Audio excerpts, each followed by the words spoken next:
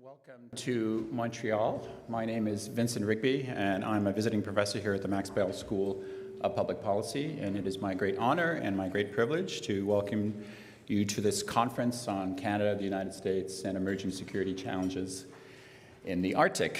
And this is a conference that is being co-organized by the McGill School of Public Policy and the Wilson Center. And I have up on the podium with me Chris Reagan, who is the director of the McGill School. I have Chris Sands, the two Chris's as we like to call them, who is the dynamic duo, who is the director of the Canada Institute at the Wilson Center, and Rebecca Pincus, who is the director of the Polar Institute at the Wilson Center. So I want to thank them all, and the Wilson Center in particular, for the collaboration over the last number of months in pulling this all together. It's been a great collaboration, a great relationship that we've started. I am going to be your MC today, so you're going to be seeing a lot of me, whether you like it or not.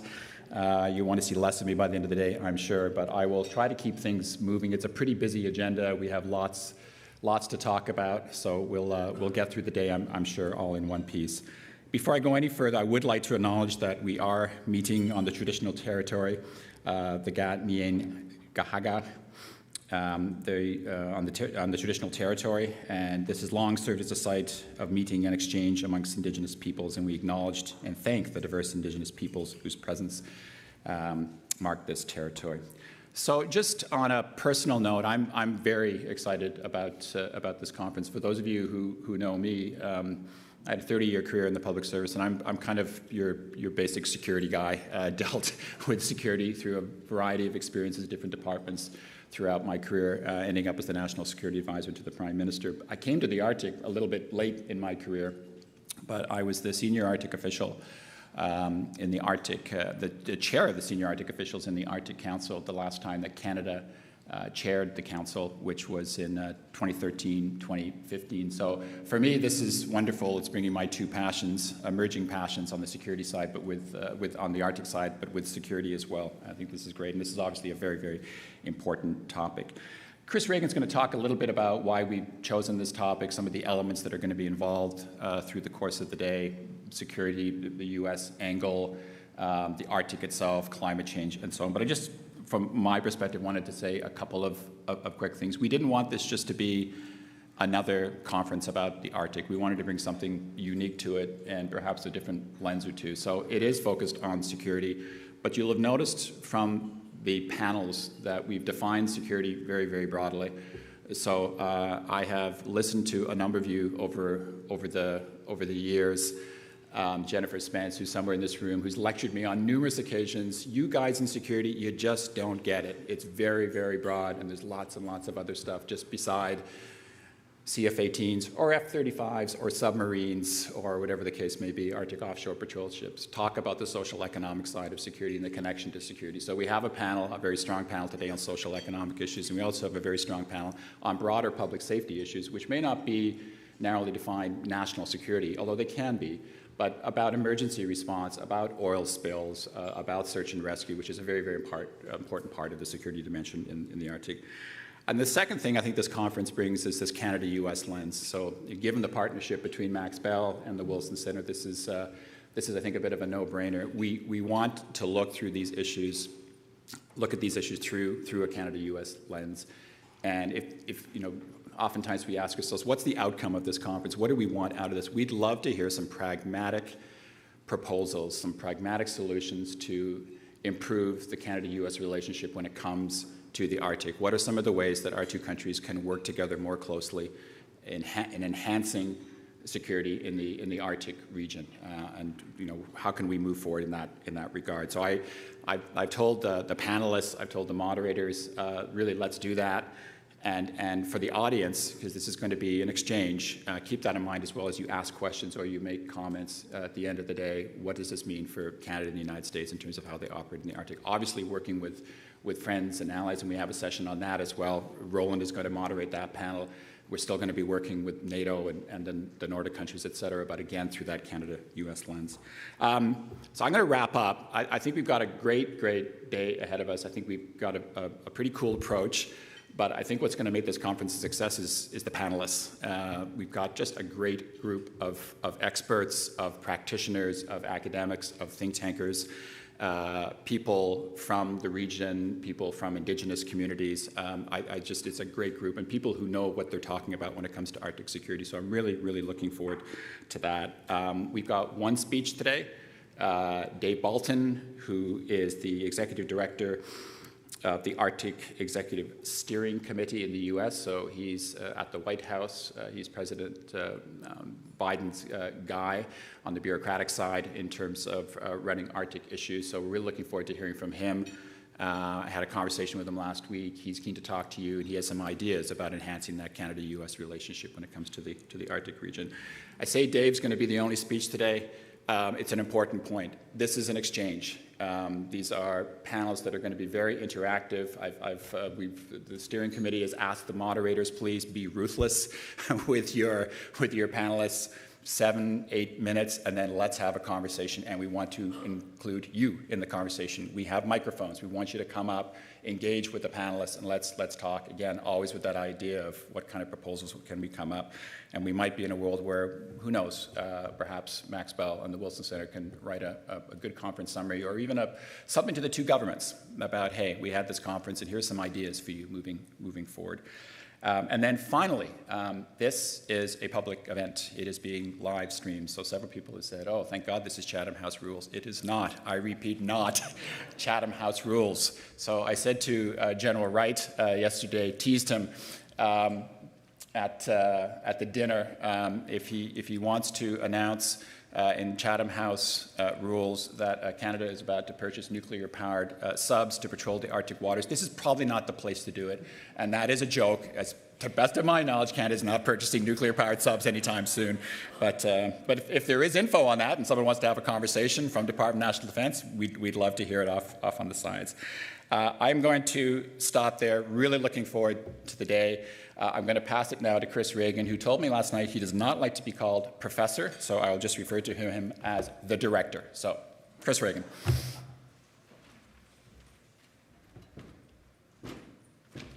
Good morning, everyone. Welcome to Montreal and to McGill and to the Max Bell School.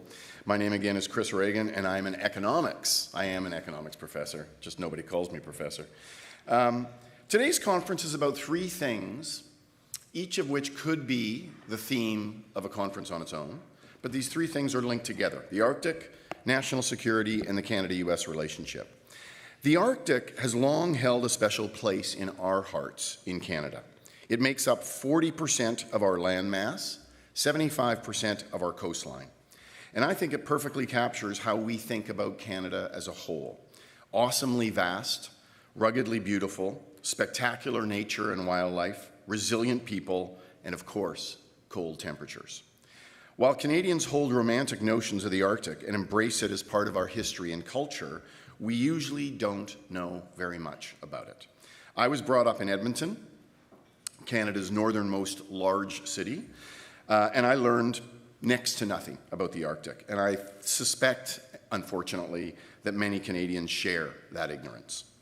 Perhaps not surprisingly, our governments have not always given it the attention that it deserves. But the Arctic has been growing in national importance, both because of our rising awareness of the need to protect and nurture local Indigenous cultures, also because of ongoing climate change presenting both opportunities and challenges.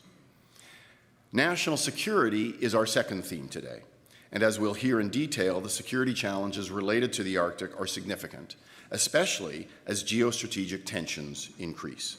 Think China, think Russia, think climate change and the opening of the Northwest Passage, think Canadians' claims to sovereignty. National security is also something that Canadians tend to underemphasize in their discussions about public policy and national priorities.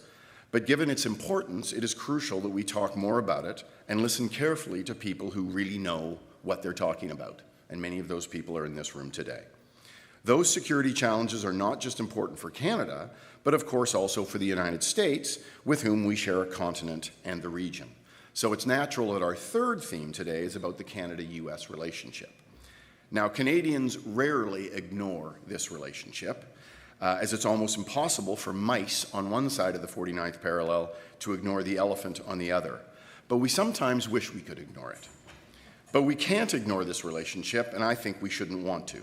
Instead, we need to think carefully about how to get along with our best friend and neighbor while resolutely protecting our national interest. And that is not so easy. So the Arctic, security, and the Canada-US relationship do come together to create a coherent theme for a conference, and that's what we're here today to discuss. But before going further, I want to thank the organizers of this conference.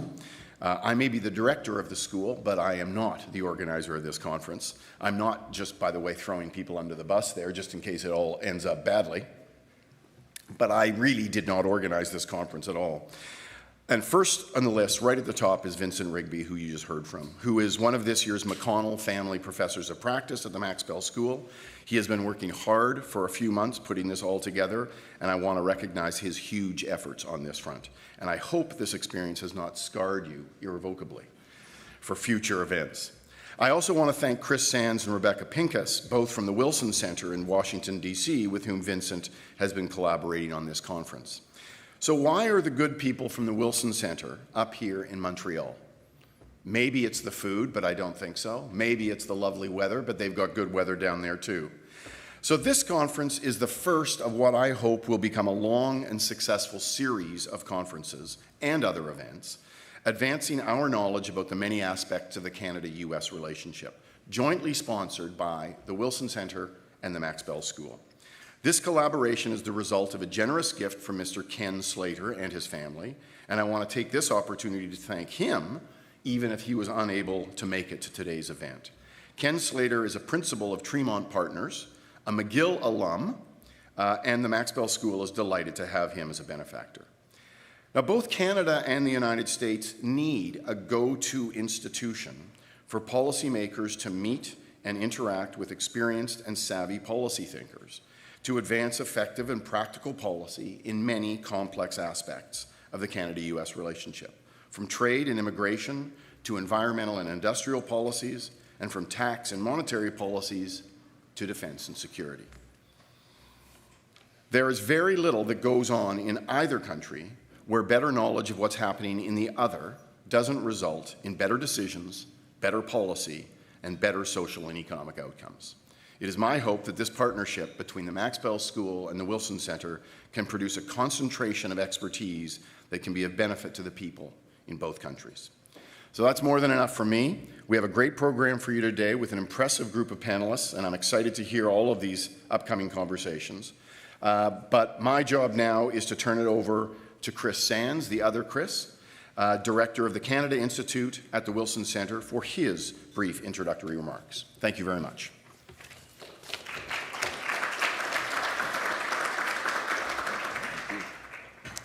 Good morning, everyone. And I feel like sort of your accidental Chris here, because the real star of this program is my colleague, Dr. Rebecca Pincus. The Canada Institute kind of rode your coattails, Rebecca, because we had the good fortune of being part of this at the beginning when we held a meeting last year with McGill, also with the support of the great Ken Slater, to talk about China. And because of that, and the fact that I know both Vincent and Chris for a long time, I sort of got myself onto the steering committee. But when it comes to the Arctic, subject matter expertise is not mine to claim, but it is Rebecca's. And her team, including Jack Durkee, who's here, Marisol Maddox, Evan Bloom, is first class. And they have absolutely had a huge contribution to the program that you're about to have. And let's get started. The first panel, I'm going to introduce the moderator, who will then introduce the rest of the panel. So this is a bit of a scene changer. But the chair of the first panel is a good friend, Jennifer Welch. Professor Jennifer Welch is the Canada 150 Research Chair in Global Governance and Security at McGill's Max Bell School of Public Policy. She was previously Professor and Chair of International Relations at the European University Institute in Florence, Italy, and Professor of International Relations at the University of Oxford, where she co-founded the Oxford Institute for Ethics, Law, and Armed Conflict. From 2013 to 2016, she served as the Special Advisor to the UN Secretary General, Ban Ki-moon, on the responsibility to protect, one of Canada's sterling contributions to the international scene. Professor Welch is the author, co-author, and editor of several books and articles on humanitarian intervention, the evolution of the notion of the responsibility to protect, international society, the UN Security Council, and my personal favorite, Canadian foreign policy. With that, let me turn over to you, Jennifer, and we'll do the scene setter on the panel.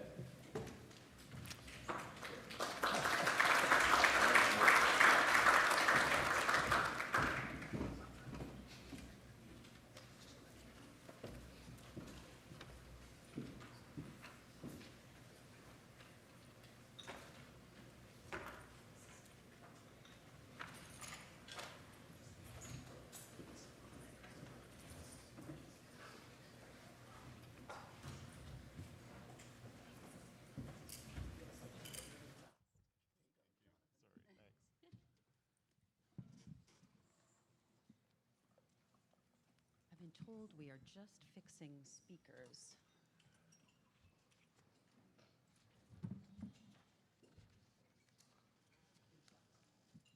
How's that? No, not yet?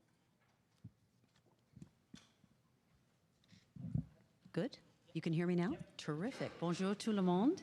It's a great pleasure to be here to start us off this morning with this broad panel on the emerging threat environment in the Arctic.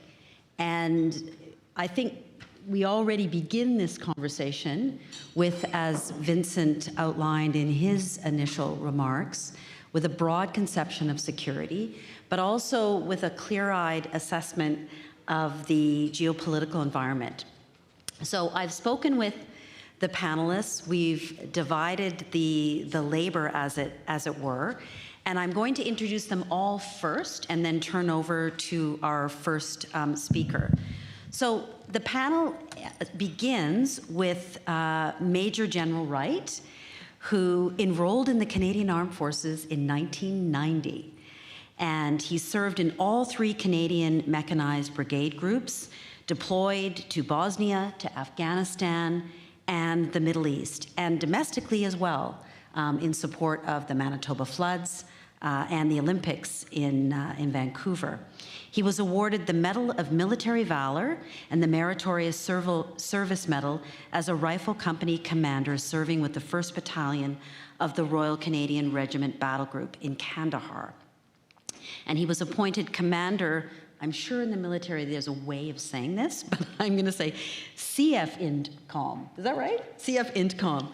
And Chief of Defense Intelligence in June of 2021. And his remarks will focus on military intelligence. Jonathan Quinn will come next. He's the Director General for Continental Defense Policy at our Department of National Defense in Canada, and responsible there for strategic policy development in the areas of continental and Arctic defense, NORAD modernization, which we're going to be discussing, the military use of cyberspace and other emerging capabilities, and of course, the defense and security implications of climate change. He joined the public service in 2005, has been Chief of Staff to the Deputy Minister of National Defense, Director of Policy Development, and has also had a stint at the Permanent Mission of Canada to the United Nations in New York. Next, we'll turn to our American colleagues. Iris Ferguson is currently the Deputy Assistant Secretary of Defense for Arctic and Global Resilience. And she's going to tell us a little bit about that particular department in the US government. In this role, she serves as the principal advisor to the Secretary of Defense and senior leadership for policy matters that relate to Arctic security and global resilience, which includes climate adaptation, mitigation, and energy resilience. Prior to that, she was a senior advisor on Arctic and climate security issues for the US Air Force Futures and the Air Force Deputy Chief of Staff for Operations. And there she authored and implemented the Department of Air Force Arctic Strategy. So a really interesting perspective to bring to the table. And then finally, we have Dr. Christian Lauprecht, who's a class of 1965 distinguished professor at our Royal Military College of Canada, and editor-in-chief of the Canadian Military Journal. Christian also directs the Institute of Intergovernmental Relations in the School of Policy Studies and is an adjunct research professor in Australia. He is an elected member of the College of New Scholars of the Royal Society of Canada and recipient of the Cowan Prize for Excellence in Research at RMC. His latest books include Intelligence as Democratic Statecraft, and I think for today's discussion, his book Polar Cousins, which I've had a chance to have a look at, Comparison Antarctic and Arctic Geostrategic Futures. So there is our fantastic panel to help us with this diagnostic, if you will, of the emerging threat environment in the Arctic. So I'm going to turn it over first to Major General Wright. There we go. Good morning, everyone. Thanks very much for the introduction, and thank you for the invitation. What I'd like to do is provide a very general overview of Arctic defense and security concerns based on the threats that are posed to Canada and other Western Arctic states by China and by Russia. And I'm just going to see if we have my presentation. Perfect. There we go. So as the name Canadian Forces Intelligence Command suggests, our primary focus is on military threats. So increased defense infrastructure developments, as well as Navy, Army, and Air Force training and patrol activities in the Arctic. But we also closely track soft security concerns that could lead other governments' departments to call upon the Canadian Armed Forces to provide assistance in the region. So such concerns include illegal shipping and fishing activity, maritime and air search and rescue, natural disaster and pollution controls situations, and potential intelligence collection by foreign vessels. Now, magnifying all of those concerns is that at present, there are not sufficient ISR, or intelligence, surveillance, and reconnaissance assets that allow for quick and effective response across the spectrum of possible threats to the Arctic or crises that could take place there. Now, the final overarching defense and security concern is a hazard to operations that are presented by climate change itself, which is already forcing adjustments to how the Canadian Armed Forces needs to be ready to operate in the Arctic. Now, finally, a quick word on nuclear forces. The Arctic can absolutely be used as a corridor to attack North America. And the primary concern there would be long-range bomber activity or nuclear submarines, ballistic missile submarines. However, these are not Arctic threats per se, but global ones. They are a problem no matter where they are based, and so I'm sure you have heard the term that these are threats through the Arctic, whereas today I'll focus on the threats to or in the Arctic. Now, Russia and China are the state actors that pose the greatest threats to Canadian and other Western interests in the Arctic. However, CF INCOM has long assessed that the threat from Russia has generally been at least partially constrained by the national interests that it holds in common with Canada that have compelled it to cooperate in some degree. Those interests include an underlying desire amongst all Arctic states to maintain the peace in order to maximize the profit potential of resources and increase shipping traffic as climate change opens up the region, and concerns about non-Arctic states, including China, encroaching on Arctic Council governance of the region. However, as we've seen in the wake of Russia's war in Ukraine and subsequent rhetoric against Finland and Sweden joining NATO, we are concerned that those constraints will become less relevant. Russia views the Arctic as critical to its overall national defense and to its long-term economic development and prosperity. And while Russia has welcomed international investment and cooperation, including from the West and from China, in the development of its Arctic zone over the past decade, it is also refurbishing its military capabilities and infrastructure in the region and conducts annual military training exercises and periodic sovereignty patrols to secure the region against potential threats. And while the existing posture is broadly defensive, it also provides the backbone for offensive operations in the event of a crisis.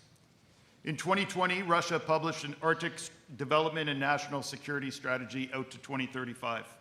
And while the strategy's public-facing document placed a stronger emphasis on economic development than on defense and security issues, it does not represent the hard security concerns of the Russian military and their security services. Public statements by Kremlin officials indicate that Moscow's concerns for the security of its northwestern and Arctic frontiers have intensified as a result of their invasion of Ukraine. Factors that contribute to their elevated anxiety include NATO and NORAD exercises in the Arctic since that time, the announcement by Western Arctic states last March to temporarily pause their participation in meetings of the Arctic Council and other Arctic governance fora, Finland joining and Sweden hopefully being on the cusp of joining NATO, and significant casualties in Ukraine from the 3 Russia Arctic brigades. Now, looking ahead to the next 1 to 2 years, we expect that Russia's ongoing war in Ukraine will continue to undermine the effectiveness of Arctic governance institutions as long as the 7 Western Arctic states maintain diplomatic and economic sanctions against Russia. We also expect the Kremlin to seek additional diplomatic accommodations from Western Arctic states to compartmentalize the region from further spillover effects of the war and to redouble its efforts to reopen security discussions on hard security matters in the Arctic that have been suspended since 2014. Lastly, we expect to see the Kremlin turn increasingly towards China and other non-aligned states to try to offset the spillover effects of the war in Ukraine, including the impact of Western sanctions on hydrocarbon development and shipping projects along the Northern Sea Route. And it may also seek some limited engagement with China on regional security matters, which leads me to discuss China. Among non-Arctic states, as so many of you in the room know, China is the most assertive in developing a foothold in the region. It's driven to do so by the need to acquire additional energy sources for its expanding industries, fish protein for its population, and shorter routes for its world-leading commercial shipping fleet. It also has a strong science interest to better understand the impact that climate change in the Arctic will have on environmental conditions in China. Beijing tends to prioritize economic interests over security concerns. It's interested in securing critical resources and minerals, as well as critical infrastructure in multiple Arctic states. Their Arctic posture reflects a broader polar strategy that includes a much longer-standing interest in the Antarctic. Now, when China published its 2018 Arctic White Paper, it referred to itself as a near-Arctic state, a term that no Arctic state recognizes as legitimate. The paper outlined China's national interests in the region and restated previously announced economic and scientific objectives. Beijing's desire for cooperation with Arctic states and for peace and stability in the region were strongly expressed. However, since 2015, China's Navy has been conducting training operations in the subarctic waters of the Bering and Baltic Seas, presumably to gain operational experience in northerly waters for possible future maritime security tasks. And although China has yet to conduct direct military activities in the high Arctic, oceanographic and other scientific data collected by Chinese research vessels are assumed to have military as well as civilian purposes, including support to future Chinese naval operations, both subsurface and surface in the Arctic Ocean. China's 2015 national security law obliges all of its citizens and corporations to assist the government in protecting national security, including through information and data collection. So it's safe to assume that any business, scientific, cultural, and educational activities that Chinese nationals engage in within the Arctic to have a dual purpose. China, as we know, enjoys growing economic and scientific cooperation with Russia in the Arctic, a relationship which the Kremlin may seek to expand to counter the effects of Western sanctions. A similar lean toward China occurred in the wake of Western sanctions following the annexation of Crimea. However, historic mistrust of one another is likely to limit the extent of any further military collaboration in the region, and whatever collaboration does occur will be on terms set by Moscow. Wrapping up with some effects on climate change on defense and security. As you can see from the infographic on the right-hand side of the slide, there are a wide range of climate change impacts on the military operating environment. Some key takeaways: less sea ice will result in increased military shipping, although ice remnants and rougher sea states will continue to present hazards to navigation. Physical and chemical changes to the water column will affect submarine and anti-submarine warfare. Permafrost thaw will destabilize coastal and inland infrastructure and the ability to operate armored equipment in the tundra. Melting glacial ice and thawing permafrost hold the potential to release ancient pathogens, and increased wildfire smoke and fog will degrade air operations. So with that cheery start to a Monday morning, I'll turn it back to you. And bang on time, I would expect no less. I once taught a class at West Point, and it started at 7:30 in the morning. I've never started that early, so thank you so much for that very, very detailed overview. I'm going to turn to Jonathan next, and he's going to talk a little bit about the footprint of our military in the Arctic, as well as issues related to NORAD. So I turn it over to you, Jonathan.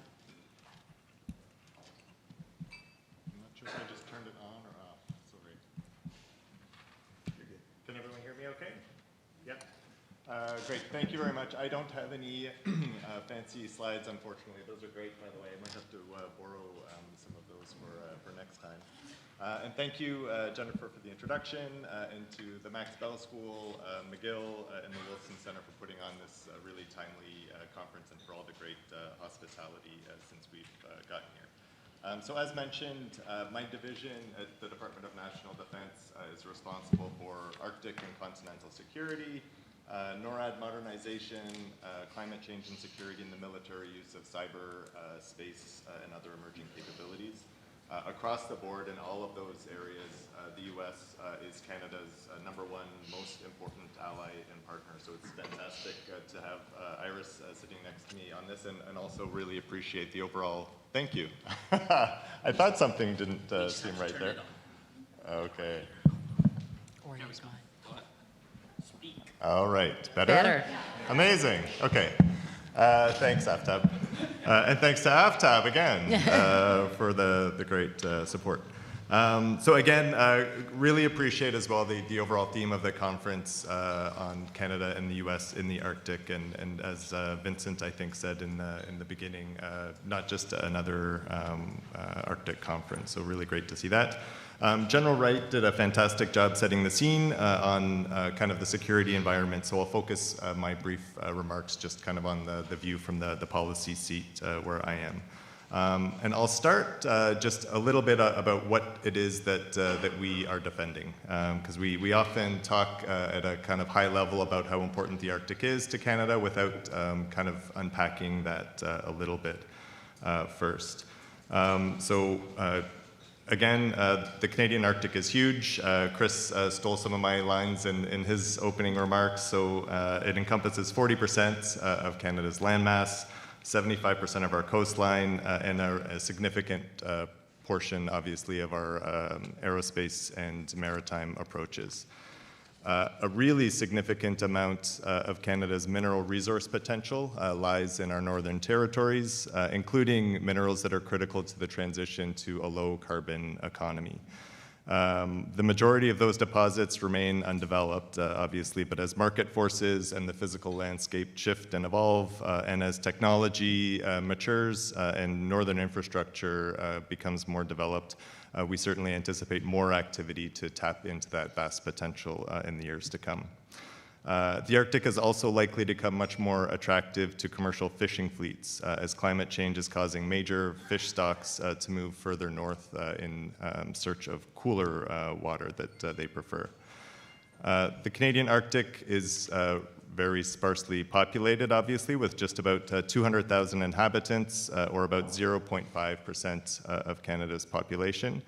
But it's really those 200,000 people with their rich cultural traditions, their innovative modes of governance, and growing economic potential who, on a daily basis, assert Canada's sovereignty in the Arctic. So I think an important thing to kind of keep in mind and keep us grounded when we're talking about defense issues. And again, really looking forward to some of the other panels this afternoon that'll delve into some of those socioeconomic aspects a little bit more in detail later. So other federal departments have the lead on working in partnership with our northern communities and stakeholders to tackle some of the key socioeconomic issues that still are present in the North, including food security, housing, and a broader infrastructure deficit. We at Defense see ourselves as having opportunities to contribute to some of those, but obviously not the lead. But in recent years, and particularly since Russia's invasion of Ukraine, and in the context of growing public awareness of some of the dynamics that General Wright was speaking about, Northern Canadians are beginning in much starker terms and much more frequently to express increasing interest in Arctic security and defense issues, and they're much more actively looking to national defense to provide assurances that they and their interests are well defended. For the first time ever, I think that the Northern Premiers actually wrote to the Prime Minister and to the Minister of National Defense to kind of express some of those concerns in the wake of Russia's invasion of Ukraine and some of the media coverage surrounding that. I skipped over a little bit here. So what are we doing about all of this? So I guess a couple of key takeaways first, based on kind of the accumulation of General Wright's comments and some of mine. So first, we in Canada have significant interests to defend in our Arctic. Second, those interests are increasingly under threat or at risk from adversaries. There's a growing expectation among Canadians to defend them and our interests. And given the scale and just the nature of the environment in the Arctic, fulfilling that commitment is difficult. It's not easy given the vast distances and the harsh environment involved. So what are we doing and where do we go from here? So back in 2017, Canada's defense policy, Strong, Secure, Engaged, recognized the evolving security environment and identified some key requirements for enhanced capacity and domain awareness in the region. This was reinforced in 2019 with our Arctic and National Policy Framework, which set out a number of specific objectives, the first three of which are probably most relevant for this panel this morning. So first, to strengthen Canada's cooperation and collaboration with domestic and international partners in the Arctic. Number two, enhance our military presence and respond to safety and security incidents. And number three, strengthen domain awareness, surveillance, and control capabilities in the Arctic and the North. So we've been pursuing at the Department of National Defense a number of initiatives to implement this policy guidance. So some of the highlights, procuring 6 ice-capable Arctic and offshore patrol vessels, which will allow the Canadian Navy unescorted access to previously inaccessible areas of the Arctic. 3 of those have been delivered. 3 more are in various stages of production, so we're looking forward to getting those online. And the Canadian Coast Guard has committed to purchase an additional 2 of those vessels as well. Also acquiring new F-35 fighter aircraft that will enhance our aerospace control in the Arctic. Completing infrastructure projects, including, at long last, the Nanisivik Naval Facility, which is set to open in August 2025. And then more recently, and to bring us back to the overall theme of the conference today, NORAD modernization, which, while not exclusively tied to the Arctic, directly contributes to all 3 of those ANPF objectives that I mentioned. So the Minister of National Defense announced her comprehensive plan for Canada's contributions to NORAD modernization in June 22, investing approximately $40 billion on an accrual basis over 20 years in a number of important areas. First, we can't defend against what we can't see, so investing in next generation surveillance systems, including Arctic and polar over-the-horizon radar sites. Getting better at ingesting all of that information from those sensors with using modern technology to enhance our command and control systems.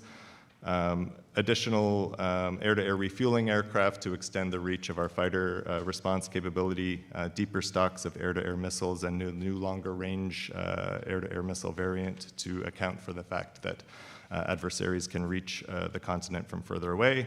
And then importantly, $4+ billion over 20 years in research, development, and innovation funding focused on the defense of North America, including the Arctic, including hypersonic defense, quantum, computing and sensing, and undersea surveillance. So NORAD modernization has been characterized by really close collaboration and partnership with the US through every step of the way, right from the threat assessment and gaps analysis conducted by Canadians and US officers in Colorado Springs, through to a joint statement published by the previous Minister of National Defense and Secretary of Defense Austin back in August 2021 that laid out some key areas for investment. And then today, working hand in hand on implementation with our counterparts in the US as well. At the operational level, Canada, the US, and other allies participate in each other's Arctic exercises. For instance, the US and other allies regularly participate in Operation Nanook, which is Canada's signature northern exercise. And we're also increasing collaboration at the strategic level. For example, the Arctic Chiefs of Defense have resumed meeting without Russia in 2022 here in Canada, and the minister has also convened meetings with her like-minded Arctic counterparts to share some best practices and identify opportunities to tackle some of the challenges that we all face in defending our northern territories. So to conclude, DNDCAF's really big priority in the Arctic is to maintain regional stability and the safety, security, and well-being of the citizens who live in the region. To address emerging threats, we intend to continue prioritizing efforts to enhance the Canadian Armed Forces mobility, reach, and presence in the region, and to deepen our collaboration with domestic and international partners. Thanks. Thank you very much, Jonathan. I'm going to turn now to Iris Ferguson, who is going to focus more on an overview of U.S. strategic objectives in the Arctic and the institutionalization of some of these concerns in the office that she's heading up. So Iris, please. Great. Thank you. Is this on? Is this on? Okay. Is this better? No. Now? Yes. All right. Sorry. There I guess you it go. just takes a minute to heat up. Thank you so much, and thanks to the McGill School and also to the Wilson Center for hosting this really wonderful conference. It's my first time to Canada since COVID, so it's really a great opportunity to come back, and really excited about some of the opportunities for collaboration with you all, and including with you, John. So it's really a pleasure to be here today. I'm here to provide a little bit of the U.S. perspective on the Arctic from a defense mentality. And I think it's important to state at the top is, this is an area that is growing and increasingly prominent within the Department of Defense. In the Cold War era, actually, we were really proficient in operating in the Arctic region. We had a lot of research and development. Actually, a lot of our infrastructure that we rely on today was built during the Cold War era. And at the end of the Cold War, we had the luxury of sort of looking elsewhere in a lot of ways. We sort of had the Arctic as a periphery where we thought there was stability, where it was an area where we didn't really have to invest a lot of infrastructure and actually intellectual thinking within the department. And there's been some changes that have taken place over the last decade. Major General highlighted quite a few of those. Obviously, climate change, driving increased access, technological change from our adversaries, driving increased access and ability to reach us faster and quicker. But there's also a real recognition of the strategic geography of the Arctic region as well. For the US, the Arctic acts as a northern approach to the United States. We have a lot of infrastructure across Alaska, 20,000 plus troops in Alaska alone. A lot of our missile defense architecture is up there that we work alongside NORAD with. We also have huge air bases in Anchorage and in Fairbanks that have everything from KC-135 tankers to F-35s to F-22s. And those are not only to protect our homeland defense mission, but also to project power into the Indo-Pacific. So there's a real acute rationale for our defense interests within the Arctic region. And there's also some game-changing geography afoot with NATO. With Sweden and Finland, and soon Sweden, hopefully, joining NATO, it really changes the game from a NATO perspective and how we're strategically thinking about the Arctic region in particular, driving different thoughts around exercises, different thoughts around deterrence, different thoughts around capabilities that are going to be required. So this is all kind of happening in tandem with one another. And as was highlighted by General Wright, we're not the only ones that are noting the strategic importance of the region. There's very clear new maritime routes opening up, very clear critical minerals that even exist here in Canada and in our own territories that are opening up. And then fishing is increasingly is moving up higher north, and we're seeing more competition over those resources. And so altogether, this is making the region that we once thought as sort of stable becoming increasingly unstable. And there's a recognition within the department that some serious thinking needs to go into how we manage that instability. And you're seeing some big signals from the US government and the DoD in trying to tackle that. One is in the recent release of the National Strategy for the Arctic Region. That just came out this past year. It was the first time that it's been updated since 2013. It's almost a 10-year-old document, which is pretty incredible. And you'll hear a bit later from Ambassador Bolton, who will talk a little bit, I'm sure, about the tenets of the National Strategy for the Arctic Region. It's the US government as a whole strategy. We've also seen a proliferation of Arctic strategies from the Department of Defense. You've seen the Army have an Arctic strategy, the Coast Guard have an Arctic strategy, the Navy have an Arctic strategy, the Air Force that I wrote, Arctic strategy. And then we are also internally developing our own new DoD Arctic strategy. And then there's the creation of my office, which is actually a fairly big testament to how the department is thinking about the region. My office, titled Arctic and Global Resilience, it's an office within the Office of the Secretary of Defense for Policy. And policy is effectively where you go to create grand strategy around the department in a lot of ways. And it's no small feat to create a new DASD ship. It's actually a really big deal. And it means that there's a center of gravity now and a home for the first time for us to be actually talking about Arctic issues within the Department of Defense. The Department of Defense is the largest organization in the United States. And so it is no small feat to do this integration, quite frankly. There's a lot of interest at play within the Arctic region, and actually having a home for some of this integration is really fundamental. So my office is charged with prioritizing, looking at across the service strategies that have been developed, understanding where their priorities lie, what resourcing is required to meet the capabilities that we need. And it also is charged with trying to find a home for building across combatant commands. One of the challenges for the US in particular is where the Arctic sits in the world, and that it has so many different combatant command seams. The combatant command seams include NORTHCOM, EUCOM, INDOPACOM, STRATCOM, and probably a myriad of other interests as well from combatant commands. And for those that aren't familiar with how the Department of Defense structures themselves, we effectively have divided up the world into different geographies and different functions. And those combatant commands create requirements for the department. And so when you have multiple combatant commands creating various requirements for theaters in their own way, it can create challenges for driving consensus.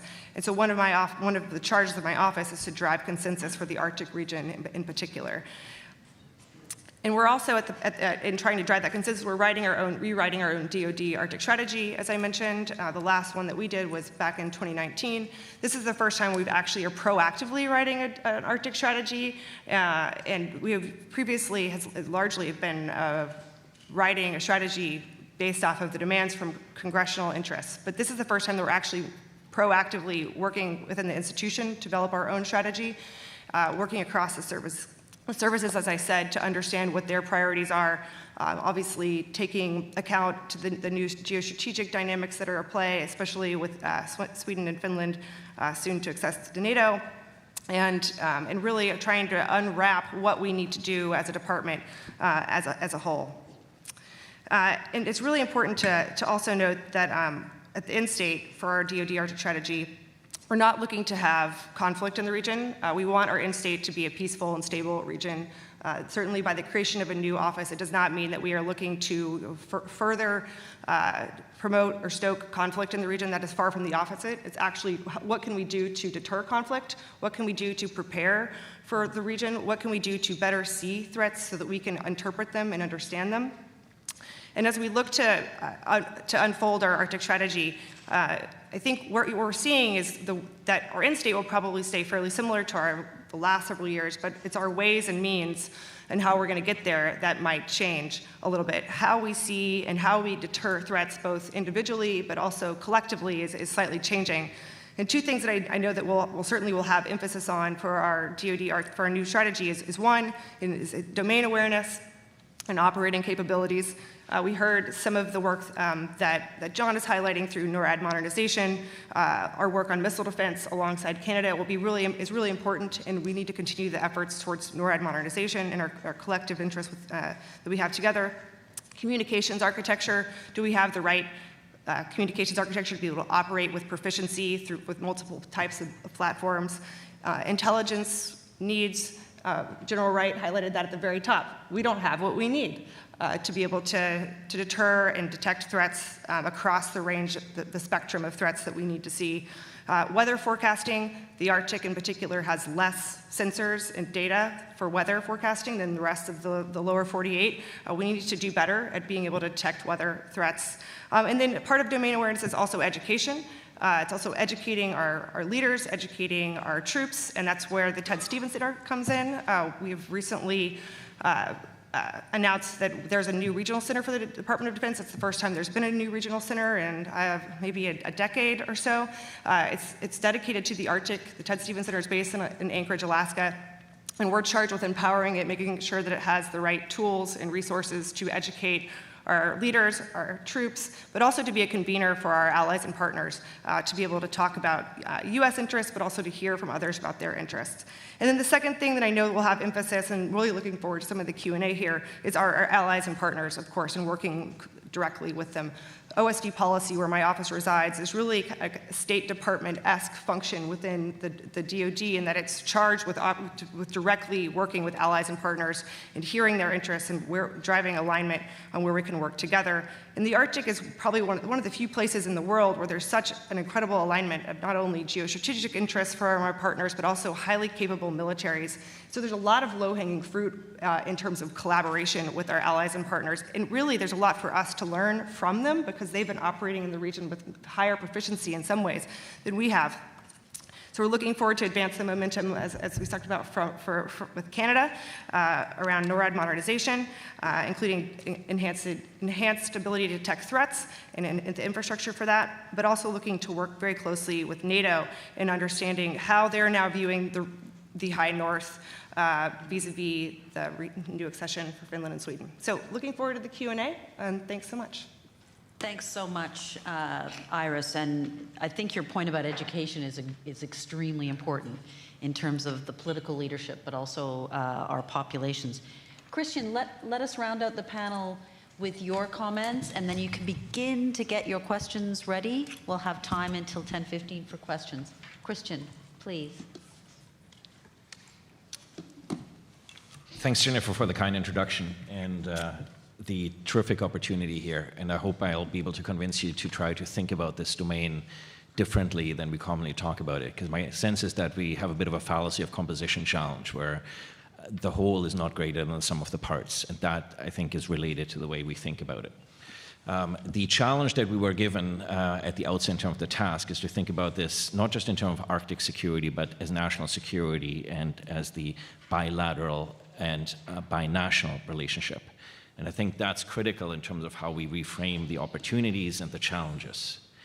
So one is that my pitch that we need to shift the narrative from a narrative of Arctic exceptionalism as a zone of broadly benign cooperation into a narrative that realizes that we have accelerating vectors of what I call vectors of disruption of the status quo.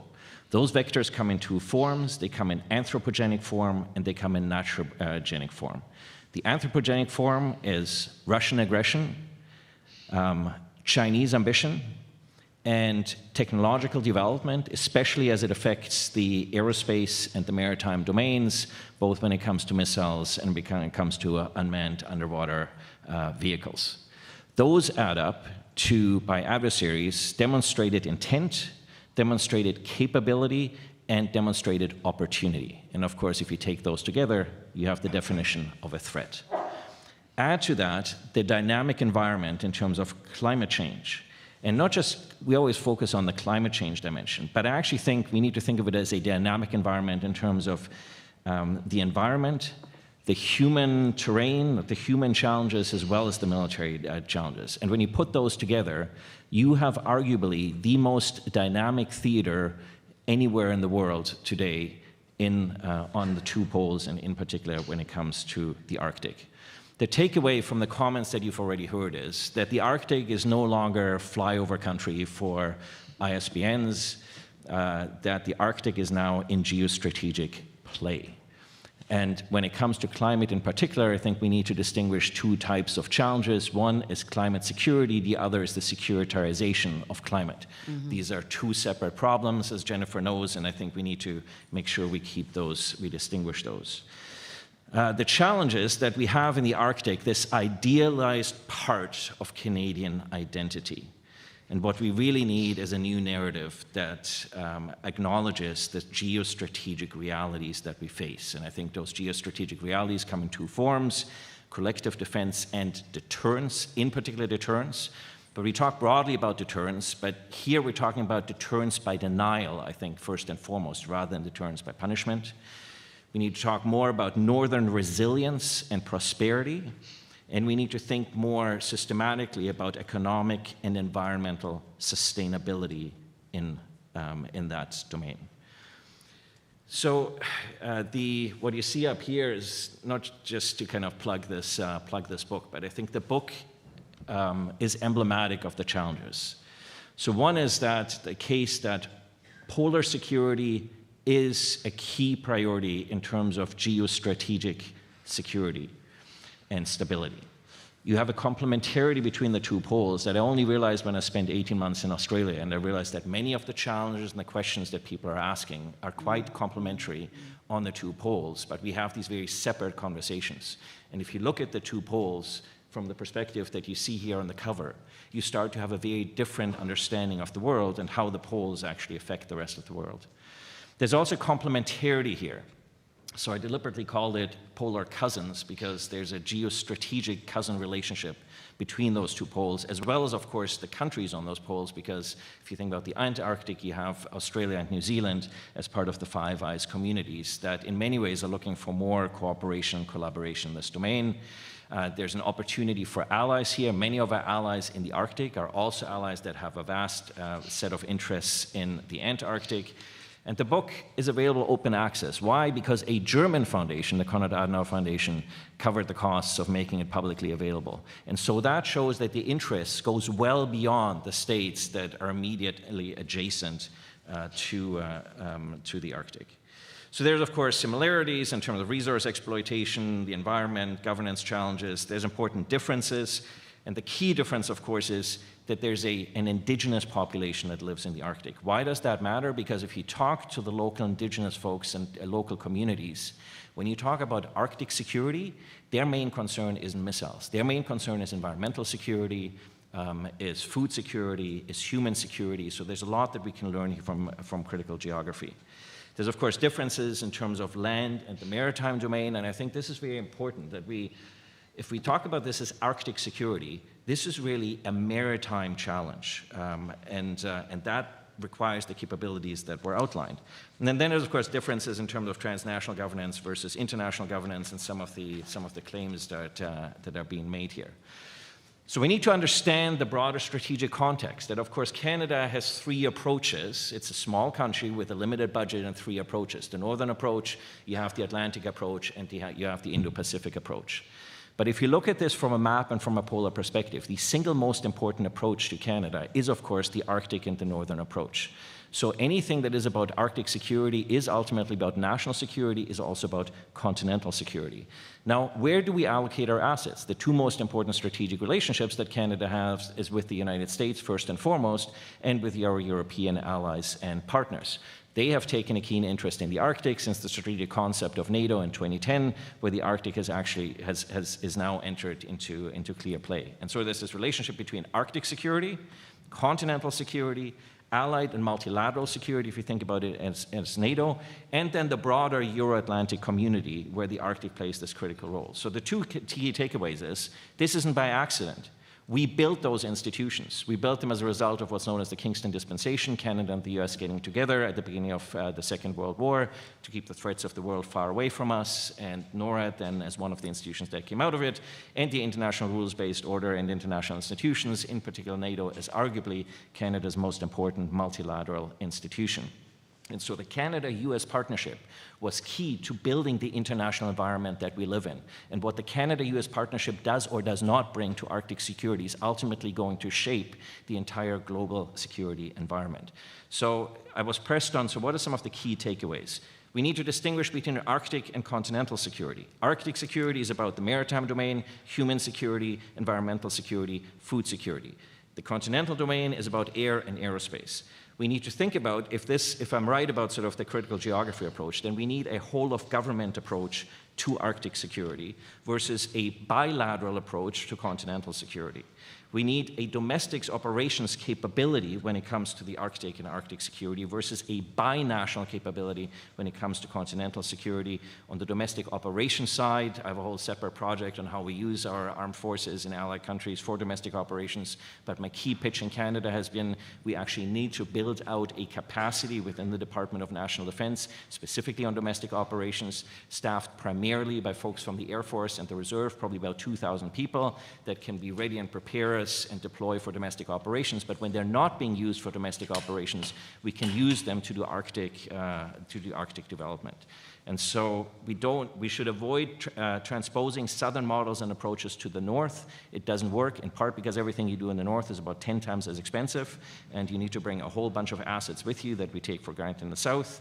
We need to focus on mitigation and adaptation. I think this is where some of the scientific discourse has not been helpful, because the scientific discourse wants us to focus entirely sort of on the environment and how we can sort of stop and whatever climate change. And I think in the north, it's well beyond that, given how fast that environment is already changing, and we need to take the initiative in terms of international law and behavior. What do we see, however, is that Canada-US relationship is frail. We take it for granted, but look at AUKUS, and shall we say Canada's, I'll put this in a sanitary fashion, non-participation. We heard about the Ted Stevens Center, which the United States stood up unilaterally.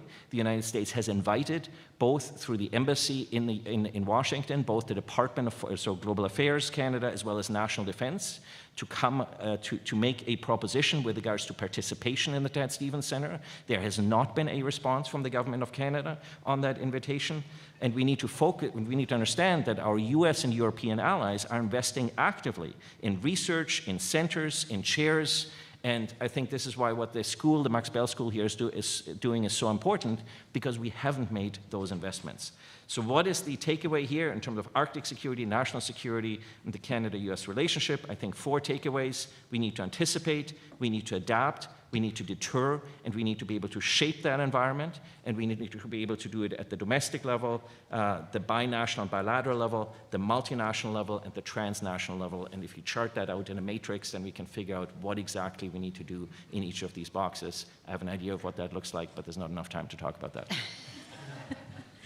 Thank you, Christian. And it's always very helpful to end with a presentation from someone from civil society who looks at government from the outside and can bring up some of these issues. You've painted an incredibly complex picture there with the different elements, but I think what sticks out really clearly from your comments is also about how this is a maritime challenge.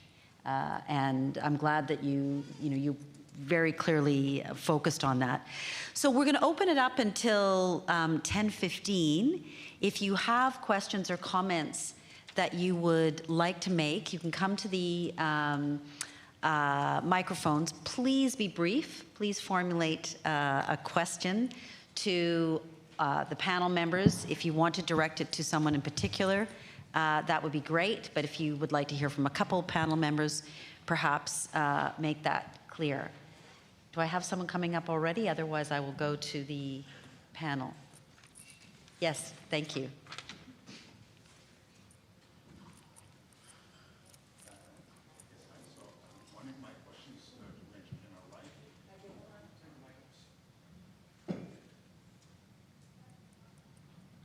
In terms of, thank you. Okay. So yeah, in terms of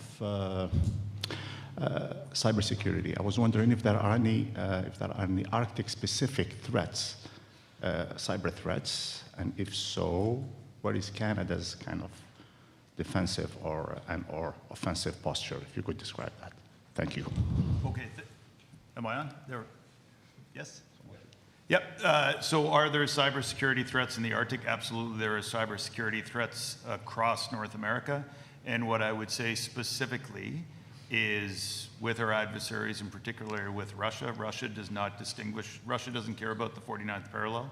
Russia views North America as a single target set.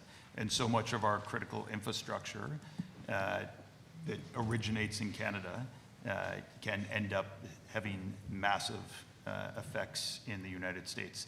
In terms of what is Canada doing about it, so that falls more under our communications security establishment, but I can tell you that our communications security establishment as a lead for cybersecurity with the cybersecurity center within the CSE works very closely with our US counterparts, both the National Security Agency and US Cyber Command. So is it a problem? Yes. Are we putting the resources towards it? Yes. Do we need to continue to increase the number of resources we need to put towards it? Also, yes.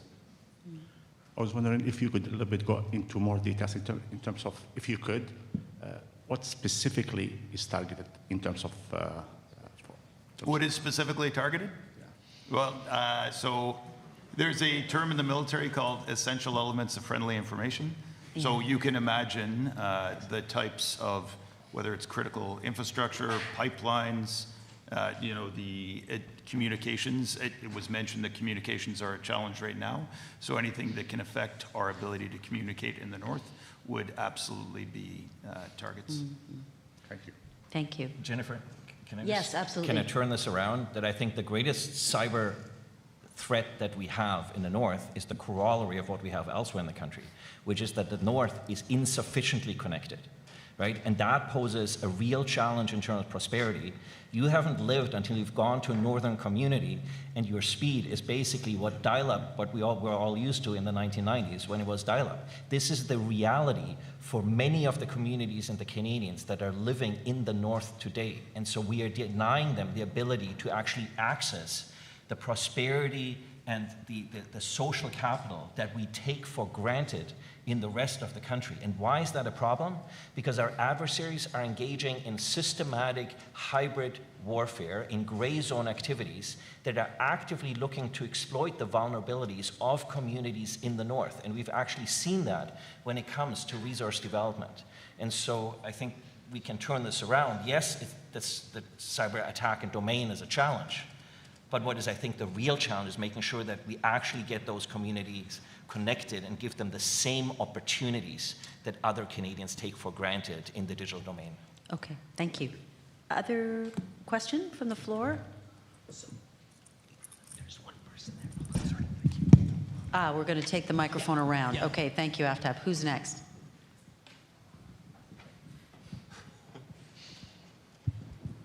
Good morning. Thanks to all of you for great talks. I'm a biochemist by training, so you'll forgive me if the questions seem perhaps jejune. I have a small question and a large question. The small one is about China. Do they have icebreakers? Also, they've shown themselves to be quite skilled at building bases, island bases in international waters. Is that a danger for the Arctic? My second question is a bit bigger. I'm curious to know how our American cousins' refusal to recognize Canadian sovereignty in the Arctic will make itself felt in the way we go about making multilateral or bilateral agreements. Or it could be moot for all I know. So thanks very much. Okay, two questions there. Would you like to take the icebreaker question and then Iris a little bit about sovereignty claims? Yeah. Do they have Or icebreakers? Jonathan. Yes. Are they building more? Yes, they are.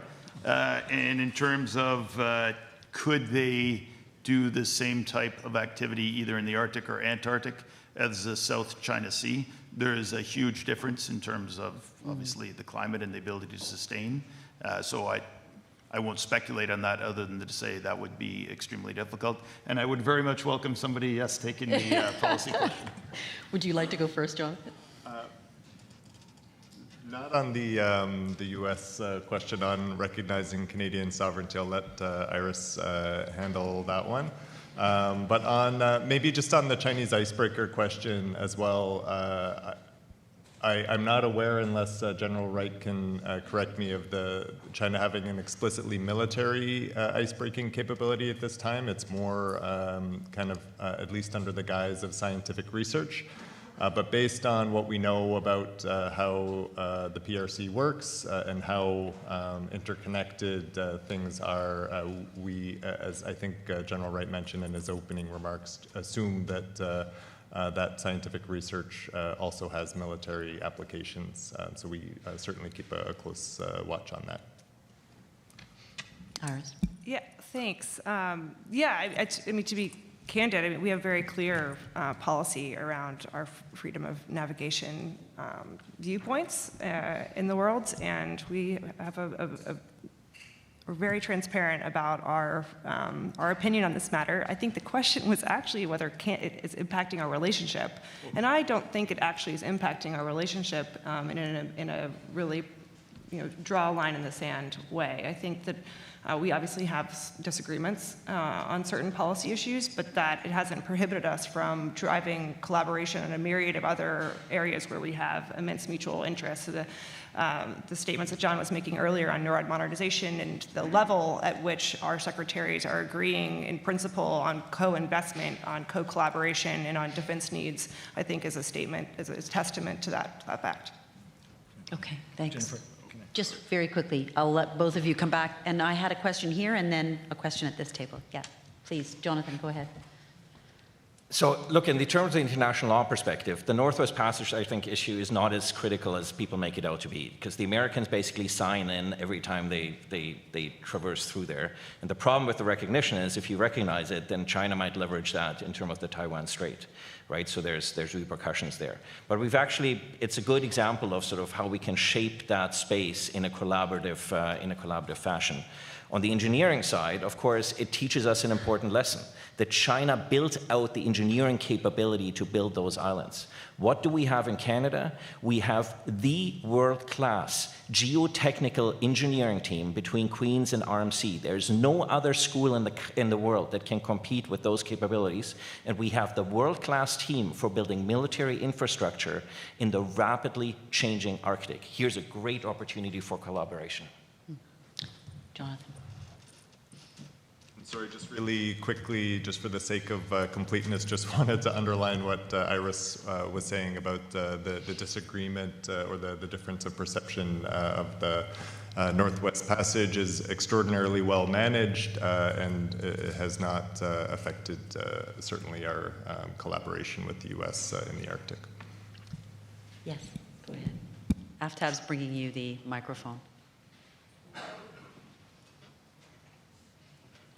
Great, thank you. Hi, my name is Jessica Shadian, Arctic 360. And the theme of this conference is not lost on me. But that said, my question is, in Canada, we think Canada-U.S. Arctic relations. In the United States, it's, in terms of North American Arctic.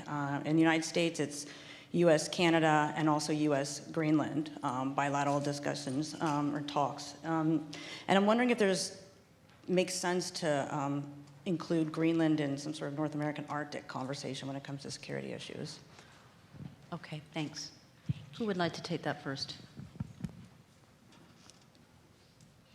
I can start, and others might have more to add. It's a great question, and certainly from a NORAD perspective, there's a history there of kind of forward locating assets in Greenland. There's a U.S. base there, so we collaborate and participate in those kind of exercises and operations in Greenland. I think later this afternoon we'll hear a bit more about kind of NATO in the Arctic from Canada's ambassador. So from that perspective as well, I think not only Greenland, but our other kind of Nordic Arctic allies play a really significant role in kind of the overall security and defense of the region. And I think really lots of opportunities to deepen collaboration across the board with all of those like-minded allies. We all share really similar challenges in terms of defense and security in our northern territories. So again, lots of opportunities for collaboration. Iris. I'll just follow on. Denmark and Greenland are a really critical part of Arctic security. They can't be isolated or thought of as separate. Actually, from a geological standpoint, Greenland is part of the North American continent, so it would be a little bit obtuse to say it's not a part of North American defense as well.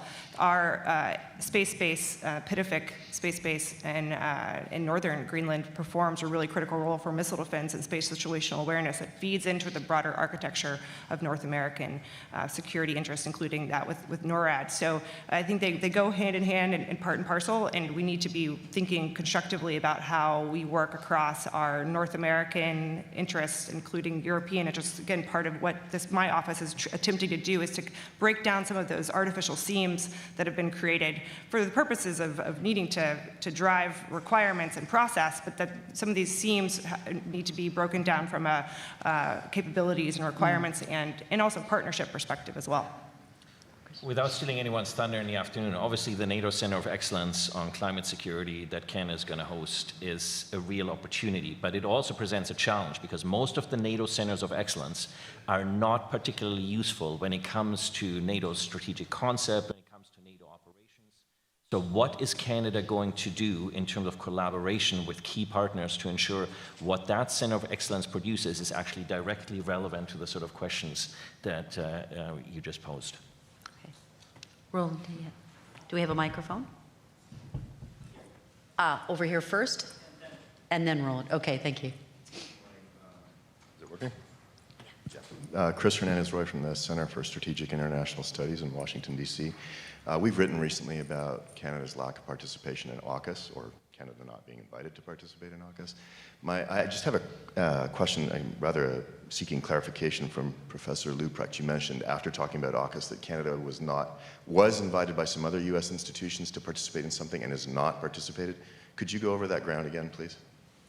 So the Ted Stevens Center for the Regional Security Studies Center in Anchorage, although it was a unilateral effort by the United States as a result of a challenging experience with one of the other regional studies centers, there's an explicit invitation to the Government of Canada through the Embassy in Washington to both Global Affairs Canada and the Department of National Defense to actively participate in the Ted Stevens Center, an invitation that has so far not received any response from the Government of Canada. And I think that is absolutely tragic, and that invitation has been out there for months. Jonathan, do you want to say anything in response at this stage? Sure, thank you. Maybe I was just kind of having a quick glance at a colleague from Global Affairs who's sitting here as well and also works on Arctic issues. I'm not sure we're tracking this, but we've taken notes and we'll follow up on what that specific invitation is. Certainly, we've had engagements with the Ted Stevens Center. I think received an open invitation to participate on courses and some of the great work that they're doing in terms of workshops and that sort of thing. And as they kind of build capacity, we will certainly be looking for other opportunities to collaborate with them. But I'm not aware of the specific invitation that you're speaking of, but we'll follow up and make sure that we're not letting something gather dust on a desk somewhere that begs a response. Yeah, Thanks. and I'll just to cover the watershed on this topic. My office oversees policy oversight for the Ted Stevens Center, and it's building. It's in its startup mode, just like my office is in startup mode, and that includes a range of things, including hiring, looking for strategic partnerships, both in the private sector, but also with our allies and partners. And the door is open to collaborate. So, if we'll make sure to track this down, but wanted to be very clear that our door is open for the Ted Stevens Center, and I have not heard anything about this, so I have to think. So the train hasn't left the station yet? Yeah, okay. The train has not left, yeah. Roland, yeah. Roland Paris from the University of Ottawa. My question is not about the Ted Stevens Center, although I thought maybe we would drill down further. But it is about membership belonging, and it's a question for Iris about whether the United States wants Canada to participate in the BMD system, and if so, exactly what kinds of contributions would the US be looking for from Canada? Well, I can blissfully play the ignorance card on this one, unfortunately. So part of my role, I work within the Assistant Secretariat for Homeland Defense and Hemispheric Affairs. Let's get really bureaucratic. And that is comprised of 4 DASD ships. And one of my fellow DASDs deals with Homeland Defense integration needs, and including missile defense architecture. And I'm unfortunately just not steeped enough to know our current policies on that. Yes, we've got other questions here. Aftab's got the microphone, so I'm following him. There's a hand over here. Yeah, okay. Thank you. Hi, thank you for this talk. You're probably aware last year there was a loss of a crew during a deployment exercise. I was wondering what kind of impact this event might have had on the analysis of emerging threats and vulnerabilities. Major General Wright, do you want to come in on that? Sorry, you said a loss of a crew during a deployment exercise? There was a Norwegian crew. Okay, yeah, so unfortunately I'm not aware of that situation, but certainly any training which the Canadian Armed Forces or any of our allies does in the Arctic is infinitely more complex than training we would do in the lower part of Canada. And at the beginning of my talk, I mentioned one of the areas which the Canadian Armed Forces has to be ready with our Coast Guard colleagues to increase in the future is our ability to conduct both air and maritime search and rescue in the Arctic. I don't know if that answers the question or... Yes, here. Hear me there? Okay, there we are. Daniel Tylan from the Commission for Environmental Cooperation, U.S., Canada, Mexico.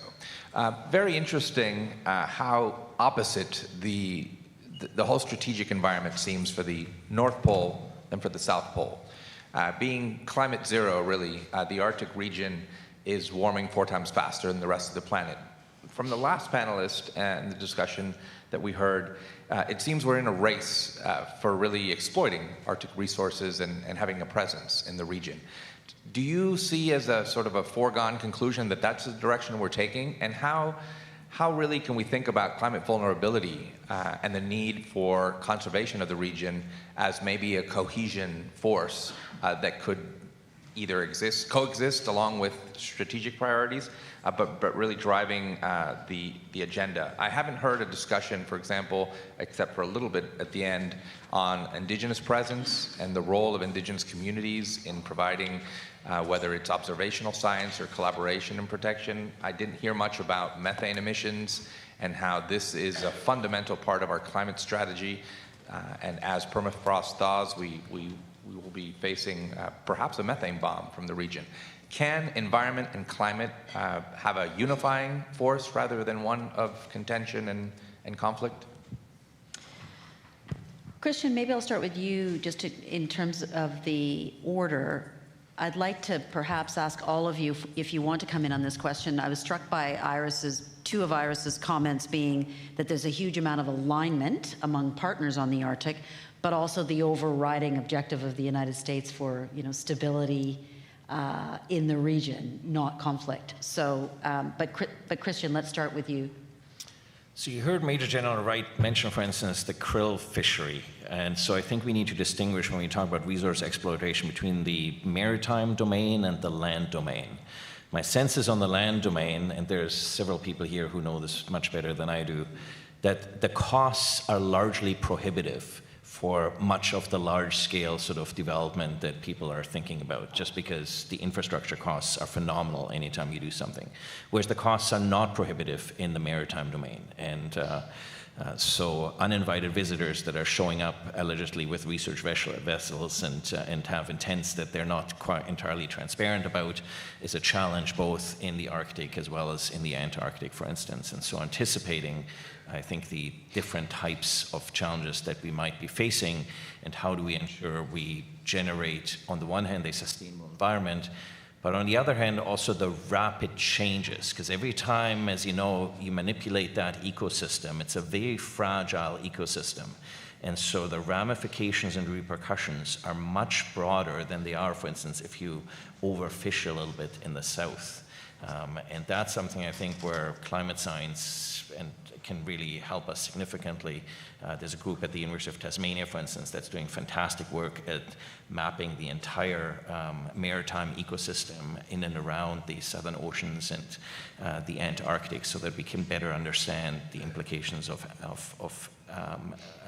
adaptation and disturbances for those ecosystems. So where we need to be concerned, rather than sort of these broad conversations about development or not, kind of actually understanding the very specific implications of very specific types of resource exploitation. Jonathan, do you want to come in next and then, or Iris next? Sure. Sure. Jonathan, please. Sure, thank you. Great question, and just, whoa. Sorry, not sure what that, all good? Sorry. So just really quickly, in terms of an opportunity maybe, or one of the ones that we're pursuing to kind of use the environmental issue as to build bridges rather than kind of as a signal of threat. I mentioned really briefly in my opening remarks the polar over the horizon radar system that we're intending to locate in the high Arctic. This will require a huge amount of power to kind of make sure that that radar is operating 24/7. So we're actively doing some research and development on how can we kind of get sufficient power for that kind of a system that far north where you're so far away from the grid. And we know that in Canada, northern communities rely almost exclusively on diesel generators for their power generation. So I think as we explore kind of research and development to resolve some of our defense needs, our northern communities have a lot of the same needs and requirements. So we certainly anticipate chances to kind of share that technology, make sure that we're solving some of the other regional issues as we work to resolve kind of our defense priorities in the area. Sorry. Yeah, and I just want to say that, the premise of your question, do climate and environmental needs, promote a unity of effort in the Arctic? And yes, absolutely. I think that there's a lot of collaboration that could happen around those topics. I think there's broad consensus, and that was the foundation of the creation of the Arctic Council, is around these key issues that are really critical not only for the Arctic, but also for our entire world. That's one of the reasons why the Arctic Council has had such prominence within our governance structures that are, to be fair, there's few within the Arctic region, but why it has such prominence is because there's broad cooperation on a lot of these topics. And I know that there's a lot of diligent work being done in thinking about how to advance the missions of the Arctic Council in the wake of the Ukraine crisis. But it's really a critical part of how the Arctic is governed, is looking at these unity of efforts. Because just very briefly on the comment around exploitation of resources, I wouldn't capture it that way from the U.S. perspective. I would think of it as more of securing our national interests. I think it's important that we take stock of what is there and what are in our national interests to protect, and what do we collectively need to secure and protect versus an exploitation at large. Thanks. Yes. Just reference part of your question about Indigenous communities. So it's probably a failure on my part that we're an hour in and I haven't mentioned the Canadian Rangers. So probably the greatest expression of sovereignty in Canada's north are the Canadian Rangers, who are drawn from Indigenous communities across Canada. And they are certainly able to tell us not only how to operate in the Arctic, but also the changes that they are seeing on a yearly basis in terms of how the climate is affecting their ability in the Arctic. Also, in terms of just the comment about exploitation, I agree, but I would say that a country which is trying to exploit is China. And Jonathan mentioned the territorial premiers. The past 2 years, I provided a secret level brief to the territorial premiers, the 3 territorial premiers, and I can tell you that they are 100% clear-eyed about the influence of China trying to gain access not only to the critical resource, critical minerals, but also to exploit those resources and frankly to exploit the communities. I would love to take more questions, but I'm going to keep us on time. I just wanted to thank the panel and also just highlight, I think, two interesting things for me that came out of this first discussion.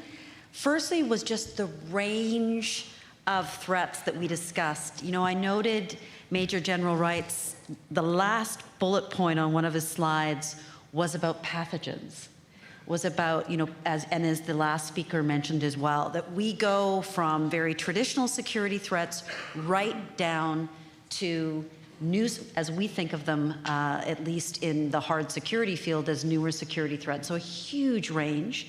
But the second thing that really stuck out for me was this common focus on domain awareness, was the need to improve knowledge, surveillance, but also communications across the board, including communications with those who live in the Arctic and enhancing their capacities. Lots more to discuss.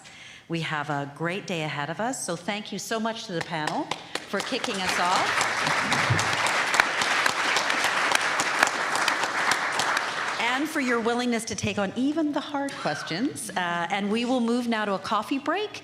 Come back here right at 10:35 for panel number 2.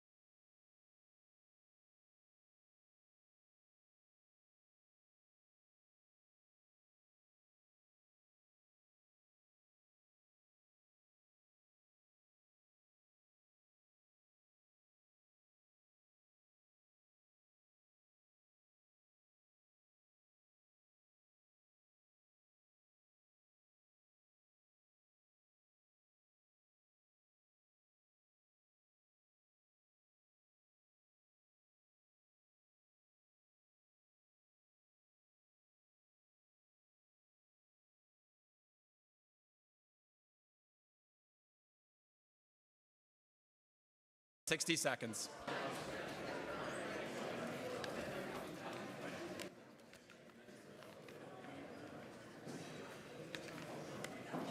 Wow, that was pretty effective.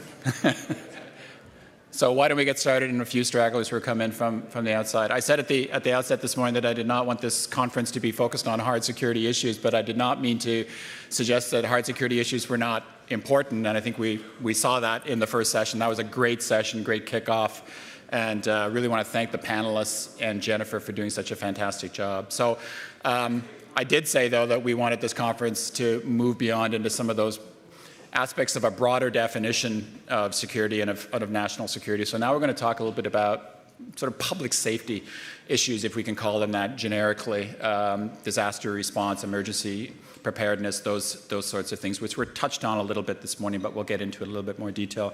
So I'm here just to introduce Rebecca Pincus, who was up at the front this morning.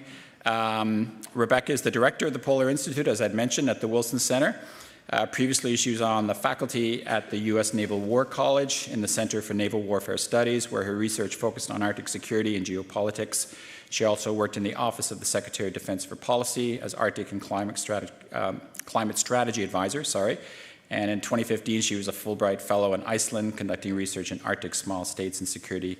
She also worked on polar strategy and policy issues for the U.S. Coast Guard at its Center for Arctic Study and Policy, and served on the faculty at the U.S. Coast Guard Academy. I could go on for about another 20 minutes with this bio. It's pretty impressive, to put it mildly. I've gotten to know Rebecca over the last 3 months in helping pull this conference together, and she's a fantastic colleague, and she knows her stuff. So I'm really looking forward to this panel. So Rebecca, over to you. Thank you. Thank you, Vincent. And thank you, all of you. Oh, you can hear me. Great. I just want to say at the outset that this is just a tremendous group, and it's so wonderful to have a conversation focused on Arctic security that's a U.S. and Canadian conversation. I think many of these conversations are broadly international often, or they are national, and so having the binational conversation is really terrific, and I want to thank McGill and Chris and Vincent and all of the fantastic students who have been supporting this panel. I also think and hope that it's the first of many, because I think the relationship makes a ton of sense, and I'm really happy to be here. And I am really happy to have such a great panel with us today. We had sort of a high-level conversation in the first round, and I think now we're going to be able to drill down into some more of the practicalities. We have a great set of operators up here at the table, and I think it was so clear from the first panel that we face a truly wide and diverse range of threats in the Arctic that are common challenges facing the United States and Canada, but that many of our immediate threats in the North American Arctic fall below the level of armed conflict. They fall below the threshold of conflict, and they are those challenges around IUUF fishing, around disaster prevention and response, around domain awareness, intelligence, communications, around critical infrastructure, around development, and around climate change. And I think we're seeing this. Obviously, last week the United States was gripped by wildfire smoke blowing down from Canada, and it really shows the ways in which our countries are connected and face common threats. And I think we're facing a real challenge now as the cost of climate disasters is growing year on year. It's creating a real pull on our national defense. And I think balancing the growing toll of climate disasters, preparing for them and responding to them, is going to be a real challenge for both of the defense and militaries of the United States and Canada. And I think it's incumbent upon us to speak together about how we can manage these multiple threats, many of which are growing simultaneously and all of which are tremendously expensive, particularly in the Arctic. So this is a really timely meeting, and I want to thank you all for coming, and we're really looking forward to the discussion. Joining me today is a really fantastic panel, starting with Captain John Egan, who is a U.S. Coast Guard captain, and he's the Coast Guard liaison at the embassy here in Ottawa, actually.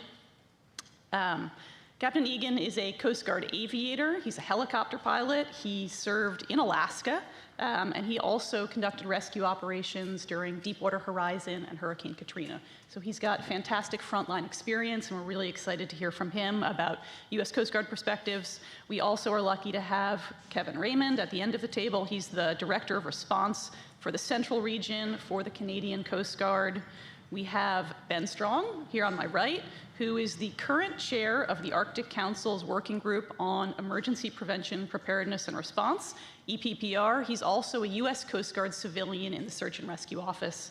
And then finally, we have Dr. Nancy Kinner, who is director of the Center for Spills in the Environment at the University of New Hampshire.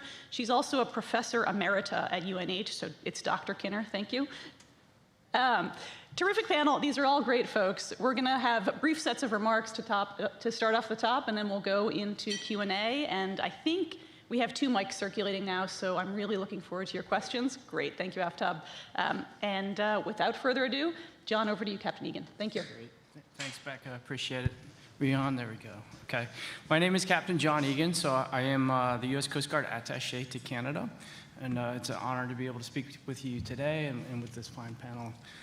As a senior U.S. Coast Guard representative in Canada, I represent and advise the U.S. ambassador on shared U.S. and Canadian issues and challenges, especially those concerning in the Arctic. As the U.S. Coast Guard Armed Service, let me give you just a kind of an overview on the U.S. Coast Guard. So as a United States Armed Service, the Coast Guard participates in operations and engages with allies and partners all over the world to advance national security objectives, including those in the Arctic. As the U.S. is an Arctic nation, security in the Arctic encompasses the full breadth of Coast Guard missions and the broad suite of authorities.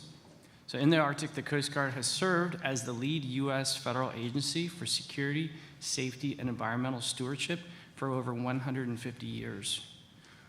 In October 1867, when the Russian flag was lowered and the Stars and Stripes raised over Baranov Castle on a hill overlooking the town of Sitka, U.S. diplomats were in attendance, and they were transported there aboard the revenue cutter Lincoln, which had been charged with exploring and cataloging the resources and people of the new territory.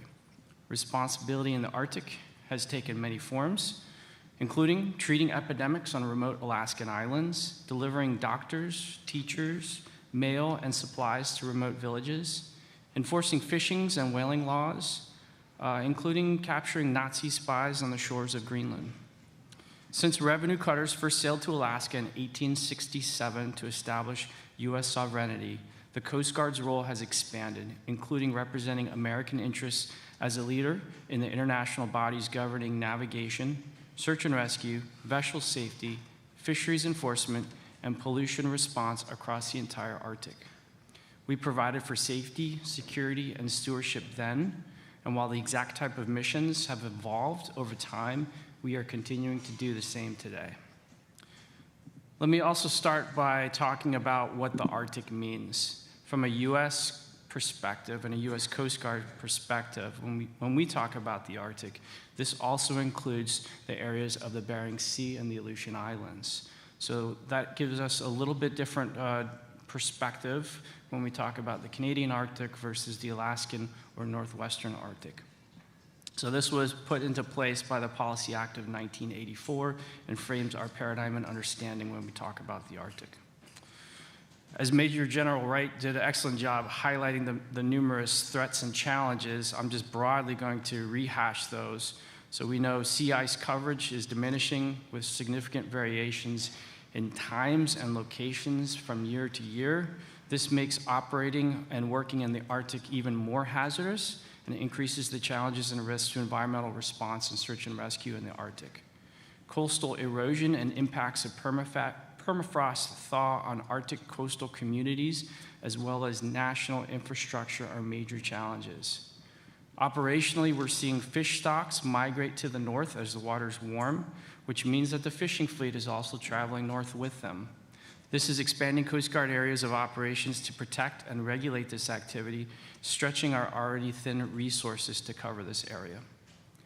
These challenges are also drawing a greater presence of foreign vessels to take advantage of the changing Arctic. This, of course, sets the stage for great power competition. I'd be remiss if I didn't talk about, briefly, the national strategy for the Arctic region. There may be others on other panels that are going to go more into depth on this. But just briefly, it has 4 pillars, security in the Arctic being the first pillar. but the U.S. also aims to sharpen its focus on climate change, economic development, and global governance, with a particular emphasis on indigenous leadership in the Arctic. This strategy aligns well with the existing Coast Guard statutory missions and services delivered to coastal residents and waterway users of the Arctic region. So let me close very briefly with that. I've been lucky to travel throughout the Canadian High Arctic to better understand the challenges of living in the North from those who live in the North themselves. When it comes to security in the North, their voices and experiences matter. As our closest partner, working with and collaborating with Canada and other Arctic nations is key and will be key to better understanding those challenges presented by a changing Arctic. Appreciate that. Thanks, Becca. Thank you, Captain Egan. Kevin? Thank you. So it's my turn now. Kevin Raymond. I'm a regional director for response within Canadian Coast Guard. So my team's expertise is with search and rescue, environmental response, incident management, as well as compliance and enforcement for both the Canadian Shipping Act and the Wrecked, Abandoned, and Hazardous Vessel Act. So what's Canadian Coast Guard vision of the Arctic? So let me just go through a brief history of the organization.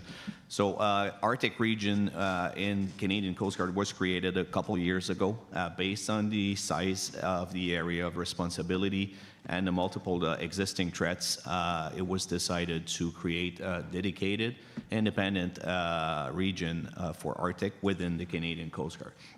Our vision was quite simple. We wanted to improve program delivery, operational readiness, and marine safety in the Arctic. So we wanted to work for the North, from North, and by Northerners. And this is doable with a strong capacity in planning and training. These will be key elements for success. So let me highlight a few priorities that Coast Guard has in the Arctic. So first of all, building a community-based approach, then building strong collaboration with the United States, specifically close to our marine boundaries. And finally, building powerful collaboration with the industry and international partners for major disaster. Before working on those priorities, though, we need to make sure we can improve Canadian capacity to respond in the Arctic. So this comes with having the right amount of search and rescue stations, having a well-trained fleet sailing the Arctic waters, and having effective environmental response crew ready to respond and operate in a timely manner, as well as having effective marine communication and traffic services to make sure communications with vessels in the Canadian Arctic are effective and we can answer major search and rescue cases, as well as environmental response cases. A building community-based approach, so we need to earn respect and trust from communities through successful engagement. This is what we've been doing for many years now, and that we're going to keep doing in the upcoming years. The Ocean Protection Plan in Canada gave us, permitted us to make major footsteps in this regard. Initiatives such as the Coastal Marine Response Initiative were great in building our capacity in the Arctic. On the search and rescue perspective, this initiative brought some smaller initiative like RAMSARD, a risk-based analysis on maritime search and rescue, trying to identify gaps in our search and rescue coverage, or trying to move assets to make sure that we're able to respond in a better way.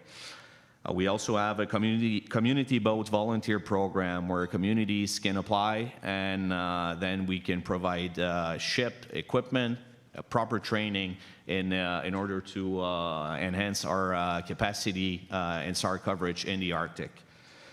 We also went through Coast Guard auxiliary renewal, putting money on the table to have more auxiliaries working and covering the search and rescue in the Arctic.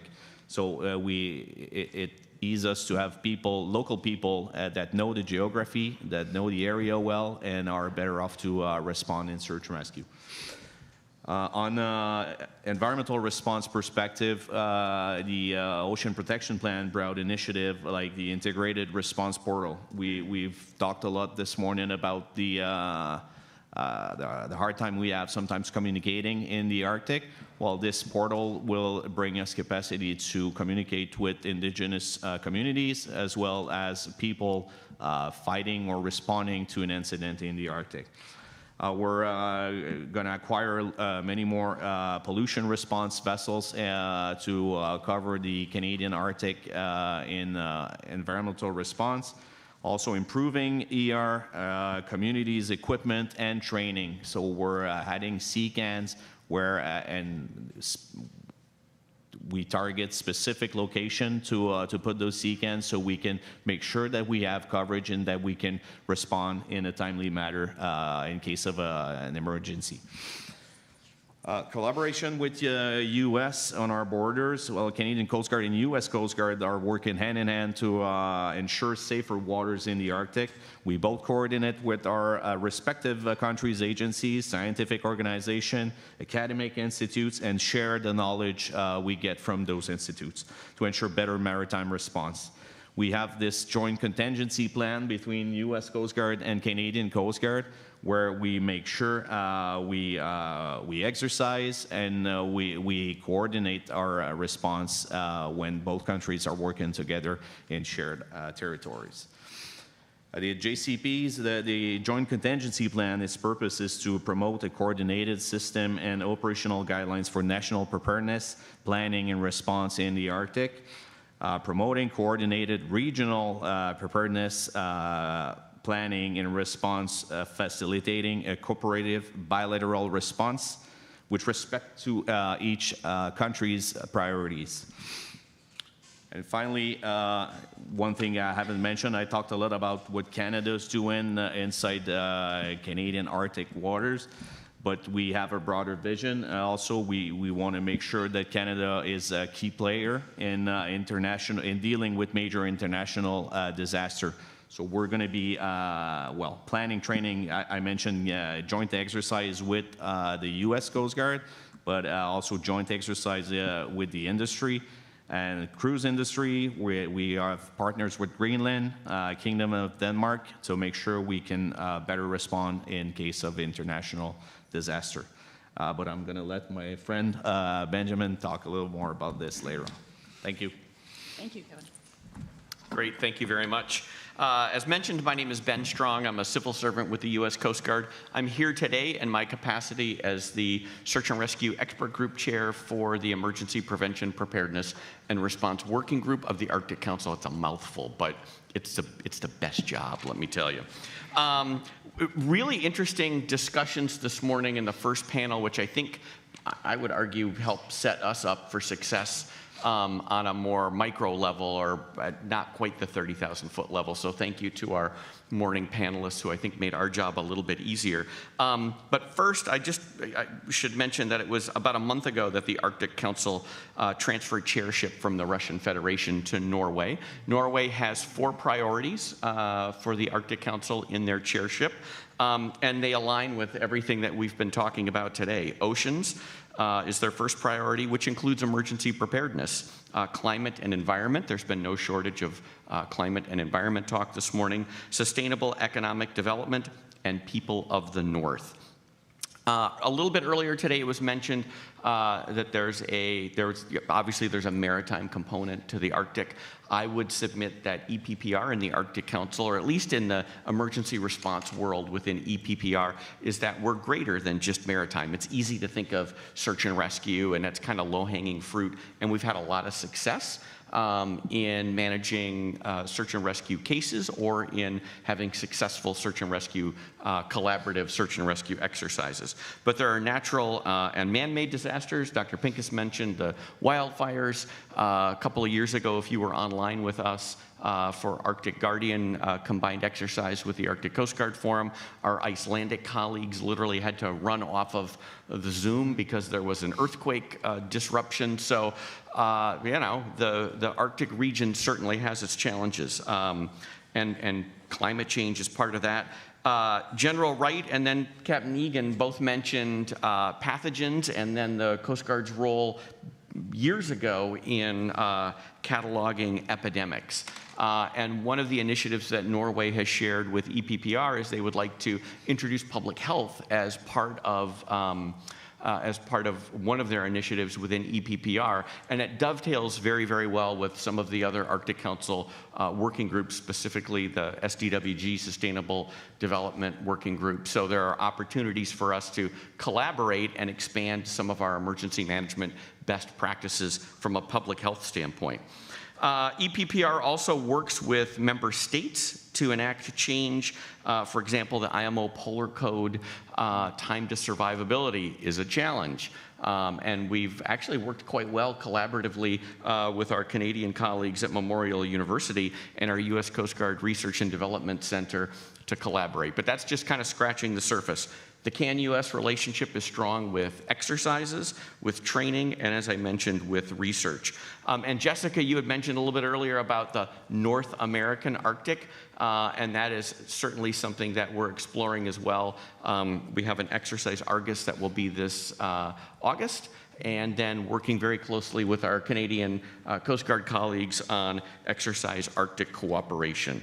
EPPR really is positioned to be the premier emergency management thought leader in the Arctic. EPPR's unique ability to collaborate pan-Arctic and leverage our operational partners, work with groups such as the Arctic Coast Guard Forum, academia through U-Arctic collaboration, and then with the permanent participants such as Gwich'in Council International and Arctic Athabascan Council really set us up for success. And I'm excited for what the Norwegian chairship brings and our ability to continue to effect positive change in the Arctic. Thank you. Thank you, Ben, for that readout on the Arctic Council. I'm sure there'll be a lot of questions about what's going on, but I appreciate that readout, and we're at a happy time now to sort of have seen that baton transfer, and so looking forward to more soon. Nancy? Thank you, Becca. Bonjour. It's wonderful to be here today for this inaugural event between the Wilson Center and the Max Bell Center. And thank you for inviting me. And thank you to AFTAB and to Jack and others for the wonderful help that we've had. I work with the Coastal Response Research Center and the Center for Spills and Environmental Hazards. And even though it sounds like I'm old when they say Professor Emerita, I'm still walking. I retired from teaching, I was saying to John, just in January, but I'm still a research faculty member. And I looked back in our center is a partnership between NOAA, the National Oceanic and Atmospheric Administration, and the University of New Hampshire. And we have been in existence since 2004. And we had our first Arctic event in 2008. And it was called, quote, Opening the Arctic Seas, Envisioning Disaster and Framing Solutions. And if you go back to the documentation from that, which kind of got lost in the weeds of the U.S. Deepwater Horizon, there were several recommendations, and you can still see this on our website. And many of those that came out of breakout groups on 5 different disasters, ranging from a cruise ship in Disco Bay to a shipping collision in the eastern Arctic around Baffin Bay, to an incident on St. Lawrence Island and a platform incident. All of these kinds of things. We had breakout groups with experts. It was all kind of built around the Arctic Marine Shipping Assessment, which was coming out shortly. And there were things about, let's have guidelines in the IMO for shipping and cargo and training of crew and survival equipment, a lot of which have come to fruition. But ones that haven't are the ones I'm going to emphasize in my brief remarks.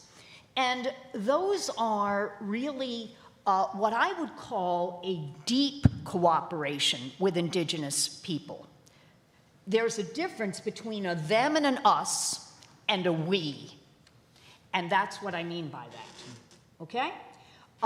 We are talking here about people who have a sacred connection to the land and a subsistence connection to the resources, which is very, very different than many of our other institutions.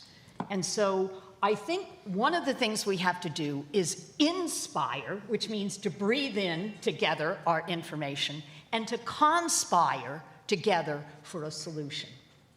So that's my first message, because in this, we talk about outreach. I think we need enrich in this case, where we're all working together, as opposed to us outreaching to them. Second, and Becca told me, don't be Debbie Downer, Nancy. Second, I think we need to work more on the science of our response. So the science of our response means things like modeling. It's one thing to say we can respond, we've got the assets, but we don't know very much about modeling, for instance, an oil spill in the Arctic, okay? We did with the Arctic Domain Awareness Center, we brought together a whole bunch of modelers, and we tried to think about how would you model with sea ice. We don't even know how oil moves under sea ice, whether it's first-year ice or multi-year ice. These are the kinds of questions that I submit to you through the Multi-Partner Research Initiative, through our NSF Navigating the New Arctic, and some of our Coast Guard R&D money we need to start looking into. These are complex conditions that we have to work in. When you think about the Deepwater Horizon, the massive response, even if you look at the Exxon Valdez, which was a massive response, that was in an area where we had a lot of resources. We have very limited resources, very difficult and complex conditions, very difficult communications, but I think we're making advancements. So my message to you is that I think if we work on the science and we work on conspiring together for some of these issues, that we will move the ball further down the field. One other thing, just as a quick note, we have a workshop coming up through the Ted Stevens Center this fall, which will be at UNH, and it will be looking at cooperation on a massive incident occurring over in the eastern part of Canadian waters bordering on Greenland, an area that we don't think much about, which could be an area of interest. Thank you. Thank you, Nancy. That's fascinating. It wasn't too much negative, was it, Becca? No, it was great, just enough. But those are good recommendations that have held up remarkably well for 15 years? Yes, Wow. 15 years. Okay, thank you. So thank you for all of those sort of really brief opening remarks. I wanted to sort of lay the table, and now I'm going to ask each one of our panelists in the same order to just spend a few seconds talking about what you all see as some of the top priorities and issues where the US and Canada specifically can work together to address many of the shared challenges that you've talked about. And I know we've had sort of a high level set, but in terms of some of the specifics, so talking about exercises or research, you know, Nancy, you've teed up a couple things. I think we'd love to hear a few more specifics, if you don't mind, on the opportunities. Thanks, and John, if you Yeah, so I'll give my viewpoint from being in Canada. So I work a lot, my job is to work with the Canadians and understand their challenges and opportunities for collaboration with the US and vice versa. When we have opportunities for them to collaborate, it's my job to connect them to our US counterparts, especially throughout the US Coast Guard and Canadian Coast Guard and Royal Canadian Navy and Transport Canada, who we work with a lot on Arctic matters. I frankly see there's greater opportunity for more collaboration, more exercises, as Nancy was talking about. We don't know how to model oil spills under the ice. We just now started doing exercises to simulate oil spill cleanup in the Arctic. That's in its just infant stages. And there's opportunities on the Alaskan side, throughout the Canadian Arctic. The Canadian Arctic is very different than the Alaskan Arctic. While they're both different, they have similar challenges. So learning from each other, and I think pushing information more, not just saying it's shareable, but pushing information and outreaching and inreaching, as Nancy said. And with that collaboration goes, I'm glad you mentioned it, the indigenous in the North, they live in the North. They know what the challenges are. They mean differently to them because they live there. Actually working with them, consulting with them, getting their experience, getting their buy-in, and they're partners in any initiatives that go on in the North. So that's critical, whether you're in Canada, whether you're Alaska Native, or anywhere else throughout the Arctic. So those are the I think opportunities from my vantage point that I see. Kevin, over to you. Yep. So I might sound like a broken record, but I think it comes back to planning and training. Area planning, I think we can do a lot better. Obviously, the area of responsibility is so big that we need to focus and be strategic on where we want to area train and area plan. This will improve our capacity. The geography is pretty complex in the Arctic. So this is where I think we need to keep on working in order to be more effective when we respond. Exercising, joint exercising has its own challenges. Two countries working together or multiple countries working together, we're going to need to be to make sure we're working with different incident command posts, respective incident command posts, with liaison officers. So it comes with a lot of exercise that needs to be done. And lessons learned, I think, from cases that occurred somewhere elsewhere in the country will be beneficial if we want to get better. So we need to learn from these other incidents and make sure that we get better moving forward. And I forgot my conclusion a little bit before, but this is the right timing to go with this. I think there's a need to educate Arctic users. All vessels sailing in the Arctic are risk generators themselves. So we need to make sure people really understand this fact, being risk generator. They need to train, plan, prepare in order to respond effectively and in a timely manner. So together, of course, we can do better, but for this, there's a lot of need for planning and training. So I've got 3 words thinking about the opportunities. And the first word is trust, and we need to continue to foster a relationship of trust between the policymakers and the operators, and then the people out in the field, really kind of at the deck plate level that we're going to work with as particularly our permanent participants, and really kind of align with the Norwegian chairship's focus on the people of the North. But we have to build that trust. And part of that's going to come from going to the North and asking, instead of telling, right, inspiring, what are your gaps and analysis? What's your gap analysis? What are the challenges? How can we empower you to be a better first responder? Because the first responders are the boots on the ground that live and work in the Arctic. So I'll start with trust. I'll move on to science and validate. And validation is going to be key to making sure that the regulations, I had mentioned the Polar Code, how do we arrive at a 5-day survivability number? How do we know life-saving appliances will actually work at 0 C, or this particular boom won't be too brittle in icy waters? We need to validate. We need science, and we need to bring in academia, both on the science and modeling side, and in situations like this on the policy side as well. And then the last word that comes to mind is networking. We have been so distant for so long, and being able to take advantage of opportunities like this. As a response person, I say that it's always better to exchange business cards now than when the incident occurs. That's the wrong time to be making introductions and to be exchanging our business cards. So I'll leave it there. Thank you.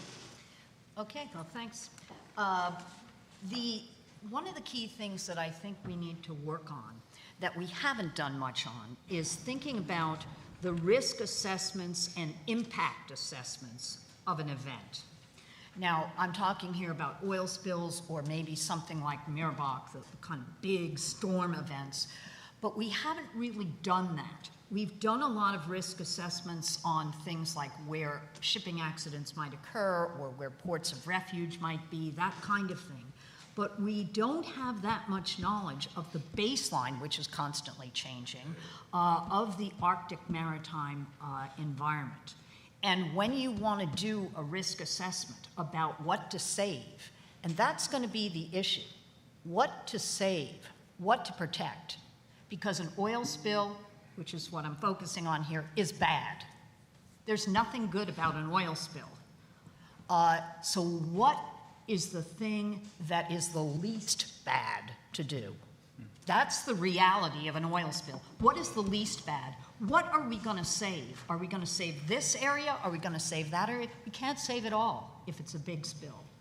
So those kinds of risk assessments, those impact assessments, really aren't available to us. I mean, you go to something like Arctic Irma, all right, which is the common operating picture, and we haven't really tried to say, if an event occurred here, what would we save, okay?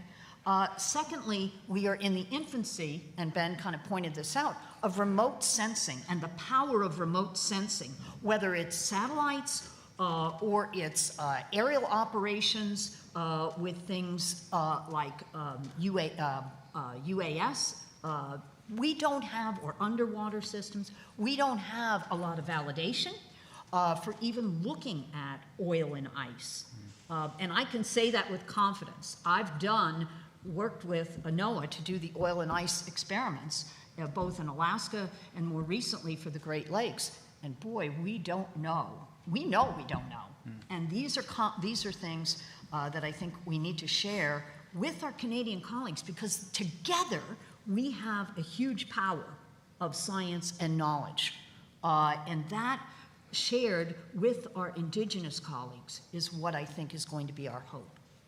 Thank you, Nancy. And thank you to all of you for those recommendations. I think there's a lot of reasons to feel hopeful, and there's issues and a list of things to dig into, so thank you for that. We're going to go to questions in a minute, so please start gearing those up. I know we have a couple of mics around, but I have one more quick question. We've talked a lot about prevention and response. How do you balance those? We need to do more of both. We have myriad other challenges. So any quick thoughts on sort of the prevention response dualism when it comes to all of these issues we've been chatting about? And we can go in order, or if anyone wants to jump on that right off the bat, let me know. I'm a response guy by trade, so I always prefer going out and doing the big rescue and saving lives and stuff. I'm also aware enough to know that a better response would be none at all. So lean on the prevention side of things. When it comes to the Arctic, all of these initiatives that we just talked about that we need more of or need to work better for, we're limited by the assets we have to be able to accomplish these things. So whether it comes to MDA or better response assets positioned throughout the Arctic, we simply don't have enough things and people to be able to do that. So right now, probably the next best thing is look to the regulatory side of things, look to the prevention side of things. Better, that comes to Ben's world, international fora, verifying that things actually work, our notion of 5-day survivability, things like that. So really pushing hard on those types of frameworks to prevent an accident before it even happens, but try to be prepared for one when it will.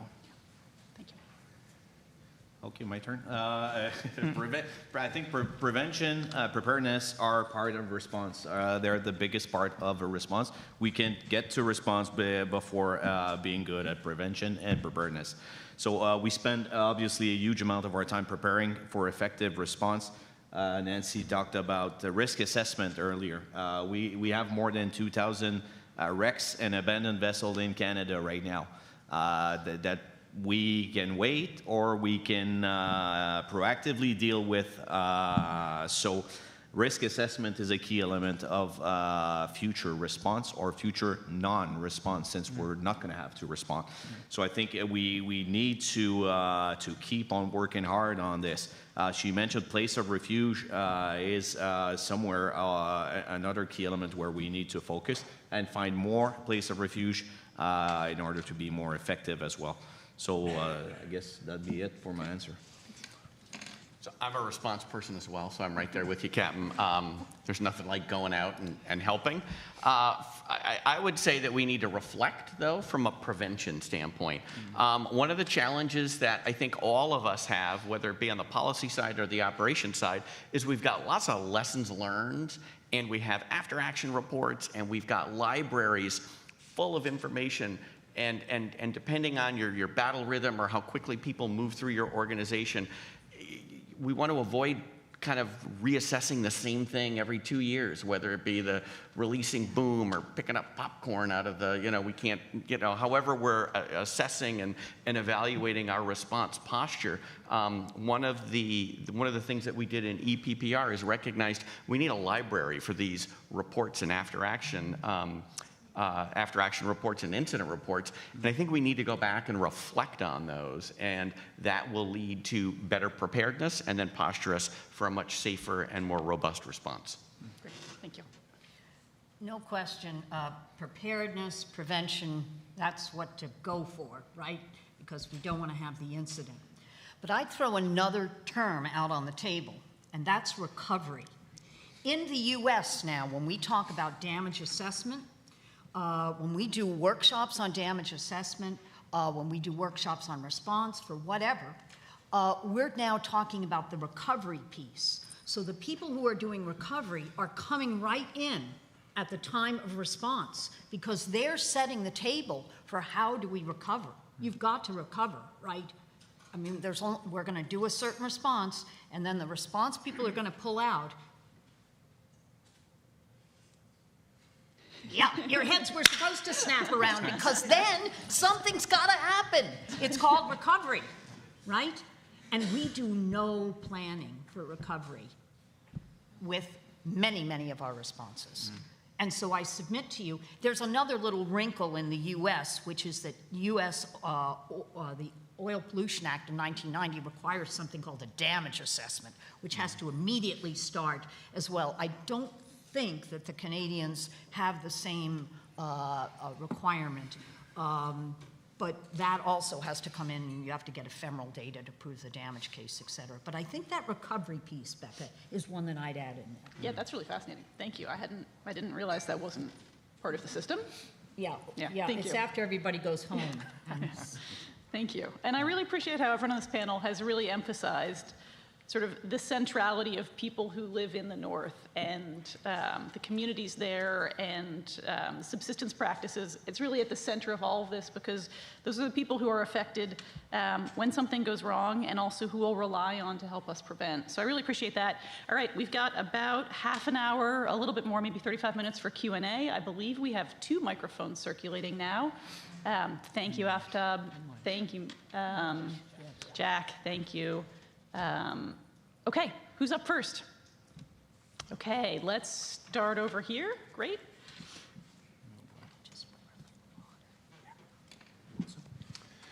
Good morning. My name is Pierre Leblanc with Arctic Security Consultants.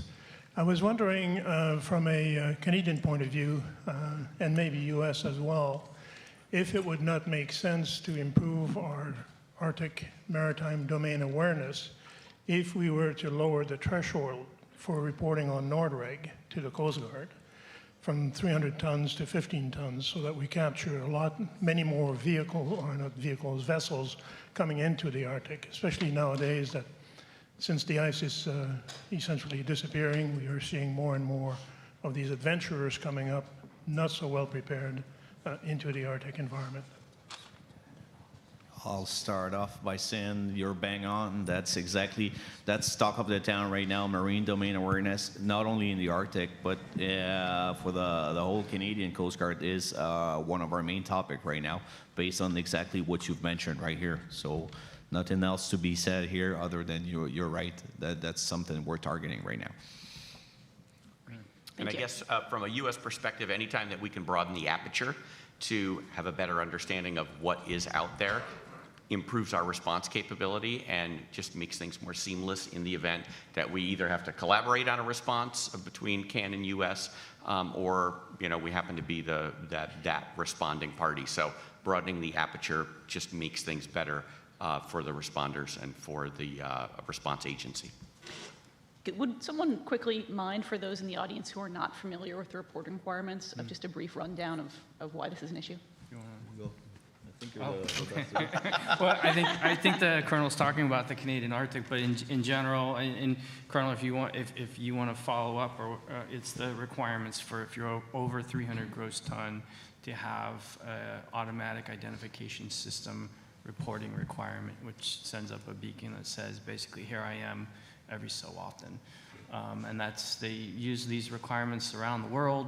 I don't know the specifics on the global requirements versus the Canadian requirement, but right now, for those vessels going through the Canadian Arctic, I'm not sure about the Alaskan Arctic, their reporting requirements are at 300 gross tons, which is a very large ship. So if you're smaller than that, if you're 250 gross tons, which is a very large ship, you have no AIS reporting requirements. There's other certain check-in requirements that Canada has, but no beacon saying, here I am at all times. And I just want to underline that, we're talking about a reporting requirement that excludes as I understand it, the vast majority of, for example, fishing fleets or pleasure craft, most of which are much smaller. Much smaller, that's correct. Yep. Thank you. I think we had another question over here, and then one from this table here. Okay, great. Shoot. Good morning. Thank you so much for your presentation so far. My name is Kate Todd, and I'm a fellow with the Canadian Global Affairs Institute. And I was wondering, in the panel, we talked about oil spills, but are there particular risks associated with critical mineral exploitation in the north? And then secondly, I was also wondering, because I did some research on maritime charting, saying I think there's like 14% of Canada's Arctic is charted. Is that a risk to search and rescue efforts? Anyone want to take this? You want to take the critical mineral? Yeah, the critical minerals are also an emerging threat, right? In in that workshop, one of the things we looked at was a vessel transiting the Arctic that had ore on it, and if it sank. So there are issues. There are different kinds of issues, and typically, depending on what the cargo is, it doesn't spread as fast, right? That's the difference. With oil, you have to, or something like oil, it could be diesel or whatever, it spreads quickly, and that's the difference. But yes, there are certainly toxicity issues, etc. I think your question might even dovetail over to the Major General's point about mining on the land versus mining in the ocean. I don't know enough about that, but it's certainly a valid point that may be a challenge further to come. Do you want to? I'll just maybe speak to your question about charting. And I am not a cartographer, but anecdotally, having spent time on one of our Coast Guard cutters underway in one of the Greenland fjords as we were doing a search and rescue exercise, just managing the navigation of that ship, doing essentially every 10-minute soundings and position checks was crew intensive, and there is definitely a need for better bathymetry, better charting in the Arctic to improve, just for navigation period, for commerce, but certainly for search and rescue as well. So it remains a challenge. I'll add to that real quick, and correct me if I'm off, but the Canadian Hydrographic Service doesn't have any of their own vessels or assets as well to chart, and so they typically pair up their resources and people with the Canadian Coast Guard cutters. So when they go out, when they're not doing their ice-breaking mission directly, they're working with the Canadian Hydrographic Service doing mapping of the ocean. But as much as the Canadian Coast Guard is out, I mean, it's still a very small window that you're able to improve upon the charting. So they'll often try to do low-impact corridors, areas where a lot of vessels continually travel, or try to, like, highways on the sea, if you will. But outside that, they don't have the resources to be able to map all that other data. So you run into the challenges of expeditionary maritime person that goes outside of these corridors. You're going out into the unknown, and that brings up search and rescue implications. Great question, Kate. Thank you. Oh, sorry. Yes.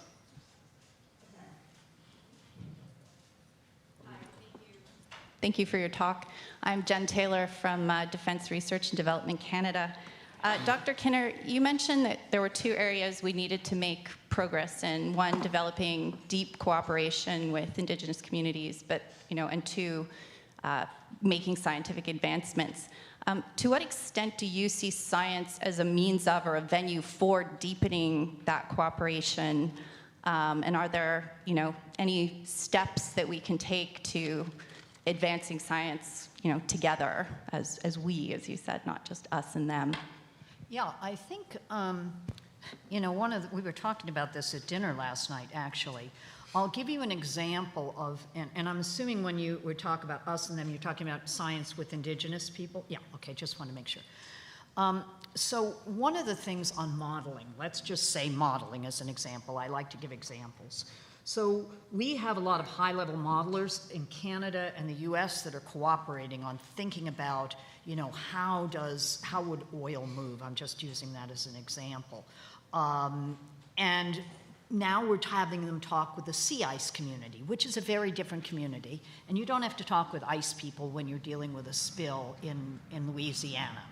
So it's an integration that's really important. One of the things that came up in the conversation was the knowledge that the Indigenous community has of the local currents. Because everything you do on predicting where oil is going to go, or contamination in general is going to go, is about the currents, the local currents. And we don't have very good information on that. But the Indigenous community has tremendous knowledge that can feed into models. But how do you get that communication going? As Ben said, you don't want to be meeting for the first time and establishing that trust when the event occurs. So one of the things we talked about, this was with the Alaskan folks, it wasn't in Canada, was, okay, how do we establish this ahead of time? Well, we need to pay folks for their time, right? We can't expect that the Indigenous community is just going to give hours of their time giving advice or establishing relationships without getting paid. I mean, that's ridiculous, but it's an assumption. So that kind of thing, I think, is what we have to overcome to get to that next level of cooperation, to value, and I don't think people were thinking, we're not valuing, but really, we aren't valuing when we operate that way. So that's an example. I don't know if that answered your question or not. That's great. Thank you. Okay. Thank you. In Canada, we still do not have an Arctic strategy, and yet we live the risks and suffer the harms because of it. And so wondering whether or not we can finally maybe sort of push to have an Arctic strategy that comes from a public safety perspective, because there's the cruise ships that are coming, you get the UK yahoos on their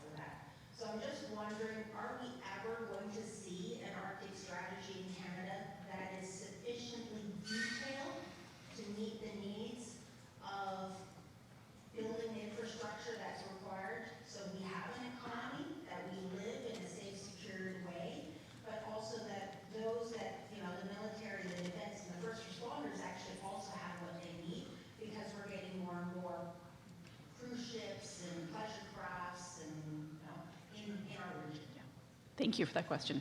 Kevin, I think this is coming to you.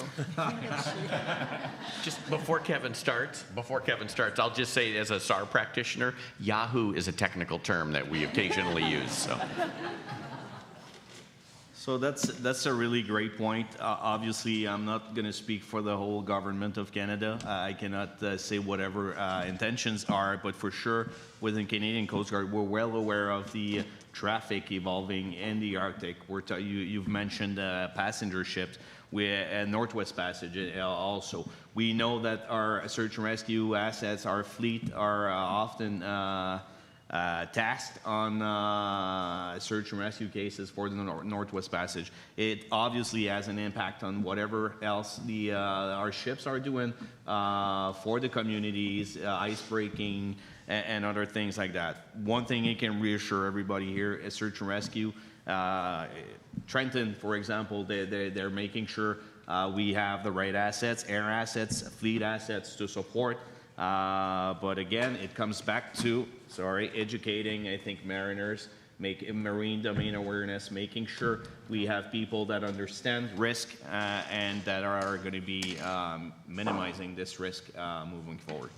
Thank you. And I just want to open the floor in case there's anyone on the Canadian side who wants to speak to these sort of strategic or policy issues, maybe, since that was a Canada-specific question. Okay, great. Sounds good. Might be that way. No, maybe I'll just... Is that on? Maybe I'll just say I completely agree, and I think this goes back to where as Christian. There we go. It's what you said about needing a whole of government approach. Because as you were asking that question, I was just thinking of the number of government departments that need to be around the table. Yeah. And just as an example, at a national security operations meeting at the assistant deputy minister level a couple of years ago, it was a focus on the Arctic. We had D&D CAF spoke, Canadian Security Intelligence spoke, Communications Security Establishment spoke, Global Affairs Canada spoke, and then after that we realized there were a whole bunch of departments who were not present there, and that's one of the challenges with the structure that we need to overcome.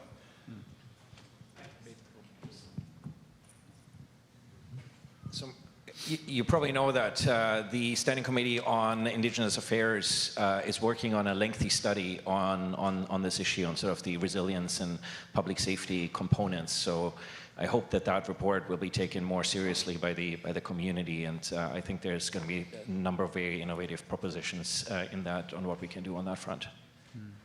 Great. Thank you for those supplementary comments. Let's keep moving on questions because I know we're moving through our time here. Heather, thank you. Okay, good morning. My name is Heather Exner-Pro. My question is about the impacts of the Ukraine war on search and rescue. So I'm thinking specifically in the EPPR, what does it look like from a working group perspective? Is there any contact with Russia or not? Also the Arctic Coast Guard Forum, which has really remained under the radar. If you look at the website, Russia is still listed on it. And also the search and rescue agreement. So is this something that's such functional cooperation you can compartmentalize it, or is it so political that actually you can't trust Russia? You know, if there was a search and rescue incident, you'd have to cooperate on. Thank you, Heather. So what's unique about EPPR is we don't own the Arctic Search and Rescue Agreement. That is an agreement among the Arctic states. And there are several other treaties and regulations that dictate search and rescue. So for now, in the event that there is a large-scale search and rescue case that needs to be managed in the Arctic amongst the parties, there is the reassurance that that will occur without any kind of regard to the current geopolitical state that has happened. As far as how EPPR is managing those things, right now we're, in fact, it's kind of, we were talking about it a little bit earlier, the expert group chairs of the Arctic Council are meeting in Tromsø with the Norwegian SAO to just kind of learn how will we be moving forward. So we're looking forward to a readout from that meeting, maybe early next week. But you know, when it gets down to brass tacks, when the SAR alarm goes off, or there's an emergency beacon somewhere in the Arctic, we will work collaboratively and professionally to make sure that that search and rescue case is managed to the highest level. Thank you. Any other comments? Okay, great. I know we have more questions along this side of the room, sir, and then, yep. Good morning, Jordan Peterson, in the North, former Deputy Grand Chief of Ocean Travel Council and former co-chair of Ocean Council International. We've got two questions. First one, primarily being around response time. If there was an oil spill north of Takura, let's say, what is the response time to get a cleanup ship there? Second part, we've heard a lot of comments around the need to collaborate with Indigenous peoples and those people that live in the north and in the Arctic. Just wondering if you can provide some real examples of how you're actually doing that. Yeah, thanks. Thank you. I'm deaf from one ear, so I don't know if you can just repeat. Sure. We had a question about response times for vessels and aircraft, or just vessels in the far north, so the high Arctic. It will depend of the period of the year, but I'm Central Region, so I'm representing Coast Guard, but I don't want to get too much into specific. I couldn't answer exactly this question. One thing, sure, we now have a dedicated environmental response crew in the Arctic. We got people in Iqaluit, we got people elsewhere in the region. So ready to respond. The response time will be based on the fleet availability. So over the summer, where we have fleet all over the place, so it could be a lot faster than winter, for example. I think a lot of it would depend. I know that's not a good answer, but it will depend on, look to the oil spill expert over here, depend upon how big the spill is, where the spill is, if doing anything would harm, would cause more damage, and what are the effects, where are the local communities, and then where are your assets, how, you know, if they might be close, they might be far away, it depends on when the incident would occur. Thank you. And again, it comes on the location of those seacans we're putting everywhere in the region strategically to make sure we can activate quickly an incident command post and activate respond on a faster mean. Do you want to talk to your any outreach initiatives with Inuits in the north? Yeah, here, I'll start with that. And just to piggyback on, or to answer your question about engagement with, and I'm speaking from an Arctic Council standpoint, our permanent participants. So we have, chairing the Search and Rescue Expert Group, I apologize for being a little myopic, but I know that at the EPPR level, we have good participation. Gwich'in Council, Ed Alexander has participated both in person and virtually. We've had AIA that participates very actively with EPPR and the Arctic Council and the Arctic Athabascan Council as well. The permanent participants are an integral part of our work. Do we always get it right? Not always. So I guess I'll close on engagement with permanent participants and people in the north and issue a challenge and say, you are welcome to engage with us and bring your experience. The tent is open, the net is being cast far and wide, and we look forward to engaging with our permanent participant partners. And if you have value to add, come see us, come join us. So. Any other comments? Yeah, Nancy. Yeah, I want to follow up on a comment John made. Really, response to a spill is very different depending on what's spilled and when it's spilled and how much is spilled. So, for example, if you had a heavy fuel spilled and it was in very cold water with ice, it probably is going to be very viscous and not move very much, okay?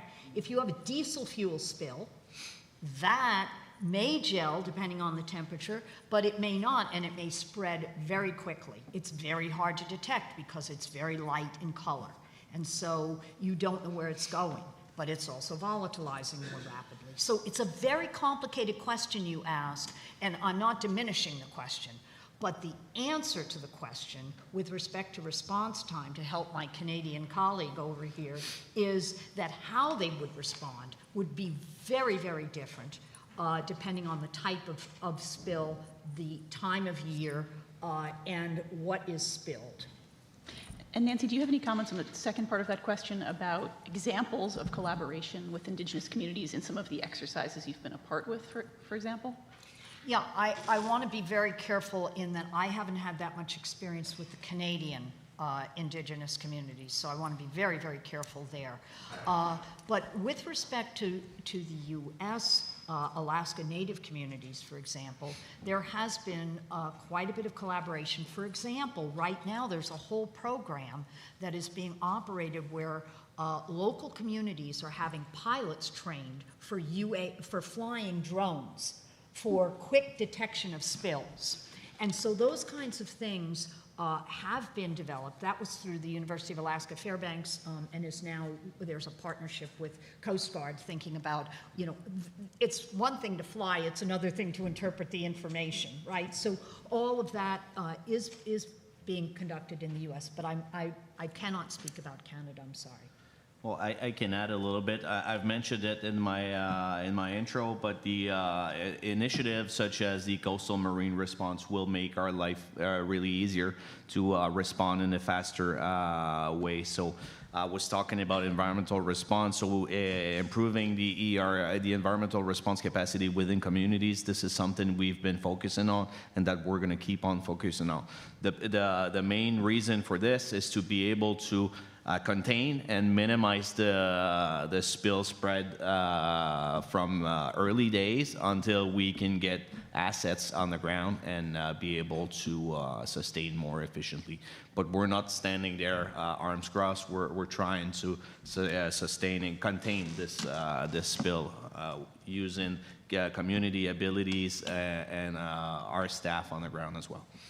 We've got time for just a couple more questions. Thank you. I know, Evan, you had one. Oh, sorry. Yes, ma'am. Go ahead.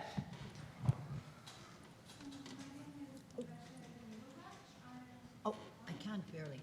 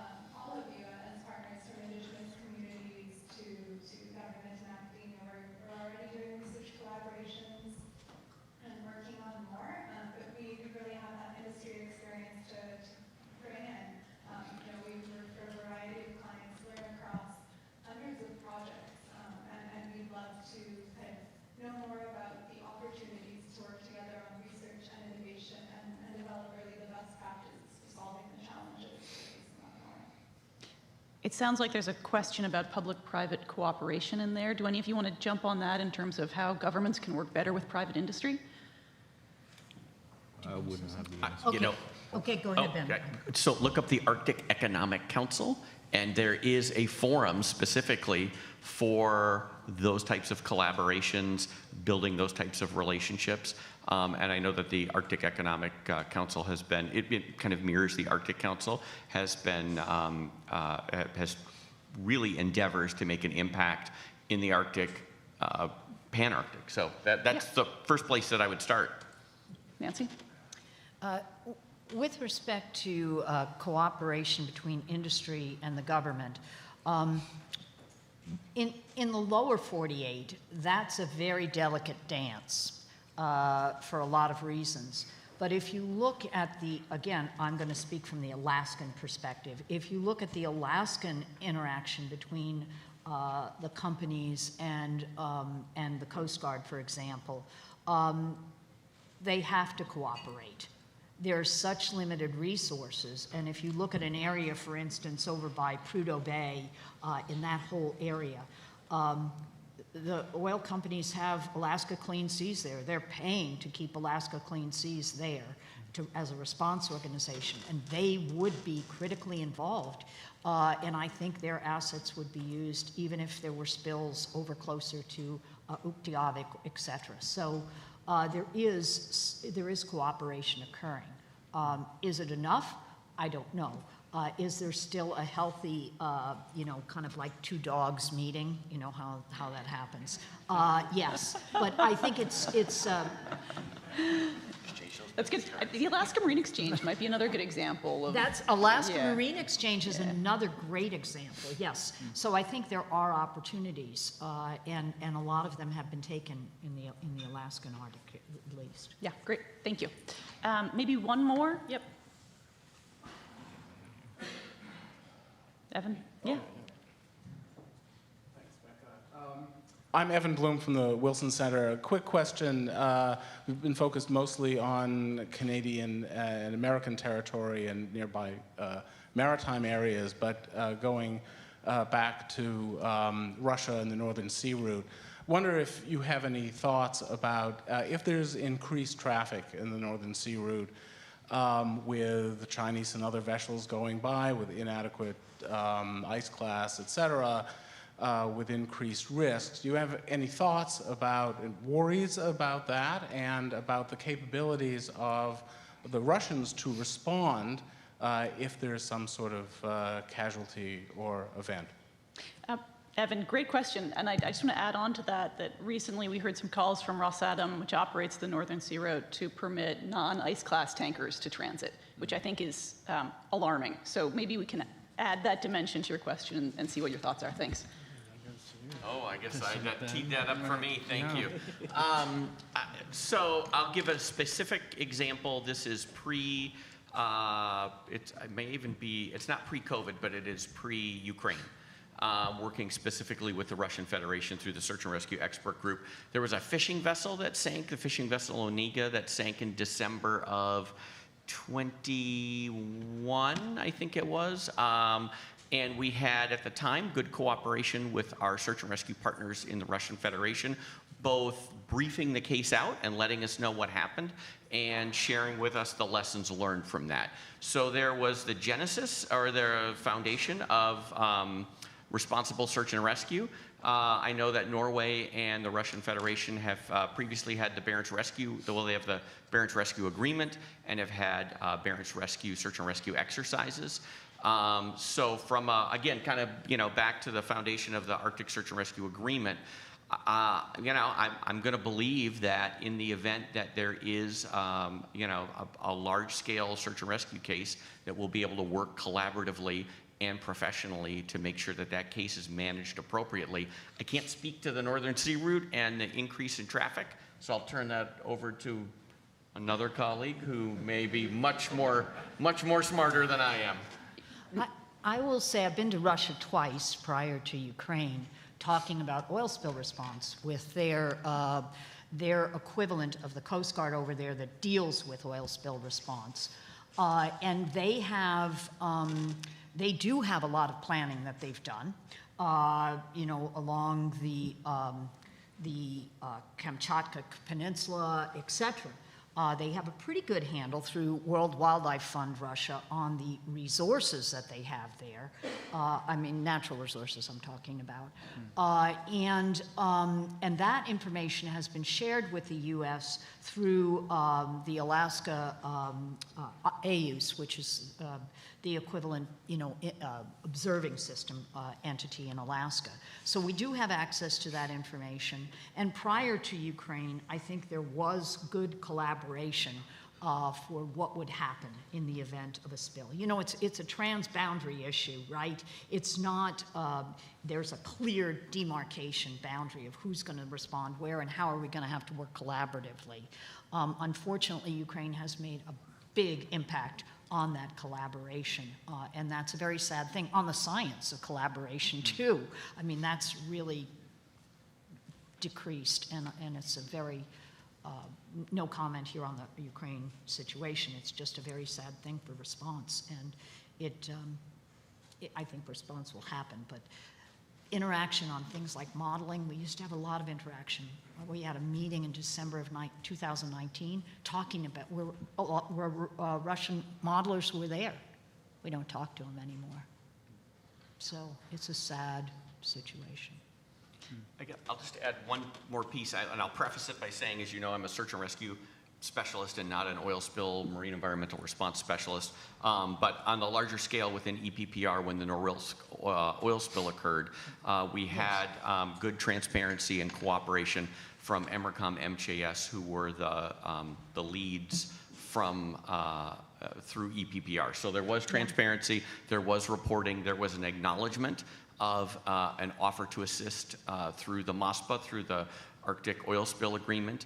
Again, that offer to assist was acknowledged, and then there was transparency from the Russian Federation on the impact of that oil spill. So, but development of the Northern Sea Route, you know, they're pushing that, and it's going to be potentially a very sad day when a spill occurs there, if it does. Marisol, do you have two finger? We have just about a minute or two, I think. Thank you so much. Yeah, so very much related to this, one of the issues that I'm starting to get a little bit more exposure to that's very linked is around insurance. And so I'm curious if any of you can kind of speak to the interface with insurance companies, because it seems like there is, first of all, the dimension of sanctions where Russian vessels are not covered by the insurers that previously had covered them, but also the potential for essentially coverage gaps where basically because of how expensive it is to respond to if there was some type of incident in the Arctic, what insurance companies would actually cover. And then I know there is that IMO fund that's supposed to kick in some extra, but there still seems to be a major gap when you actually look at how expensive it could be. So I'm just curious if any of you can kind of speak to that interface with the insurance sector, to really make sure that there's not going to then be a burden on communities to be covering costs that could be astronomical. Great, thank you. Anybody? All right, I'm going to take a stab at it. One of the, and Marisol, you were such an asset when we did our Arctic Guardian combined EPPR Arctic Coast Guard Forum exercise, which included a search and rescue portion and a marine environmental response portion. One of the findings from that was in the exercise development was to include, and I'm going to try not to use acronyms, but protection and indemnity clubs, which are the insurance carriers. They're the State Farm or the insurance carriers for the shipping community, so known as P&I clubs. So I can't speak to what they would do. What I would suggest is that P&I clubs be included in policy discussions like this and involved in CASP, the Center for Arctic Study and Policy at the Coast Guard Academy, invited to Wilson Center events, invited to Max Bell School events, and invited to, again, it's handing out, it's the dogs sniffing each other, and I'll just say handing out business cards because that's a little less gross right before lunch. Yeah, involve the P&I clubs early, involve, cast that net as far and wide as you can so that you get the most inclusion and you can work out those issues before the incident occurs. Great, thank you. I think on that, we're going to wrap up. It's lunchtime and we have Dave Bolton coming up in just a few minutes. I want to thank my outstanding panel, John and Kevin and Ben and Nancy. This was fantastic. Thank you all for some great questions, and looking forward to the rest of the day. Thanks so much. We just wanted to close with the government.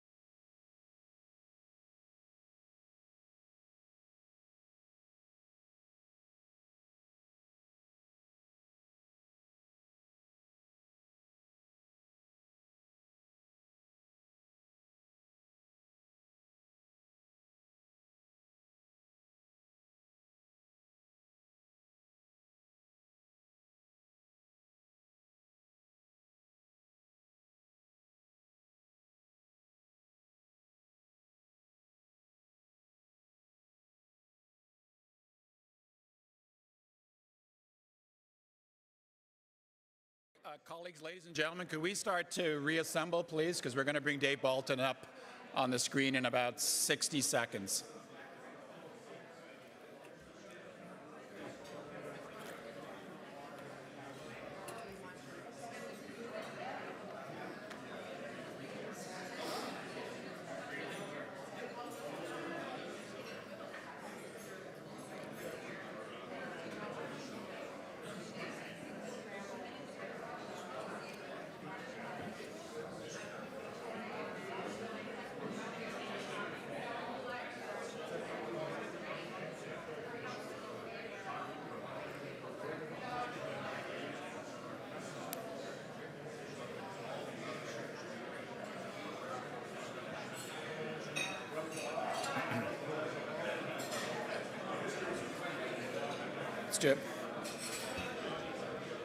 Okay, everybody, I think we're going to reconvene, and I see Dave up on the screen. Dave, can you hear me okay? Yes, I can. Can you hear me? Excellent. Okay, ladies and gentlemen, colleagues, my great pleasure and honor to introduce Dave Bolton. Dave is the Executive Director of the Arctic Executive Steering Committee, which was established in 2015 in the White House.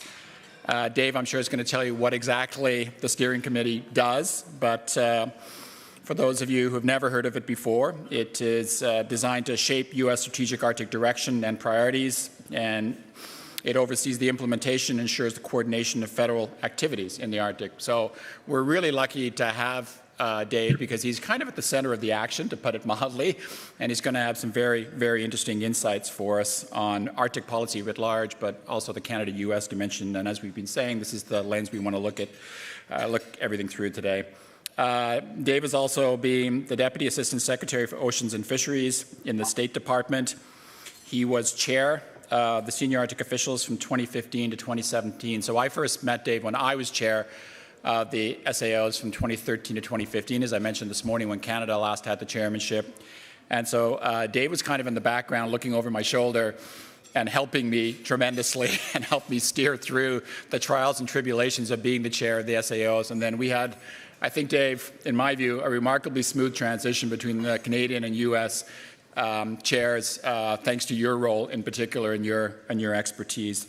I think before his most recent position, Dave was also the senior fellow at the Wilson Center and a member of the Polar Institute. So the Polar Institute, Rebecca and Marisol and others know him well, and Dave knows them well. So again, we're very, very fortunate to have him today. And Dave, I have to say, in your biography, you mentioned that you appeared as a soloist with the National Symphony Orchestra in Washington, juggling oranges. So I think when somebody puts that in their bio, they I think have a responsibility to explain what that means. So at some point in the next half an hour, if you can tell us your juggling skills, we'd love to hear that. Dave, thanks so much for joining us. We know you've got a tremendously busy schedule. One of the great things that I've been experiencing since I left the public service is reconnecting with Dave, who's become a friend and always was a colleague. But I can't think of anybody who knows the Arctic better than Dave Bolton. So Dave, over to you. The way we're going to do this, Dave will speak for about 20 minutes. And because he's on the screen and unfortunately couldn't make it today in person, Dave and I are going to have a bit of a conversation for 10, 15 minutes afterwards before we go to the next session. So Dave, if everything's copacetic, over to you. Yes, Vince, everything is copacetic. Thanks very much for that introduction.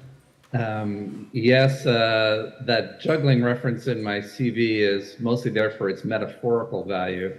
As you can appreciate, many in the audience too, juggling is something a lot of us have to do. I want to thank you, Vince, thank McGill, thanks former colleagues at the Wilson Center for putting on this timely conference and inviting me. To say it's a timely conference is something of an understatement. I think we are actually at an inflection point in the history of Arctic geopolitics. We're at a moment that we haven't really encountered before, and I think to meet this moment successfully will require some cool heads and some careful thinking. So what do I mean by this? Well, I think to understand where we are today requires at least a brief look back over our shoulders at where we've been. During the Cold War, the Arctic was a tense place. But then as the Cold War was waning, Mikhail Gorbachev, of all people, gave a speech in Murmansk, in which he laid out a different vision for the Arctic. He called for it to become a zone of peace.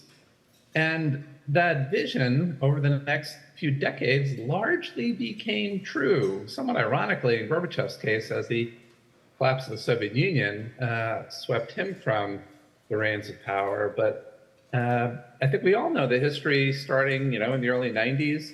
Arctic cooperation, Arctic governance, Arctic institutions all grew. The Arctic Council, other bodies and arrangements. As the Arctic Council itself evolved, it also became a venue through which the Arctic nations negotiated and ultimately signed and brought into force the first 3 treaties among those 8 countries, one on search and rescue, one on marine oil pollution, one on science cooperation. Outside of the Arctic Council, through the International Maritime Organization, we brought into force stronger rules for Arctic shipping. We even negotiated separately an agreement to prevent unregulated fisheries in the high seas part of the central Arctic Ocean. All of this in a very short space of time, all of this despite very significant tensions between Russia and the other Arctic nations that actually began a while ago. I could mention differences, severe differences over events in Syria, over the initial invasion of Ukraine, election interference in the United States, 2016, computer hacking, all sorts of static in the line. And yet, the Arctic nations chose to set aside, for the most part, those differences to focus on their common interests in the Arctic. And many people have characterized that period in history as a kind of Arctic exceptionalism.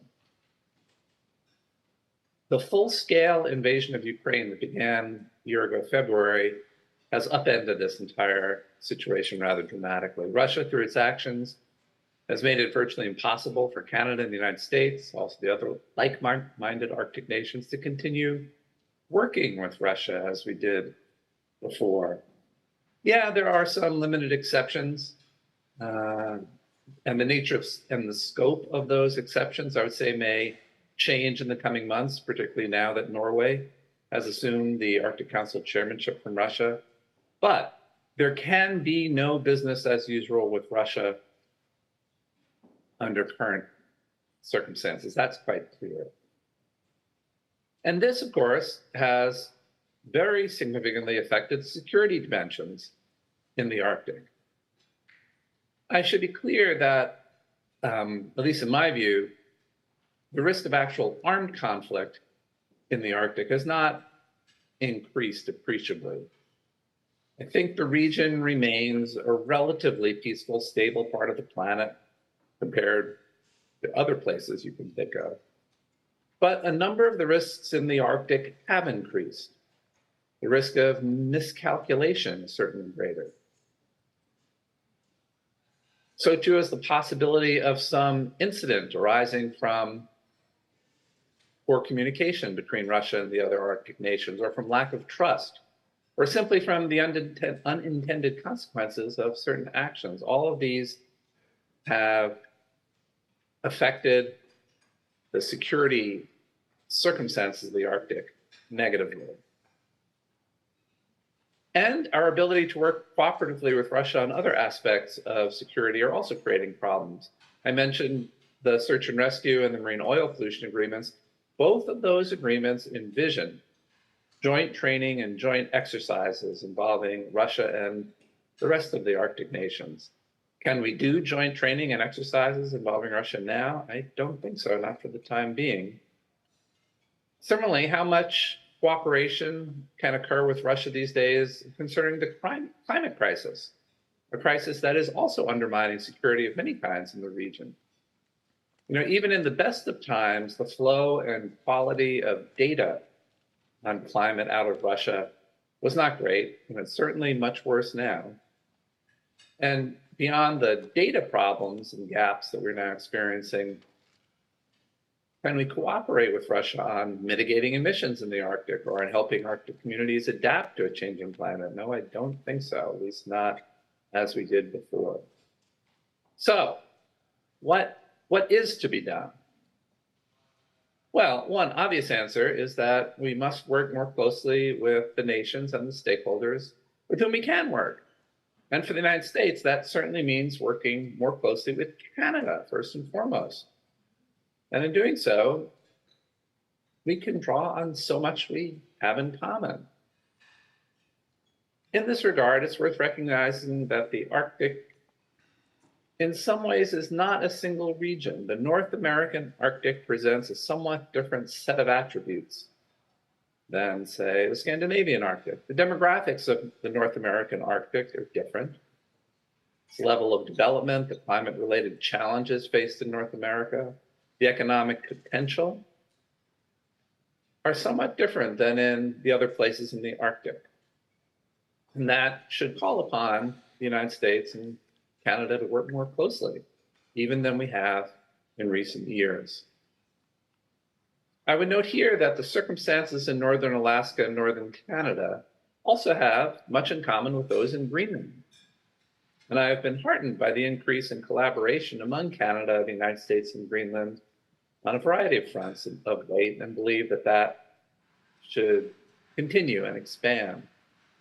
But returning again to the Canada-US focus, here are some other things we have in common on which to build. We share a common commitment to engagement with our respective Arctic indigenous communities, to using indigenous knowledge, to co-producing new knowledge, new solutions, to co-managing certain human activities. The United States and Canada can learn from each other's best practices in this regard and build out. Canada and the United States are natural partners in the Arctic for a host of other reasons as well. We have a long history of working well together. We know each other's governmental systems and laws, some of the cultures, and our objectives and our aspirations in the Arctic, if not mirror images of each other, are really quite similar. Compare, if you will, Canada's Arctic and Northern Policy Framework with the US's new national strategy for the Arctic region, as I did this morning, and you'll find a great deal of overlap. I'm not saying that we agree on everything in the Arctic. What fun would that be, right? We have different ideas about where the maritime boundary in the Beaufort Sea is. We have some different ideas about the status of the waters in the Northwest Passage. But like good neighbors and close allies, we have found ways to manage those differences of view so that they don't interfere with the pursuit of our common objectives in the Arctic. And at this moment in the history of the Arctic, I'd say that our two governments should make special efforts to ensure that we keep managing those differences effectively in favor of collaboration. I'd like to spend a few minutes talking about what is going on in the United States and a little bit about the Arctic Executive Steering Committee that Vince already mentioned. Yeah, it was created actually during the Obama administration. It was intent then and now is, as he said, to try to better coordinate U.S. governmental activities in the Arctic region, both in our domestic Arctic, Alaska, but also in the circumpolar Arctic. And through this committee and in collaboration with our National Security Council, we did develop and issue this new national strategy for the Arctic region. I assume a number of you are familiar with it. It has 4 pillars. It came out just last October. The first one is on security in all its dimensions. Second one on climate change and other environmental issues. Third on economic development, sustainable economic development. And fourth on international cooperation and governance. We did hold on to the issuance of the strategy to take account of the changed circumstances that I've been talking about.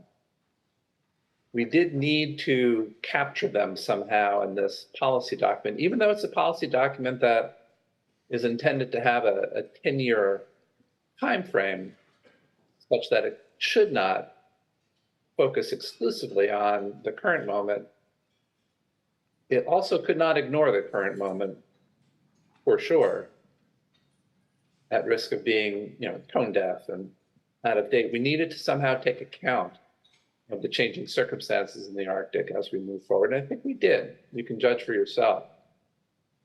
That document is still fairly short, high level, only about a dozen pages long. It sets out our basic goals. And what we're about now is to take that document and to turn it into, well, we're calling it an implementation plan. But the notion is take virtually every one of the sentences in our national strategy that begin with the words "we will," meaning we, the U.S. government, will do something, and spell out in some detail what are the next steps, which agency or agencies of the U.S. government have the lead, which will play supporting roles, how we will measure progress in achieving our goals, including with specific timelines in a number of cases, many cases, and who are our potential external partners. We recognize we cannot accomplish all of this on our own. We need to work with others, including, for example, the Government of Canada, Arctic Indigenous peoples. Many of these goals, many of the next steps need to be taken in partnership. This document, which is about 50 pages long, is almost done. It's in its final stages of review, and I'm actually hoping it will come out sometime the next week or two. Stay tuned. Had it come out in advance of today, I could have talked about it in a little more detail. I will say this about it. Unlike our strategy, which has a 10-year time frame, this implementation plan has a short time frame, a year or two for the most part, with the idea that it will be reviewed and updated on an annual basis so that we can hold ourselves accountable, see what we actually have accomplished. If we've failed to accomplish certain things, try to figure out why and do better, make adjustments and issue a new implementation plan a year hence and a year after that as well. That is what we're doing to try to move forward. We do have some new resources to help us move forward. Our Congress has appropriated some new funding that will help, including funding for various types of infrastructure, including in Alaska and beyond. Also funding related to addressing our climate problems throughout our nation, including in the U.S. Arctic. So with that, I think we actually have been making some progress in meeting our objectives. I hope we will continue doing so and working together. So let me end where I began. I said by way of starting that I think we're at a kind of inflection point in Arctic geopolitics. I think, at least I hope you may understand a little bit better what I meant by that. Circumstances have changed. It may be, in retrospect, that the past quarter century of Arctic exceptionalism is at an end. Maybe not. We don't know, is the truth. We're certainly heading into a new period, a period, the contours of which we don't really see very well. And we will need some cool heads and some careful thinking as we find our way on this road ahead. And conferences like this can really help in that regard. Vince, that's what I hope to impart. Be happy to talk some more with you, answer any questions you might have. Excellent. Thanks so much, Dave. I hope you can still hear me okay? Yes, very well, thanks. Perfect. So let's have a WEF style, as I call it, conversation and bounce some ideas off one another. First of all, I'm very disappointed that the orange reference was just a metaphor. I did have an image of you up on a stage juggling oranges, so I'm going to have to get rid of that image now, which is really unfortunate. No, sorry, Vince. That actually did happen. Oh, it did happen. Okay, well, okay, so come clean. Let's hear it. Oh my God. In 15 seconds. The National Symphony Orchestra in Washington, D.C. was playing a series of children's concerts. There was a piece by Prokofiev called The Love of Three Oranges, and they thought it would be just dandy if somebody stood on stage and juggled oranges throughout that. and my girlfriend at the time, now my wife, plays with the orchestra, and she volunteered me. 25 kids, still the scariest day of my life. So I think it does work both ways in terms of also being a metaphor, because I've seen you juggle a lot of balls when it comes to Arctic policy, but glad to hear you can actually juggle oranges up on a stage as well. Let me start off with a question about your Arctic strategy. And so very interesting that you're now coming out with an implementation plan, very detailed. I love the way you said a lot of sentences with that very active verb will in them. We had a question this morning about when is Canada going to come out with its Arctic strategy. And of course, I wanted to stand up and say, well, we do have an Arctic strategy, the Arctic and Northern Policy Framework, but it has come under considerable criticism in Canada for being too high level, being a little bit vague. Some suggestions there hasn't been a ton of resources attached to it. So I'm not going to put you in the position of commenting on that strategy. I would never do that to you. But let me ask you this question. In terms of the level of detail from Canada with respect to what they want to do in the Arctic and what your expectations are and how we can meet them and vice versa, are you getting that from Canada? Are you having the type of dialogue you need? Thanks for that. Two answers to that. And first, I do want to say something about the Arctic and Northern Policy Framework that we really did like and tried in our own way to mirror. And that was the process through which Canada produced it. Canada worked very hard to, in a sense, co-produce it with the peoples of your north. With First Nations, with the governments, territorial governments in question. We did not go quite so far, but we did make a very honest effort to reach out to, you'd say, the analogous groups in the United States. And our strategy, like yours, really does reflect some common effort here. As for the nature of the dialogue, well, some time ago, and there are people in the room I'm sure know this, there was launched soon after President Biden took office, a U.S.-Canada Arctic dialogue. It's met, I think, only once at the highest level. It has been hampered, I'm sorry to say, by the pandemic. And there will be another in-person meeting coming up. It was supposed to have happened recently, but got postponed, I think, now into September. And through that dialogue, I'm hopeful that we will get to the place you're imagining, where we'll have the sort of detailed conversation about how we move forward on specific issues that we really do need to have in these new circumstances. I did participate in one other sort of lower level discussion with Canadian counterparts on one aspect of this that I thought was actually very helpful.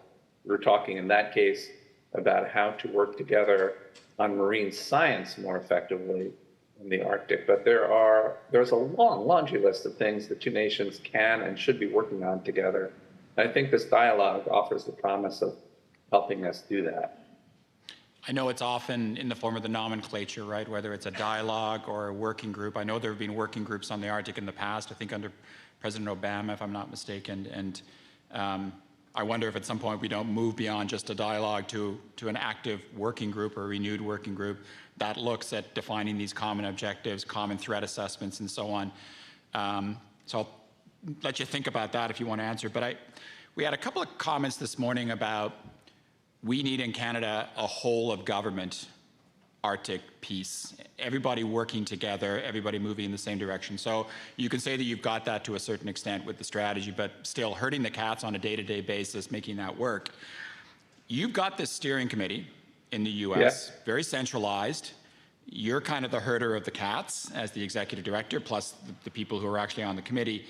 Do you think that model would work in Canada? Because I would suggest, and some of my former colleagues in the public service would say, we're doing just fine, but I would suggest that maybe we need a little bit more of that central coordination to herd those cats and bring everybody together across hard security, soft security, public safety, economic, social issues, much as you're doing. So can you talk a little bit about your experience, how successful it's been with this committee, and then do you think it's worthwhile pursuing something on the Canadian side?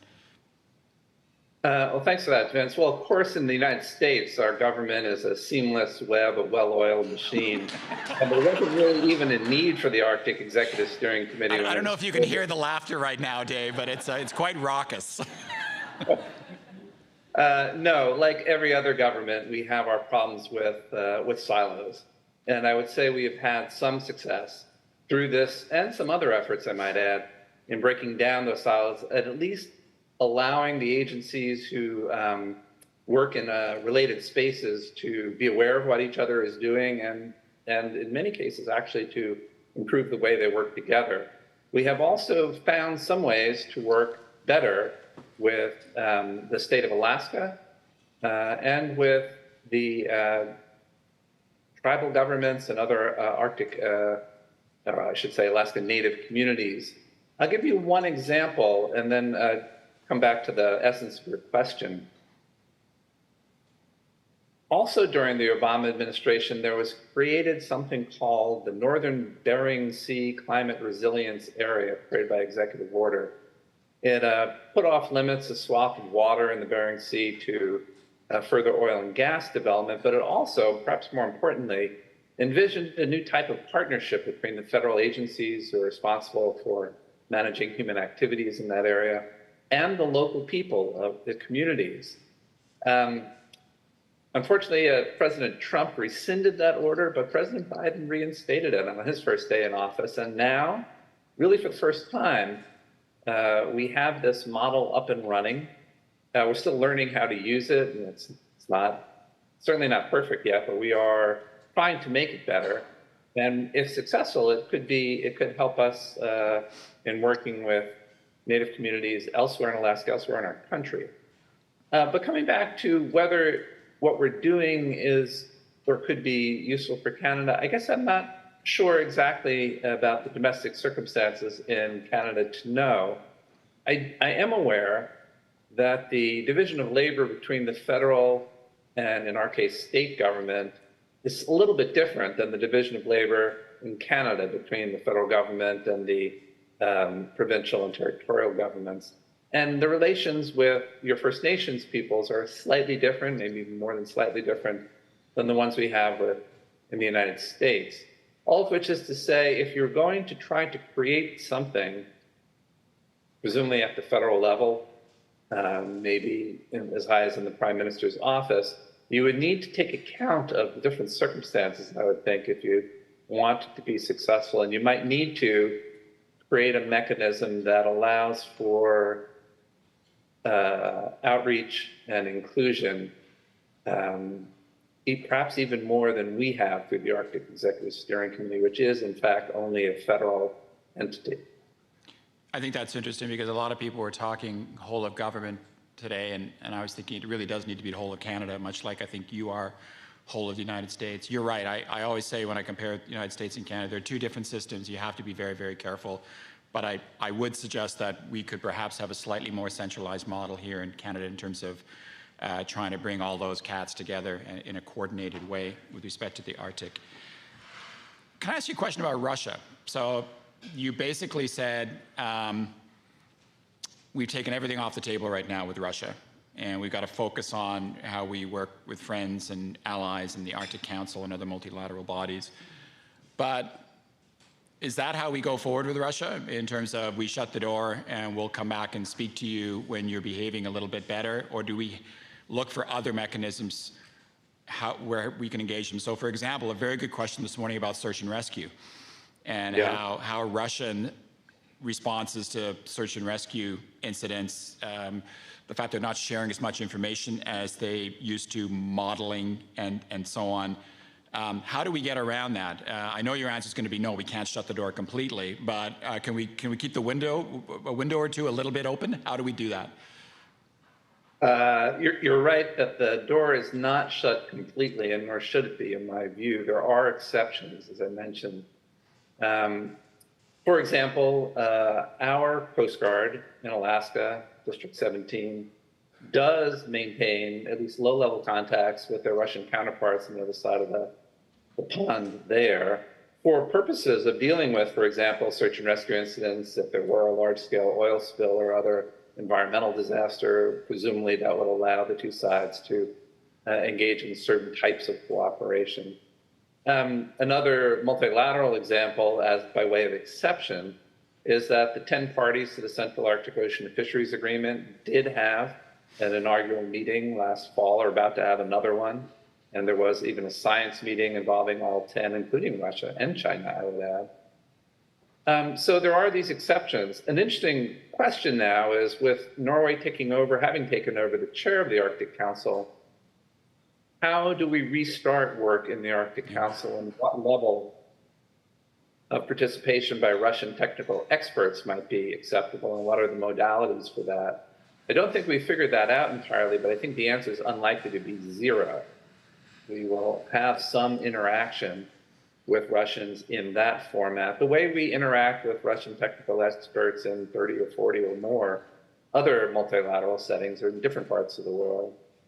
All of which, though, is to say it's still going to be very different than it was. And until circumstances in Ukraine resolve, and I do not have a crystal ball for that, the one thing we know is it can't be business as usual. We will not have anything like the political level engagement with Russia in the Arctic that we had in years past. How long this will continue, I don't know. How long it will take to rebuild the kind of trust that would need to be rebuilt even after the war in Ukraine ends, I don't know. We need to find other models of working. Great, I appreciate that. Two final questions.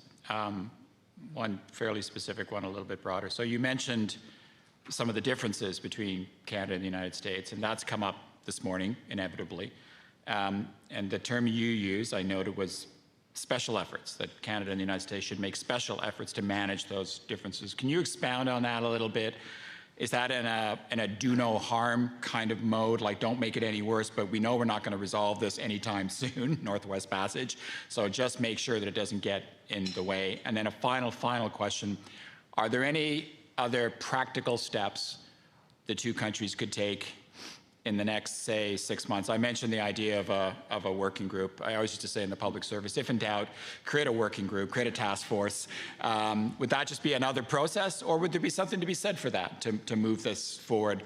Given, as you said, we're at an inflection point. I know that's one of President Biden's favorite terms, and I use it all the time as well. It is such a transformed security environment that we do need the two countries to really focus their minds and move beyond just a dialogue. So is there anything else we could do on a practical sense of the two countries moving together? And then we'll wrap it up, if that's okay. Sure. Well, on the first question, I'm quite confident, especially given today's circumstances, that whatever differences of view Canada and the U.S. may have about things in the Arctic, including the Northwest Passage and the Beaufort Sea, are not going to become issues that we will, cooler heads will prevail, and we will carefully find our way, as we have, to manage these. There are some interesting developments with respect to the Beaufort Sea boundary, in as much as both nations are moving forward to determine the outer limits of their respective continental shelves in that part of the world's ocean too.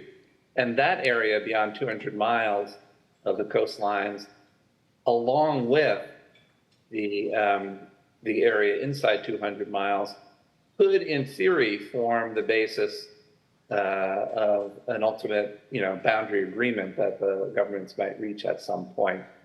I don't know that we need it anytime immediately. We've been managing without one for some time. And yet, in the long run, I think good neighbors should have agreed boundaries, and I'm hopeful that someday, perhaps soon, we can actually turn our attention to that. As for practical things, there's one thing I've learned in my new job, well, a year and a half now, is there is a lot going on below the political radar screen of a cooperative nature between the United States and Canada, individual agencies working together on all sorts of projects that don't always bubble up to the Prime Minister's office or to the White House. And we don't want to disturb that. I think there's a lot of good work underway, and we don't necessarily need to reinvent things there. I do think that this dialogue that we've launched at a higher level can and possibly should lead to the sorts of more focused, more practical, sort of technocratic engagement to solve real problems that we face. And there are plenty, including helping communities adapt to climate change in the North. You know, what's Canada doing? Here's what we're doing. What can we learn from each other, or the things we actually can do together in this space? Here's another example, also climate related. We are starting to learn a lot more about the effects of thawing permafrost on emissions of CO2 and methane, but we just lost access to a lot of data on that from Russia. Well, can we somehow compensate for that by building stronger models based on the permafrost that exists in the United States and Canada? So that might be another thing we might be able to do together to address the data gaps there that we face. There are plenty of other examples I could come up with, but the point is, yes, we do need to be getting down to more practical work together. I think there's a large scope for moving forward in the years ahead. Thanks, Dave. And one of the themes I think that came up this morning in our discussions, I'm sure it'll come up again this afternoon, is just exposing all these issues to our respective publics a little bit more. Chris Reagan opened up the conference by talking about the Arctic is still a place that we love to talk about in Canada, but we don't necessarily know a lot about it, and we don't necessarily understand the implications, and we certainly are a little bit that way when it comes to security in this country, outside of the Arctic and inside the Arctic. So engaging more, maybe we can work together on some communication strategies and some communication lines in terms of getting that out there. Dave, thank you so much. We know how busy you are. Really appreciate your insights and your suggestions and recommendations. We'll take that away. I'm sure it'll inform the discussion through the afternoon. Best of luck with the executive committee, and we look forward to staying in touch with you. Thank you very, very much. Thanks very much, Vince, and good luck with the rest of the conference. All the best. Okay, so I think we've got about a 5-minute quick break. Yes, if you need to go to the washroom or grab a coffee, and then we'll reconvene in 5 minutes, and we'll hand it over to Roland in his session. Thank you.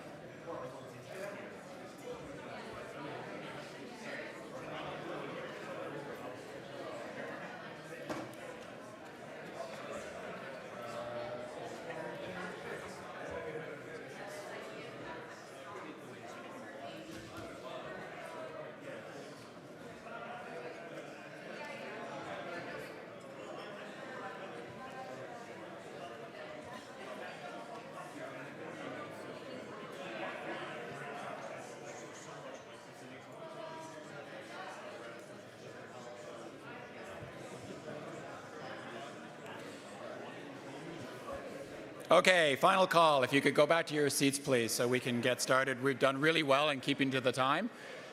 And so let's keep it up through the afternoon session. So it's my great pleasure to introduce the moderator for the next panel. And I said this morning, and I've said throughout the day, that we have this Canada-US lens that we're looking at everything through.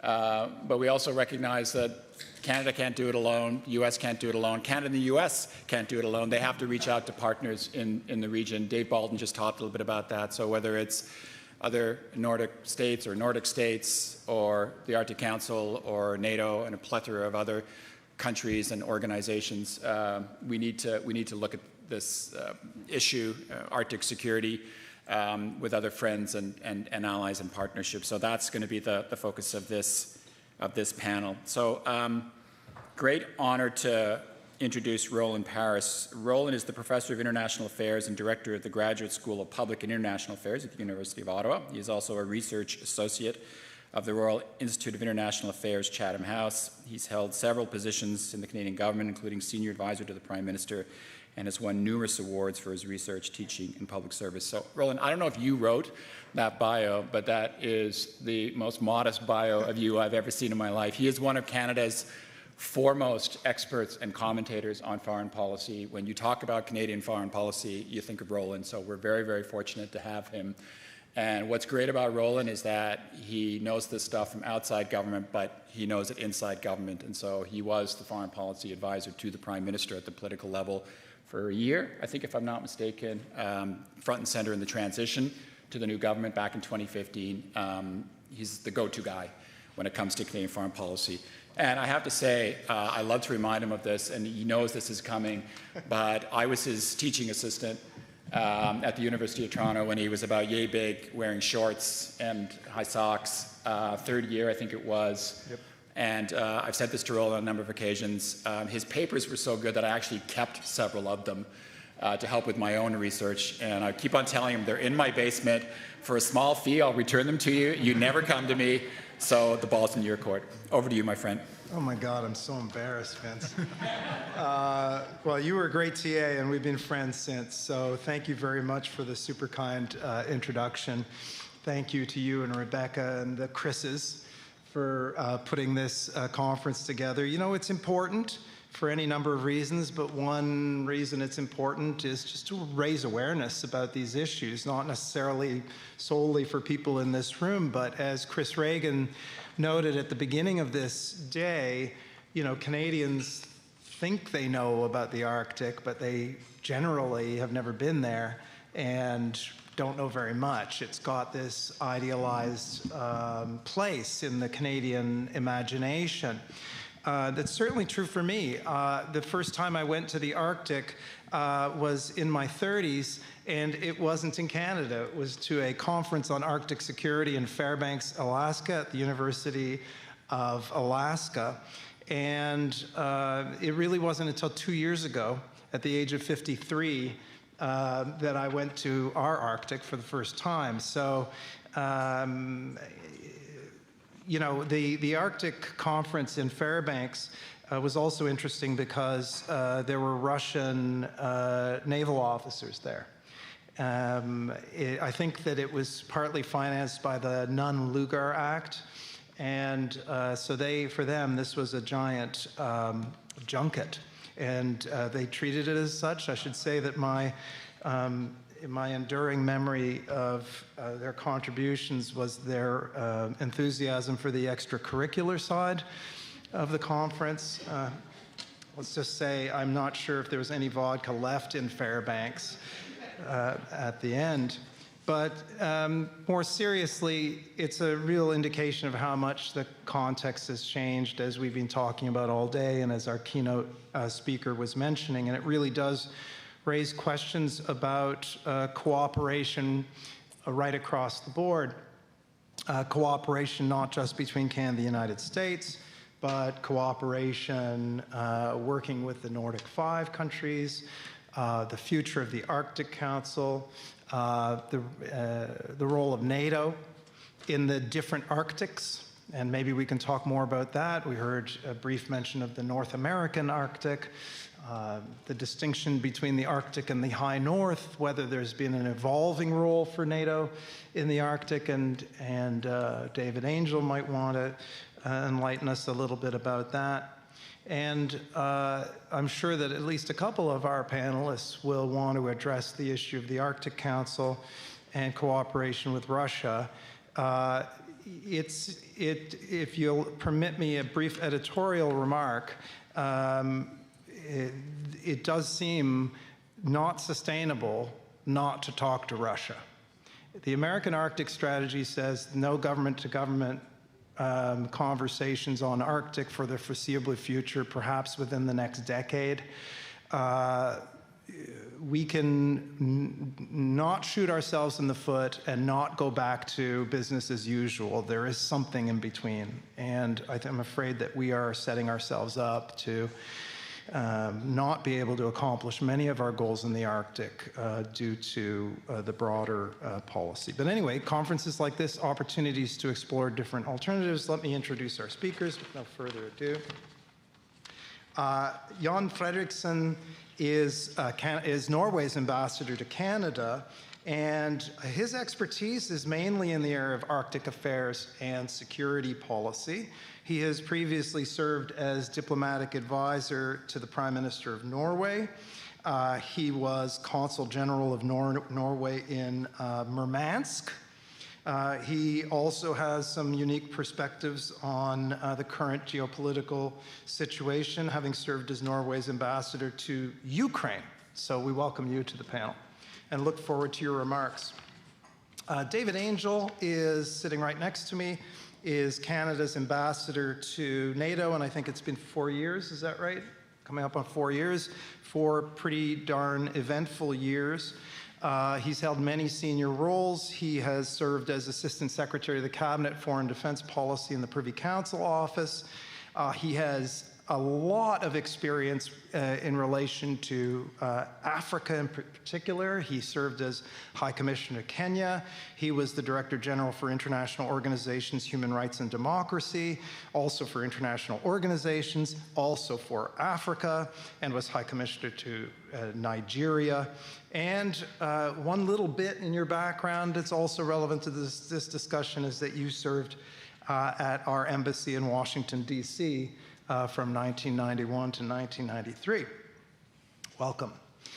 Jakob Lindqvist is the Deputy Chief of Mission and Minister Counselor for the Royal Danish Embassy in Canada. He worked previously as a senior advisor in the Department for Arctic and North American Affairs. And he has also served as the team lead for the ministry's Arctic unit. I should say that I'm especially happy to welcome a representative of a land neighbor of Canada now. Everyone in the room knows about Hans Island, that Denmark and Canada now have a land border. I'm not expecting a duty-free to be set up there anytime soon. Excuse me, and he was also posted as first secretary in the Danish embassy in China, so that gives him yet another perspective to bring to this conversation. And last but not least, Matt Bell is Dean of the Ted Stevens Center for Arctic Security Studies, so maybe you can help us get to the bottom of this giant scandal. He had a 36-year career in the Coast Guard, U.S. Coast Guard, serving in various operational roles, but ultimately holding the position of the commander of the 17th Coast Guard District in Juneau as a Rear Admiral. And in that role, he was responsible for Coast Guard operations across Alaska, the North Pacific Ocean, Bering Sea, and the Arctic Ocean. So excellent set of speakers. Very excited to hear their opening remarks. And I will turn first to Jan Fredriksen for your initial thoughts. Over to you, Ambassador. Well, thank you, Roland, and thank you so much for allowing me and us to be here as representatives from the other side of the Atlantic to participate in this conference, which is basically about U.S. and then Canadian relations in the Arctic. I know this is not Chatham House rules, but still I think I'll make some comments as a observer and practitioner of diplomacy. You will not be surprised to hear that Norway does not have speaking points on Canadian-US relations. I'll try to make some observations from my point of view.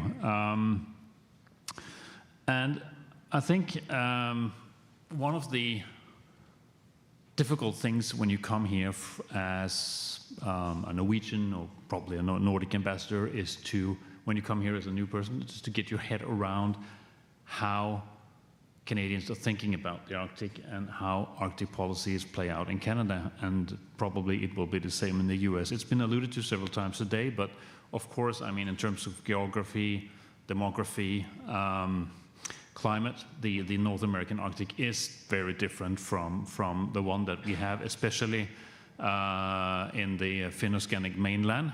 Greenland is different. Jacob will speak to that.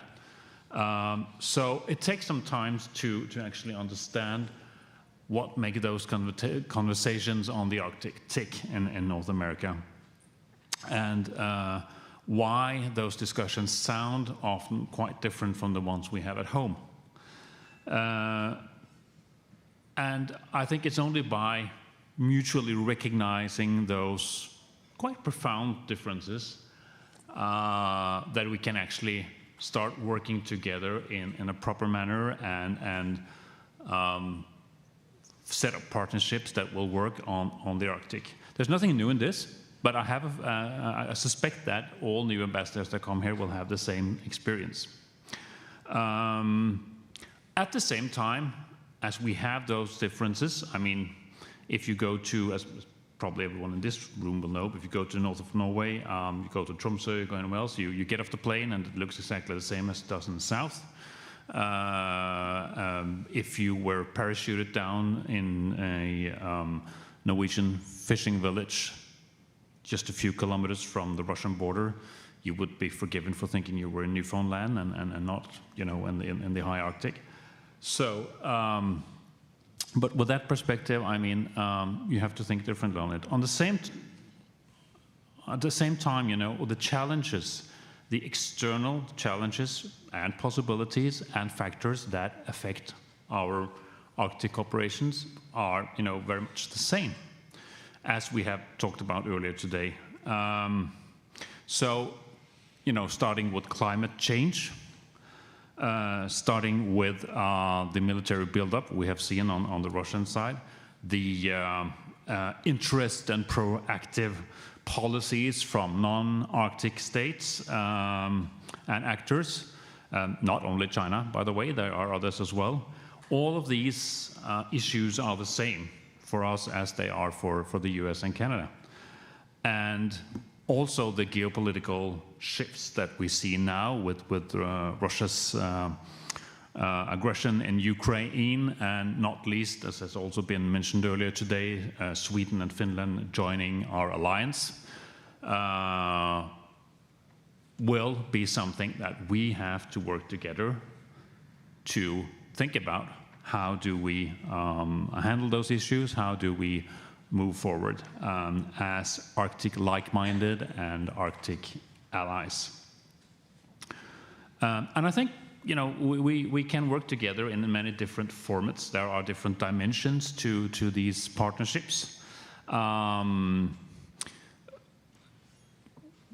I look at Canada and the US, I see there are domestic issues, domestic discussions. Then you have the bilateral cooperation between your two countries. Then there's a bigger circle that includes the Arctic Council. There's another circle that are us as allies.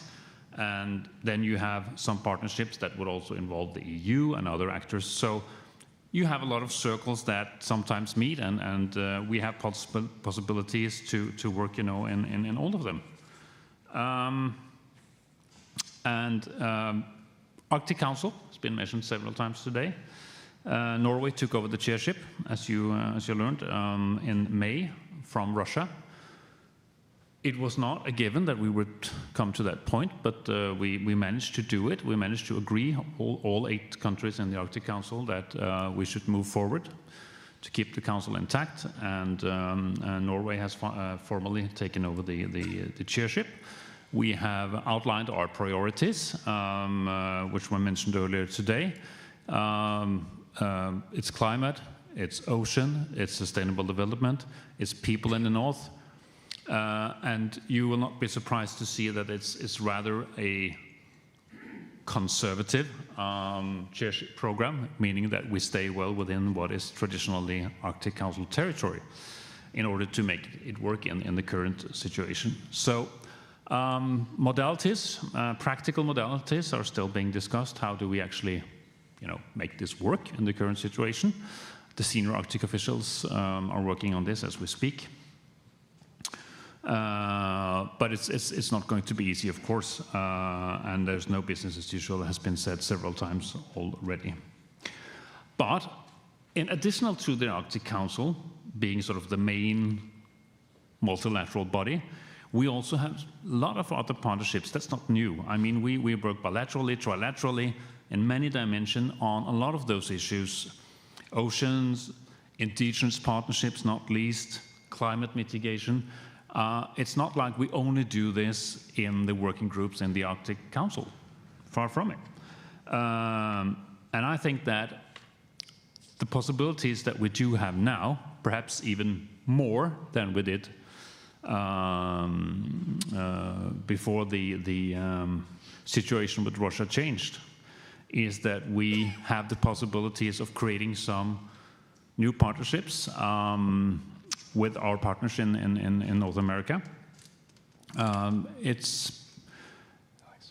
think it's true to say that in my country, a lot of resources in terms of people, know-how, knowledge, money has been, been made available to new partnerships, in the sense that so much for the last 30 years was directed to cooperating with Russia. And since that is not possible right now, I think that also actually gives us some possibilities to put those resources to work with other partners. And well, in my job, Canada would definitely be one of those destinations for putting those resources to work, and I'm sure also with the US. I think it's important also for our North American friends to understand that the cooperation we've had with Russia for these 30 years has been multi-phase. It's not just the Arctic Council. You would have a lot of people being engaged in a multitude of projects, having also a lot of friendships and contacts across the border. And this is more or less gone by now. It's not possible. And at the same time, I agree with Roland, we have to think about the future. We cannot now say how long the situation is going to last. We cannot say when, if in the foreseeable future at all, we can start working with Russia again. But it's important, I think, to underline that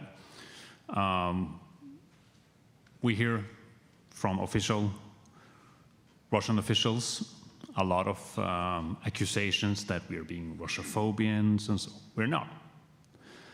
We do condemn the actions of the Russian government in Ukraine, and we, have imposed sanctions on that, as we should. And there can be no business as usual. But of course, at some point in time, Russia is an Arctic nation, and we will have to find ways. But we do not know what that will look like in the future. These are some of the issues that are out there for us to discuss and to work on together. I think I'll stop there, and we can have a discussion. Yeah.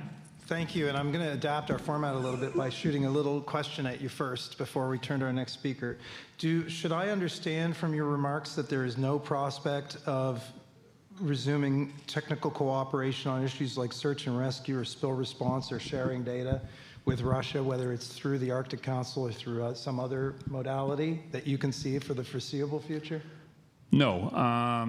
So, I mean, as I said, when it comes to the Arctic Council, just to be clear of that, the senior Arctic officials are now discussing how we can move forward in practical terms after we took over the chairmanship. So that's all I'm going to say now, because this is work in progress. When it comes to Norway, bilaterally, I didn't mention that, but we do keep up some bilateral contacts with the Russians on a technical level, search and rescue being one, contacts with the Coast Guard.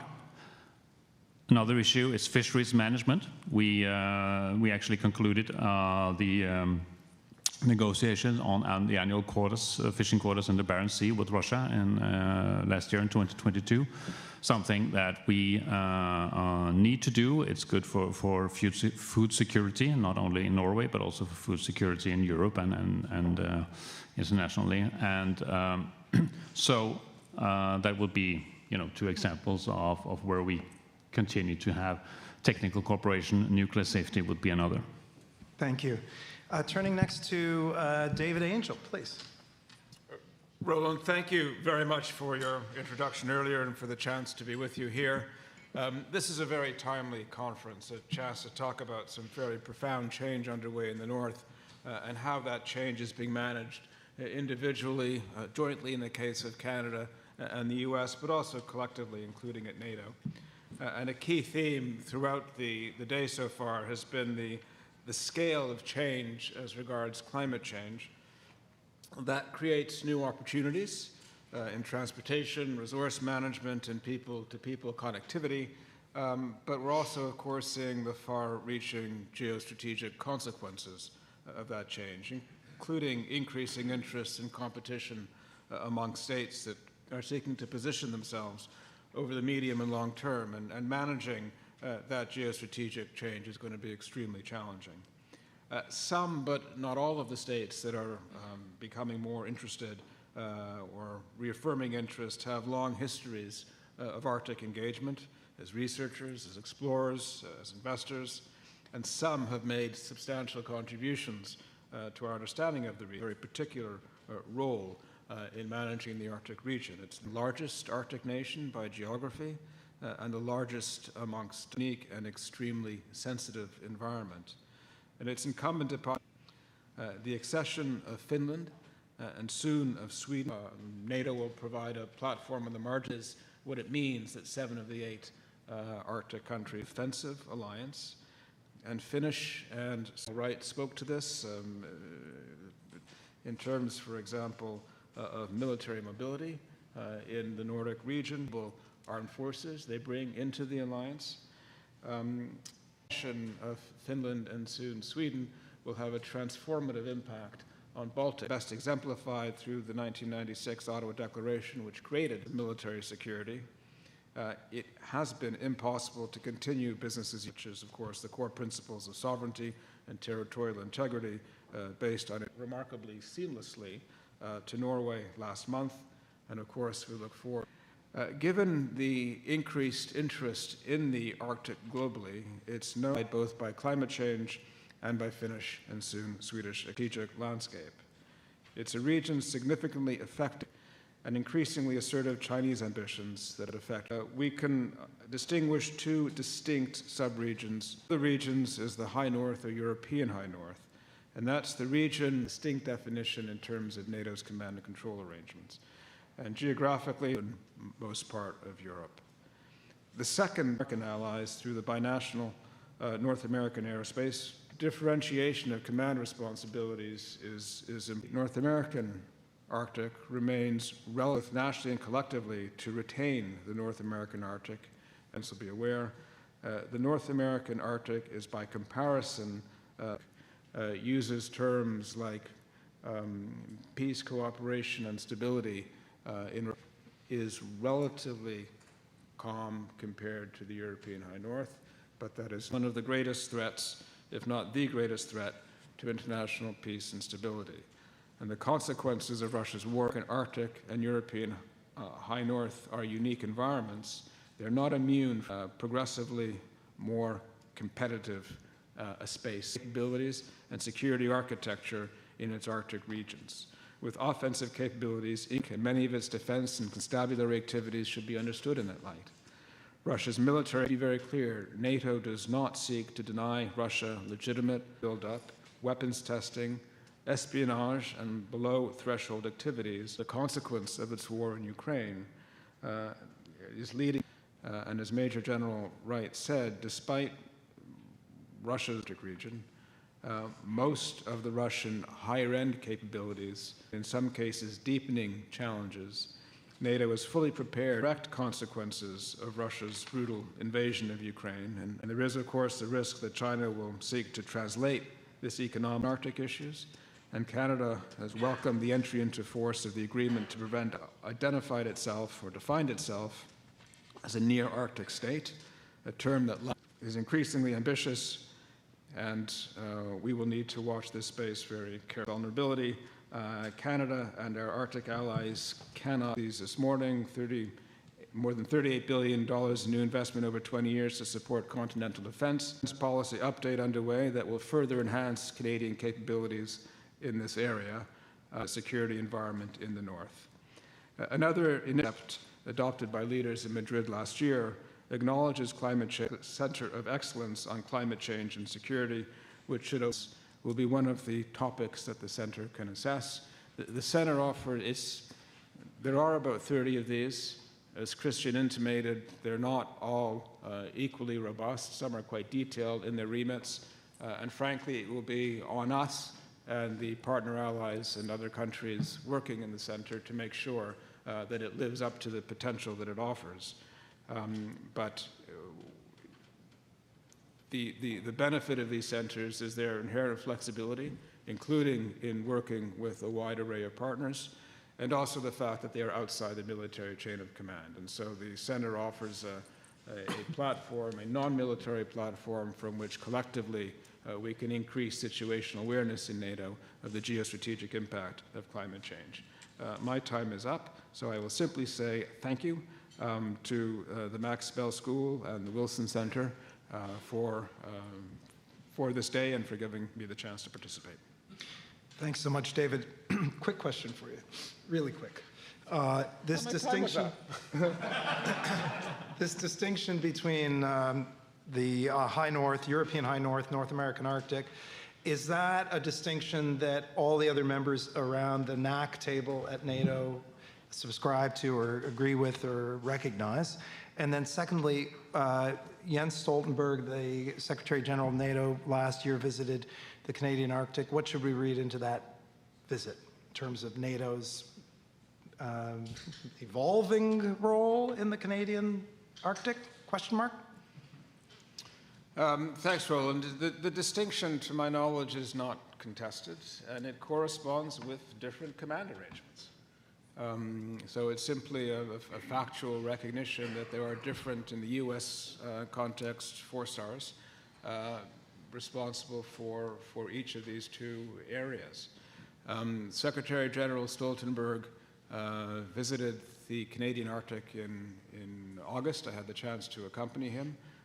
This was at the invitation of the Canadian government, and it was a very successful visit, in part because the Secretary General was accompanied throughout a 2-day period by our Prime Minister, our Foreign Minister, our Defense Minister, and the Minister responsible for Northern Affairs. So this was a kind of full-court press on the part of the Canadian government, and it was entirely consistent with a wish to ensure increased situational awareness at NATO with regard to the North in general, including the North American Arctic. The Prime Minister made clear at the time that the visit did not in any way reflect a change of policy on the part of Canada, but in fact was consistent with long-standing participation in Nanook exercises by allied partners and others. So yes, we are very keen to see the situational awareness at NATO increase years ahead. Great. Thank you so much. Jakob, over to you, please.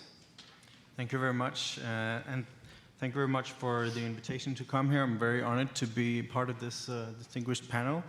Also, I send my regards from my ambassador, Hannah Esker. She's right now in the Canadian North on the Northern Tour organized by Global Affairs. I would also just like to take the opportunity to thank our Arctic allies here, in particular to today's topic, Canada and the US. We do work quite closely together on security and defense.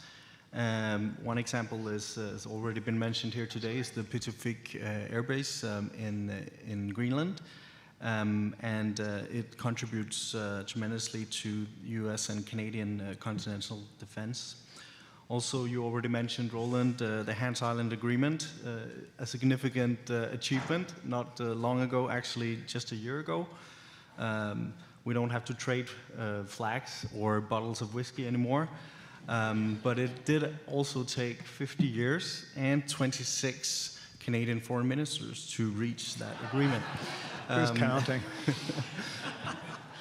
So today I will just briefly mention what I will focus on. There's already been a lot of talk about the Arctic Council, so only a few words on that from my side. Then I will spend a bit of time on trying to describe to you how we work on the Arctic within the Kingdom of Denmark, because as you know, Greenland is part of the Danish Kingdom, but the kingdom consists of three parts: Greenland, the Faroe Islands, and Denmark. And often it's not easy to understand how we actually work and coordinate when it comes to Arctic matters. So I'll spend a bit of time talking about that. And then we recently had a new defense policy agreement released from Denmark. It is sort of the newest updates that we have on defense spending, and I'll say a few words about that. And then also, a few weeks ago, we also launched a new foreign and security policy strategy, which I will touch a bit upon. So on the Arctic Council, the Kingdom of Denmark, we regard the Arctic Council as the best possible forum for cooperation in the Arctic, given the situation that we're all in. I think we agree very much to the analysis given by David Bolton on the state of the situation and how we need to work together with partners and allies, and how we still need to keep the integrity of the Council, primarily because it's of vital importance to the people in the Arctic, the people living and having experiencing daily challenges in the Arctic when it comes to environmental change, but also when it comes to economic and sustainable development. So I think I'll just maybe jump ahead to talk about our joint coordination in the Kingdom of Denmark when it comes to the Arctic. As you all know, Denmark is not situated in the Arctic. We are an Arctic state because of Greenland, and this is very much something that we take into consideration whenever we deal with the Arctic. It is something that you will see when we are participating in meetings in the Arctic Council. There we always have a delegation consisting of a representative from Denmark, from Greenland, and from the Faroe Islands. We also recently, due to recent geopolitical developments, created something new, which is a new mechanism called the Contact Committee on Foreign and Security Policy, which is, it takes turn between the different parts of the kingdom, and it's where the prime ministers of the three parts of the kingdom and ministers of foreign affairs and defense meet up regularly to discuss developments and how to make risk assessments on the threats that are posed to the Kingdom of Denmark. As mentioned by Jon, we do have a very different geography. We are not bordering to Russia with Greenland, but are very much more connected maybe to the North American Arctic. But I'll get back to that. So recently we had a meeting in Nuuk in this new contact committee, where they discussed some of the recent challenges that are posed by geopolitical threats. One of the things that were discussed was that there needs to be a decreased focus on all the external conflicts that may spill into the Arctic, and how we want to actually deal with that together with our partners. It was also reiterated by all three parties that we continue to support Ukraine, and we continue to put as much pressure on Russia in every way we can. And this has also been highlighted by both Greenland and the Faroe Islands, which both support sanctions against Russia. One of the things that was also discussed is that we have this new agreement on defense capabilities in the Arctic. And we recently launched a big investment package on new defense capabilities in the Arctic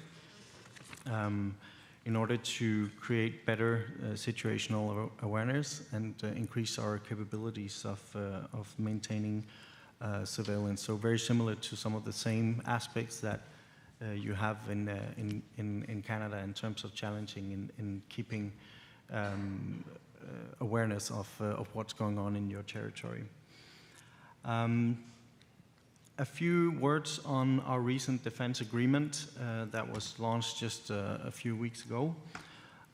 We are, from the Danish government side, allocating an additional 27.9 billion Canadian dollars to strengthen the Danish defense and security over the next 10 years. And the government is currently debating the proposal, and it aims to have an agreement by 2023, the summit in Vilnius. It basically has three priorities. Number one is actually the Arctic and the North Atlantic. So maintaining awareness and capabilities in order to protect sovereignty of the entire kingdom. The second priority is our neighboring region and the Baltics, an area where we also work very closely together with Canada on defending the Baltic region, in particularly in Latvia. And the third pillar is supplying resources for regions of particular interest in the global south. I think I'm going to jump a bit to the last element of our recently launched new defense and foreign and security policy strategy, which was launched a few weeks ago. Just to give you an idea of where the focus is right now, also in our Ministry of Foreign Affairs. So here we have an increased focus on the intensified security situation in Europe, particularly because of the war in Ukraine. The second element is focusing on global partnerships and building new alliances also to Global South. I think we have this phrase we want to try and work by, where we want to listen more and preach less in order to increase dialogues also with other partners. And then the last element is a more robust society in order to create more resilience in our society together with partners to become more less reliant on countries like China on critical infrastructure. So those are some of the main priorities. I'll be happy to get back with questions if you have any specifics to follow up. Thank you.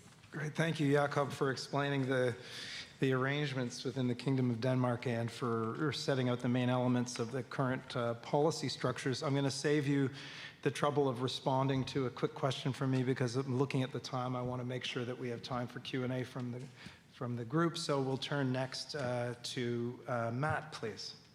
Great, thanks, Roland. Good afternoon, everyone. So I want to start with just a couple of definitions to kind of help myself, I guess, frame it to some perspectives that I have. So the first is, when we talk about security, what do we mean?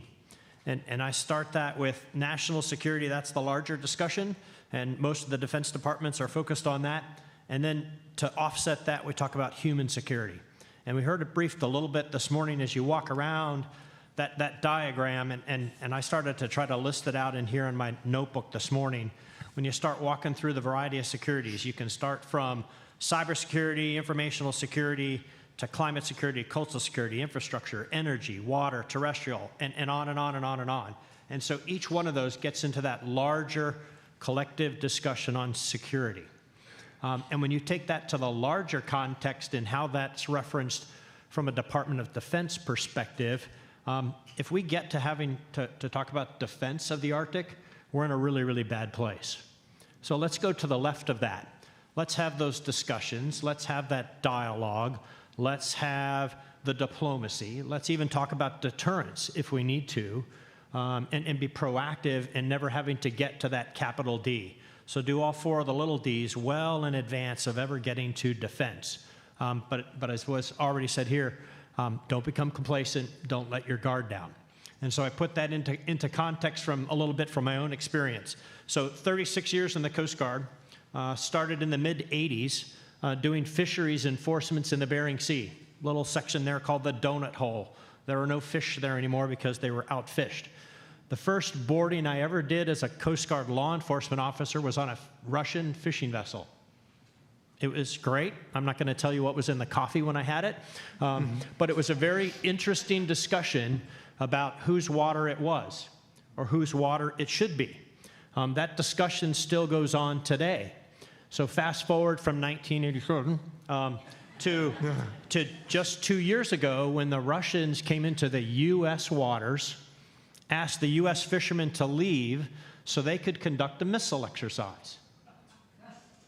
So let's put that same context. So junior officer doing a boarding on a fishing vessel to now being the district commander, having to now articulate to the congressional delegation and to my boss how we let Russians into the U.S. waters and allowed them to conduct a missile exercise, which by all rules-based order was they could do it. It was appropriate.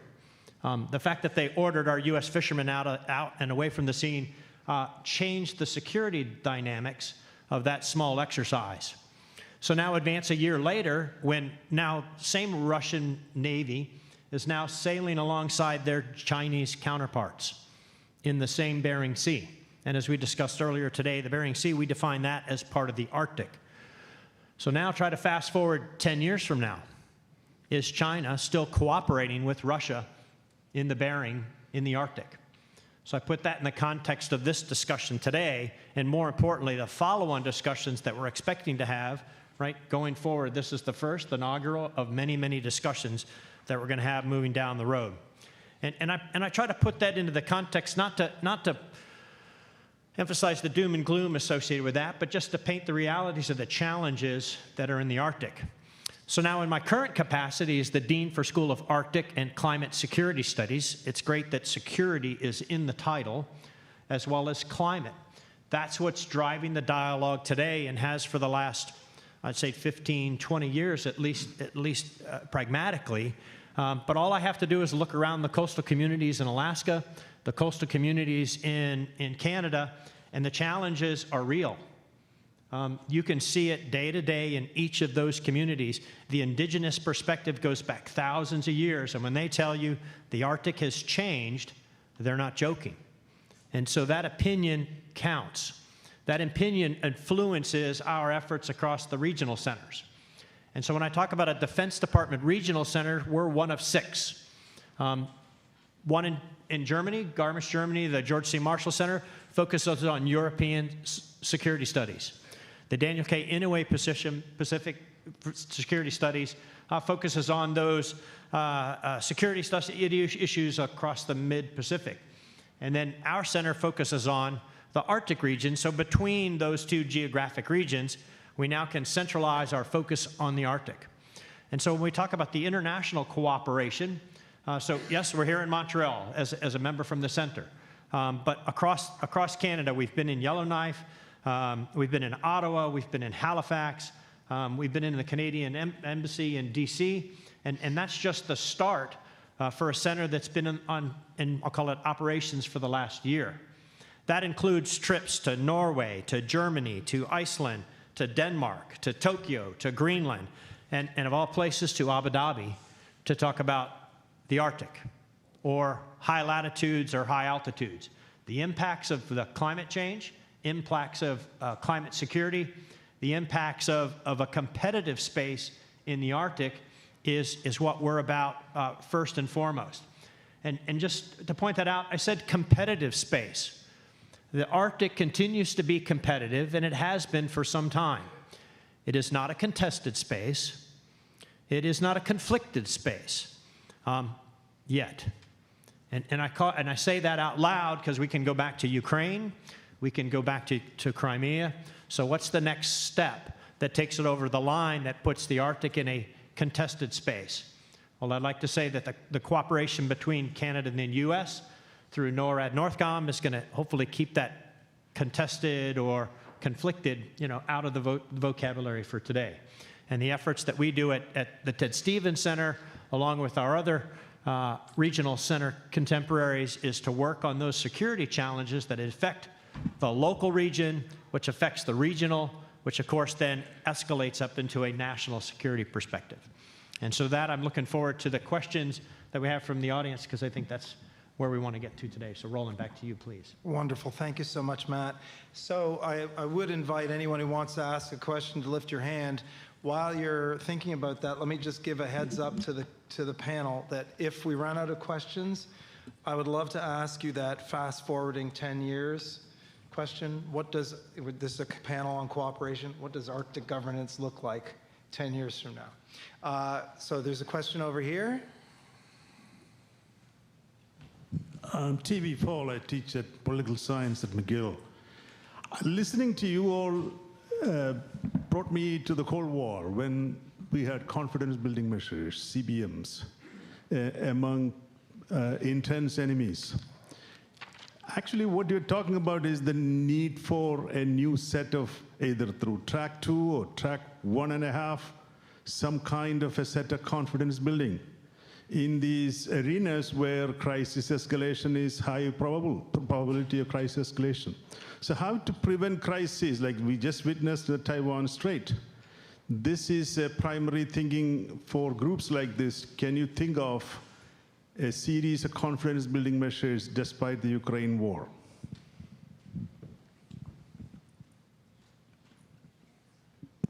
Anybody? Well, if we're talking about the Arctic, I think it's important to just underline what has been said earlier today as well, that and just now by Matt, that the Arctic is not conflicted or contested. It is a relatively peaceful and stable region, not only the North American Arctic, but the European Arctic as well.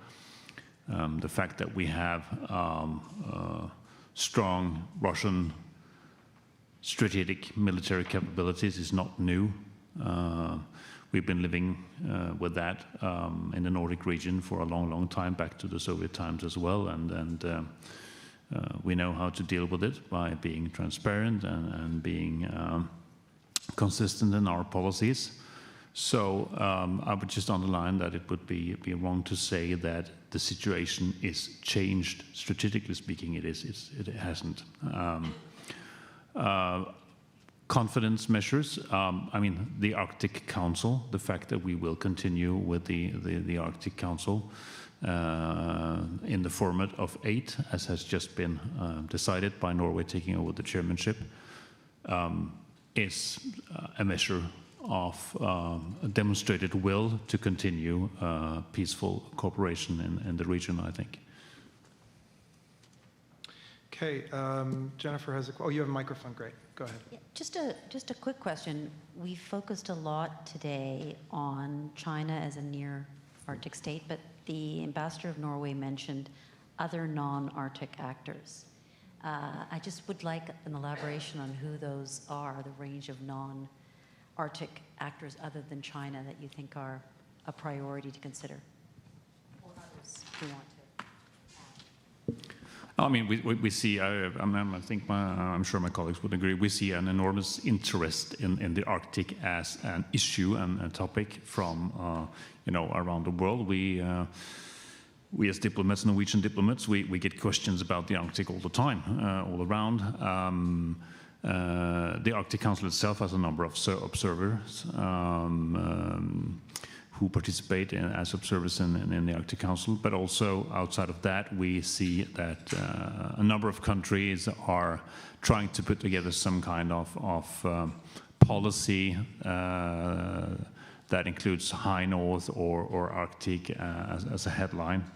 The EU has been putting together Arctic strategies for a long time, and we, Norway being outside the EU, not a member state, has been working constructively with the EU on those issues.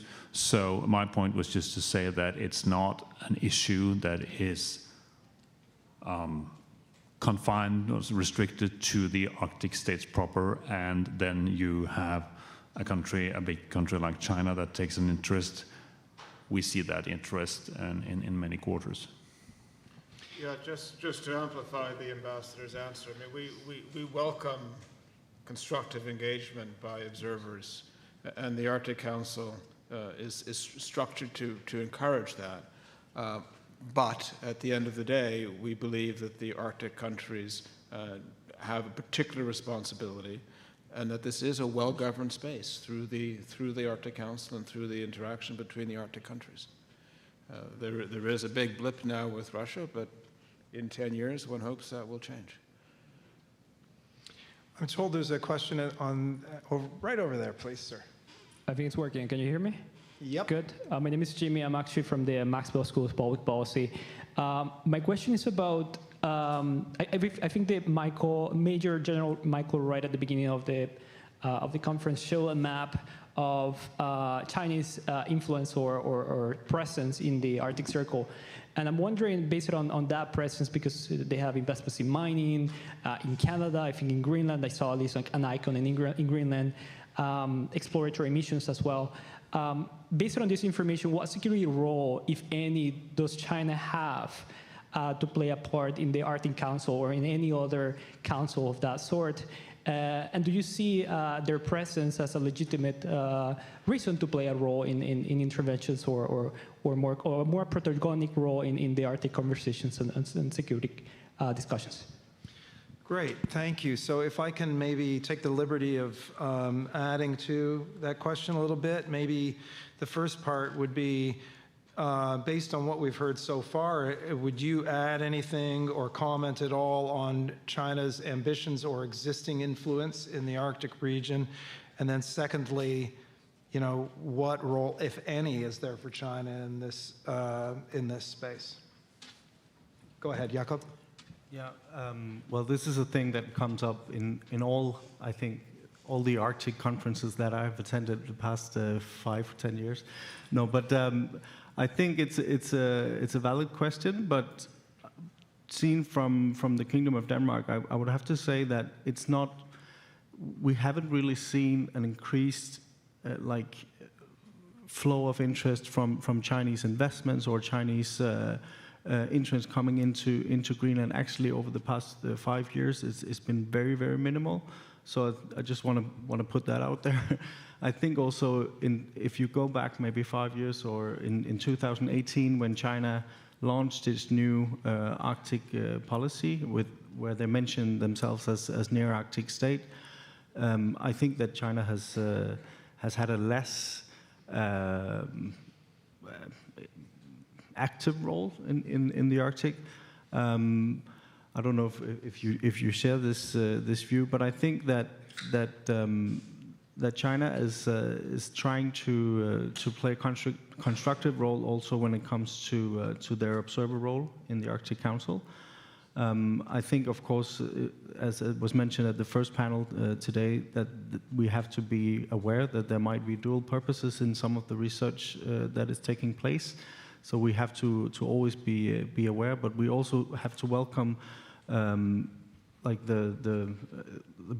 country with the biggest population in the world when it comes to areas such as climate change, where we need to work together on solving some issues related to global climate change, also in the Arctic.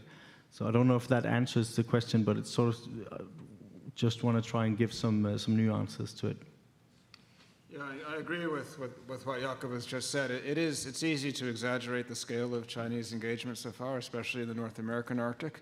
But we do want China to be a partner in addressing climate change. We do want China to be a partner in research to that end. I think it was Jonathan this morning who made the point that there is scope for research to be misused. My understanding is that when Chinese research vessels have come into Canadian waters, they have sought our approval and they have involved the participation on board of Canadian scientists. We still have to be prudent. We still have to, I think Major General Wright explained the way in which information is used. But largely speaking, the Chinese research so far has been constructive in terms of climate change research, for example. Just to echo that, Norway as well, there are certainly scientific cooperation with some Chinese research institutions, universities, and also, I mean, our approach should probably be fact-based when it comes to other actors in the Arctic, whether China or others.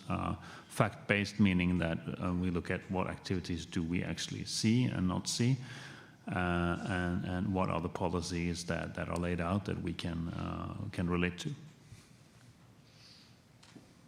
Oh, we're going over here, please, wherever the microphone is, please. Thank you.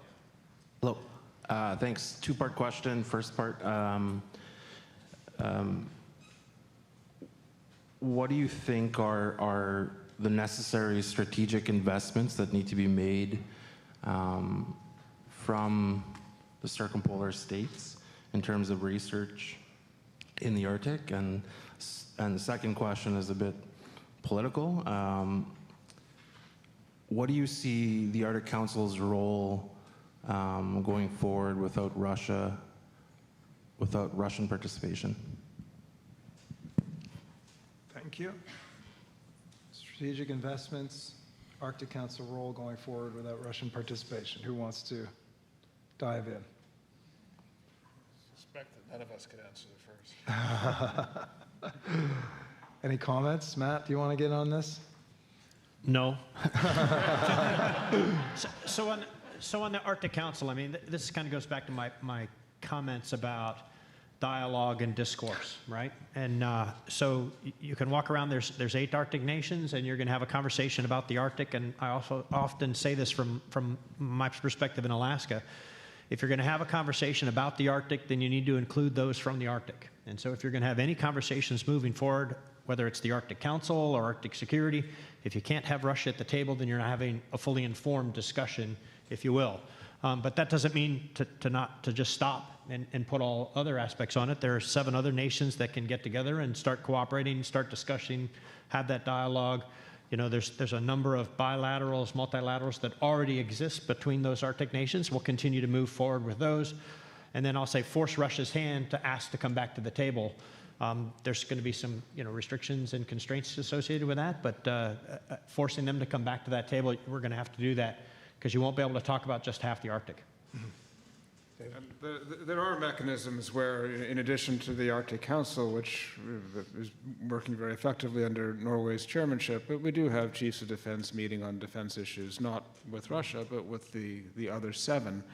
But at the end of the day, and responding to Roland's earlier question, the issue of engagement with Russia in the Arctic is not going to be dealt with separately from the issue of dealing with Russia, full stop. And dealing with Russia is not possible in the present context. So I leave aside the question of search and rescue, and we recognize that countries that border Russia have their own realities that they need to transact, and I'm extremely impressed at how Norway has dealt with those. I had a chance to visit Kirkenes and get a sense of how they do that. But more generally, given the gross violation of international law, the act of aggression by Russia, there will be no dialogue with the Russian Federation on these issues. So does that drive Russia to have China as a closer partner in the Arctic? Just to be clear, reiterating again, the Arctic Council now has 8 members. and Norway took over the chairmanship in the organization of 8 members. So. Okay, we have another question over here, please. Am I in the wrong order? Oh, sorry, we're going here first. You'll have to excuse me, ma'am. My fault. All good.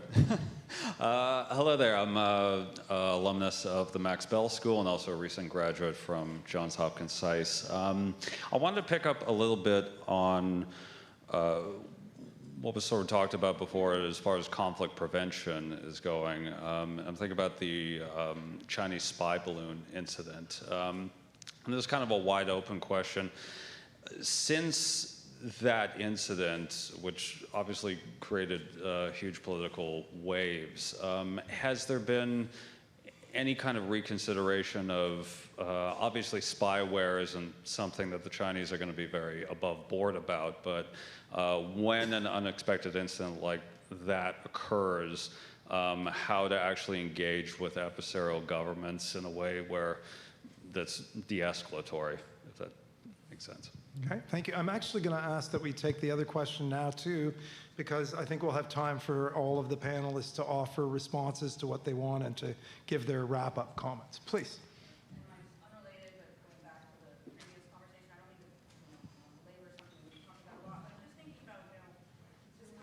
Microphone.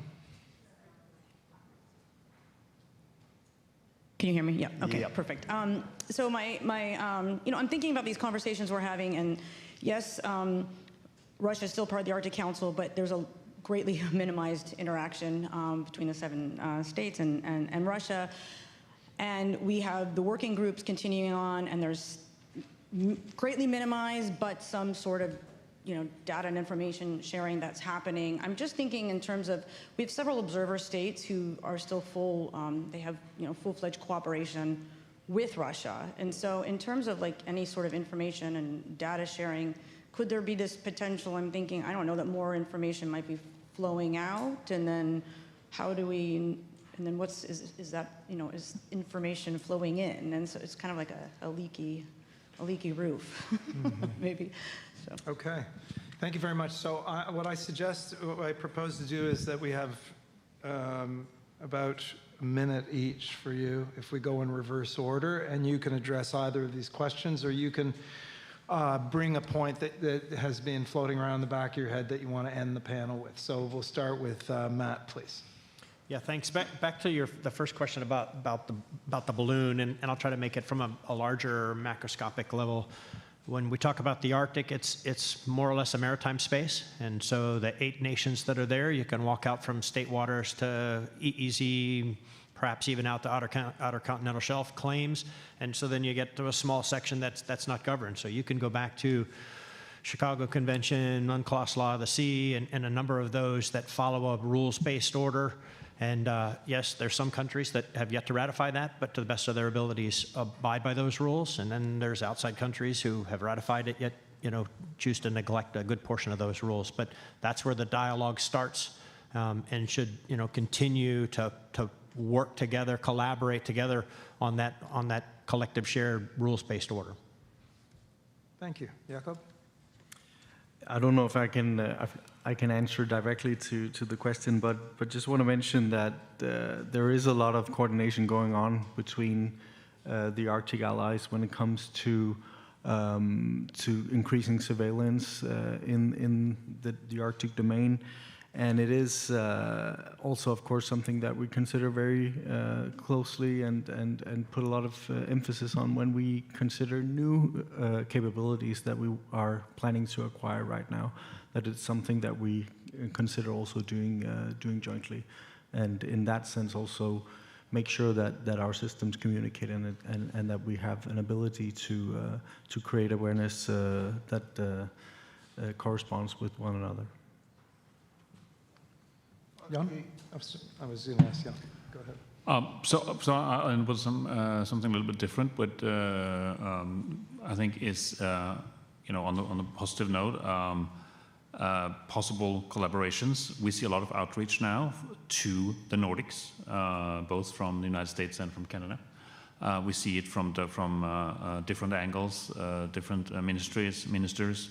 There are a lot of meetings coming up now, and this is a positive thing. I think there is a potential for a more strategic dialogue, especially between Canada and the Nordics, and perhaps not necessarily as 5+1, but 6 countries that have a lot in common and that can speak together on not only hard security, far from it, and not only on the Arctic. I mean, green transitions. We have the need to set up, good supply chains for critical minerals between allies.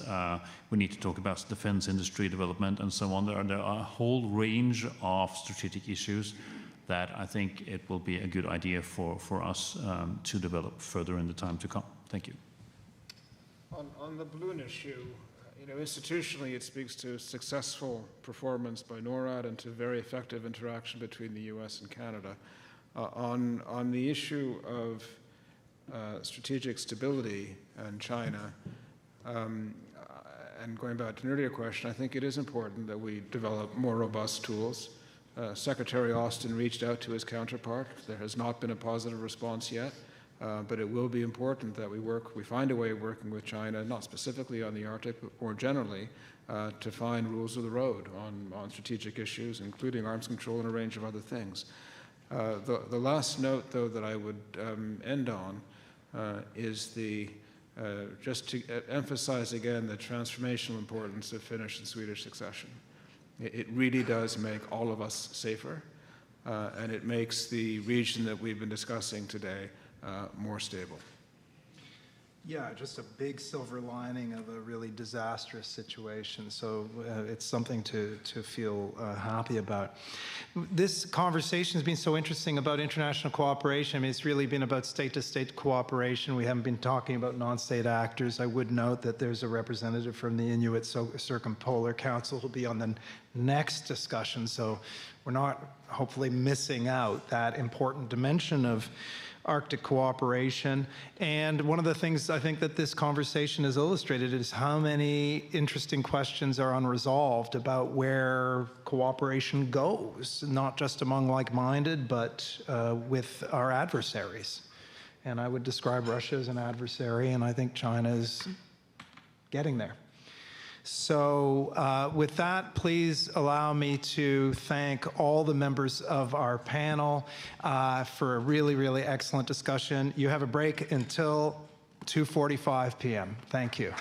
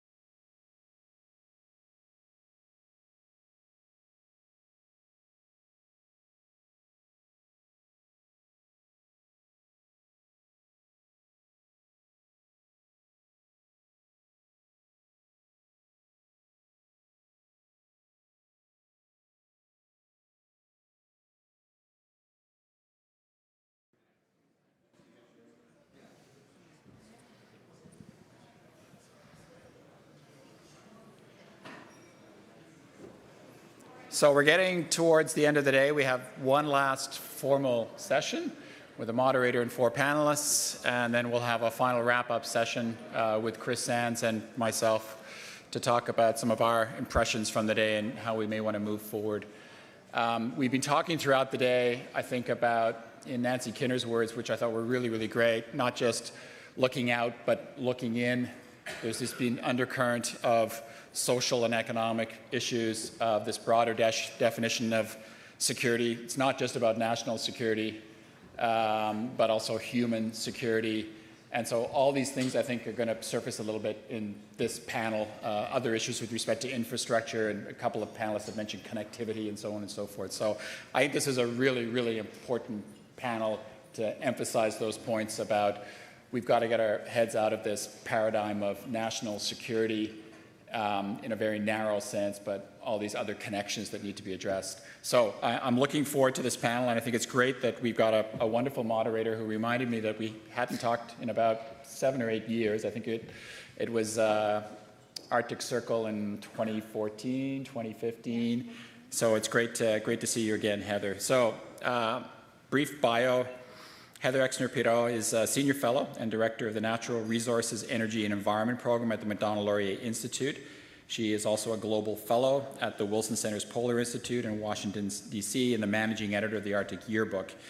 Heather is also a member of the Global Arctic Mission Council and the Canadian Defense and Security Network, and Network Coordinator at the North American and Arctic Defense and Security Network. And like Rebecca, I could go on and on and on. You have a very long CV, many, many, many accomplishments, but Heather, you're perfectly placed to run this panel. Over to you. Thank you. Great. Thank you so much, Vince. So as he said, my name's Heather Exner-Pirot. Delighted to be here to talk about the socioeconomic dimensions of Arctic security, which we've been guided to include science, infrastructure, technology, RNG, and energy. And I have a good idea why I was tasked to be this moderator.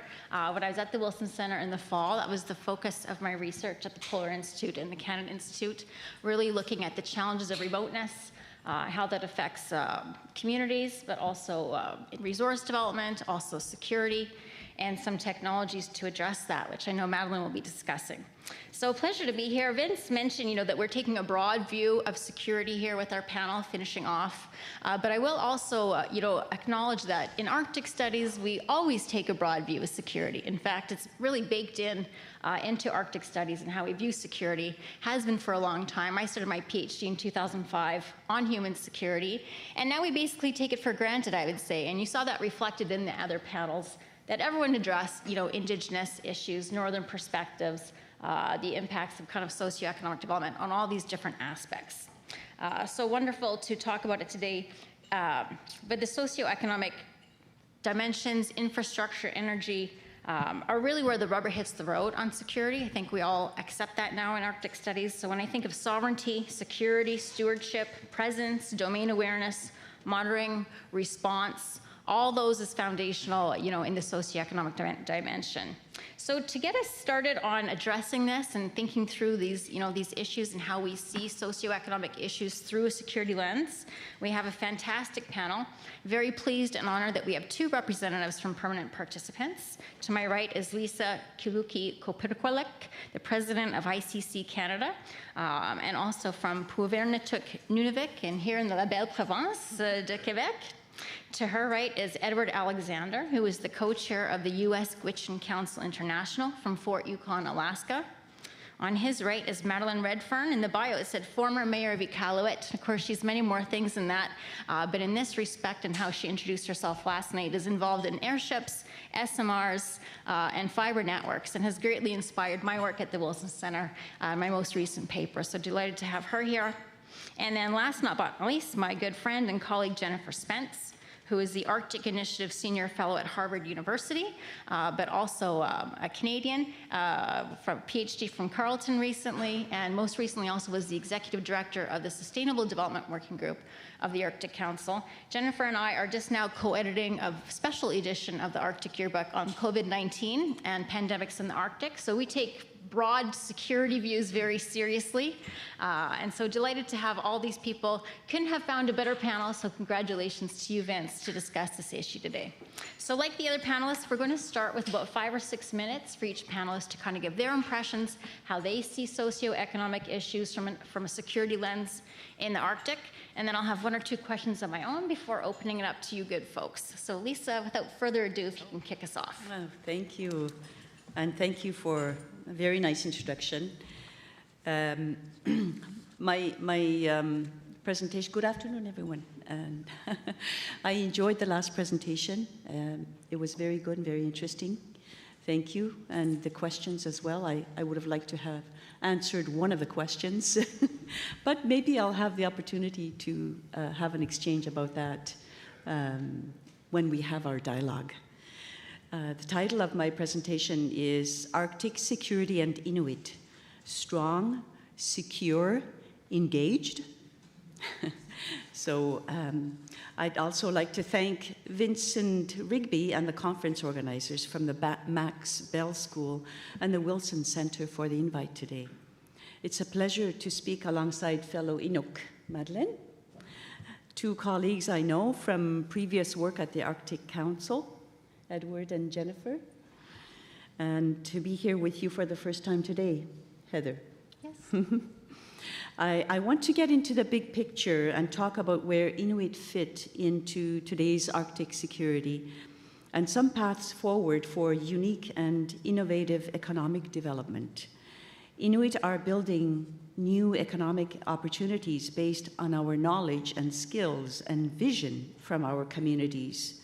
We're supporting conservation economies, building skills in the shipping industry, fisheries, and tourism, all within a world of some uncertainty regarding our sovereignty and security.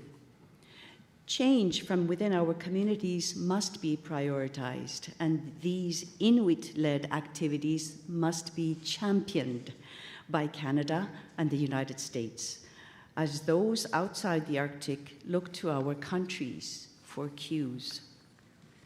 I begin by saying we Inuit are a marine people.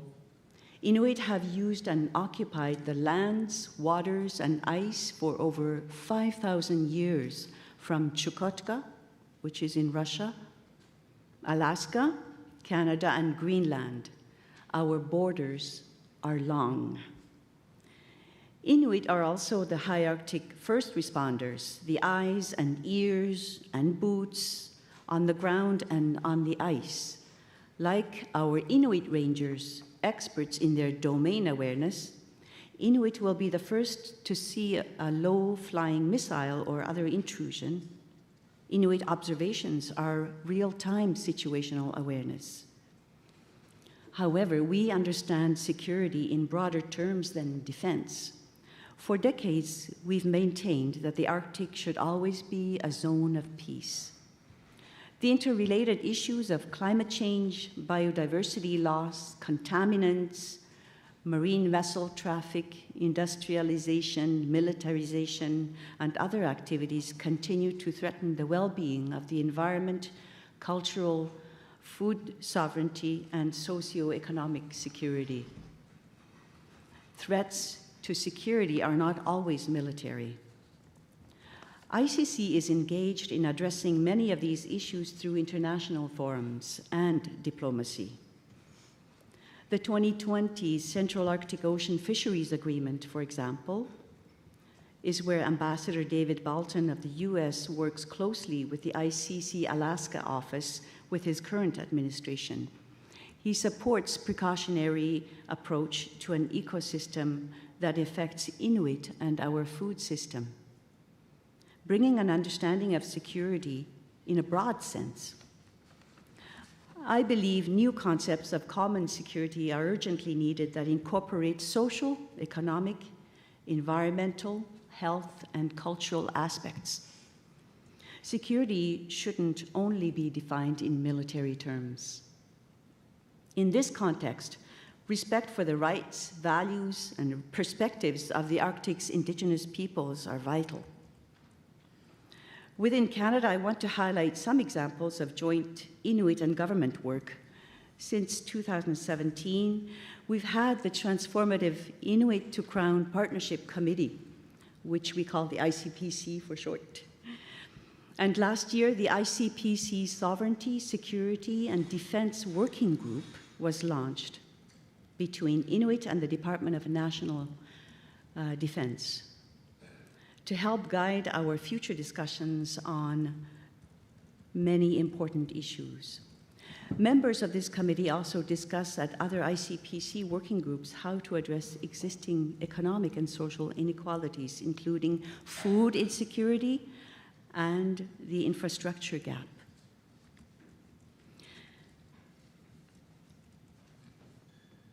In 2018, Canada's Arctic and Northern Policy Framework was developed as the policy guidance document for Canada and the Arctic. This document states, "For too long," and I quote, "Canada's Arctic and Northern residents, especially Indigenous people, have not had access to the same services, opportunities, and standards of living as those enjoyed by other Canadians. There are long-standing inequalities in transportation, energy, communication, employment, community infrastructure, health, and education." Most of us are all too aware of the reality in the Arctic, the realities that our communities live in. How do these inequalities impact national security, mobilization capabilities of our armed services, and operational readiness and opportunities for economic development and self-governance? I would suggest significantly. We know that peace follows when communities are well, that healthy communities support national security. Investments in dual-purpose infrastructure of communications, freshwater, housing, transportation, all support national security, defense capabilities, and create wellness in communities. As the geopolitical landscape of the region shifts following Russia's invasion of Ukraine, we see many states develop Arctic policies. China, who calls itself a near-Arctic state, Japan, Korea, the UK, France, the EU, Germany, Italy, India, all have Arctic policies. While states continue to develop Arctic policies, Inuit affirmed their sovereignty of the Arctic. From 2009, we have the Circumpolar Inuit Declaration on Sovereignty in the Arctic. Almost 15 years ago, we recognized that we're in an era of environmental and global insecurity, a changing Arctic geopolitical landscape with growing eyes looking north for resources and trade routes, including in the Arctic waters. This could have major impacts on communities.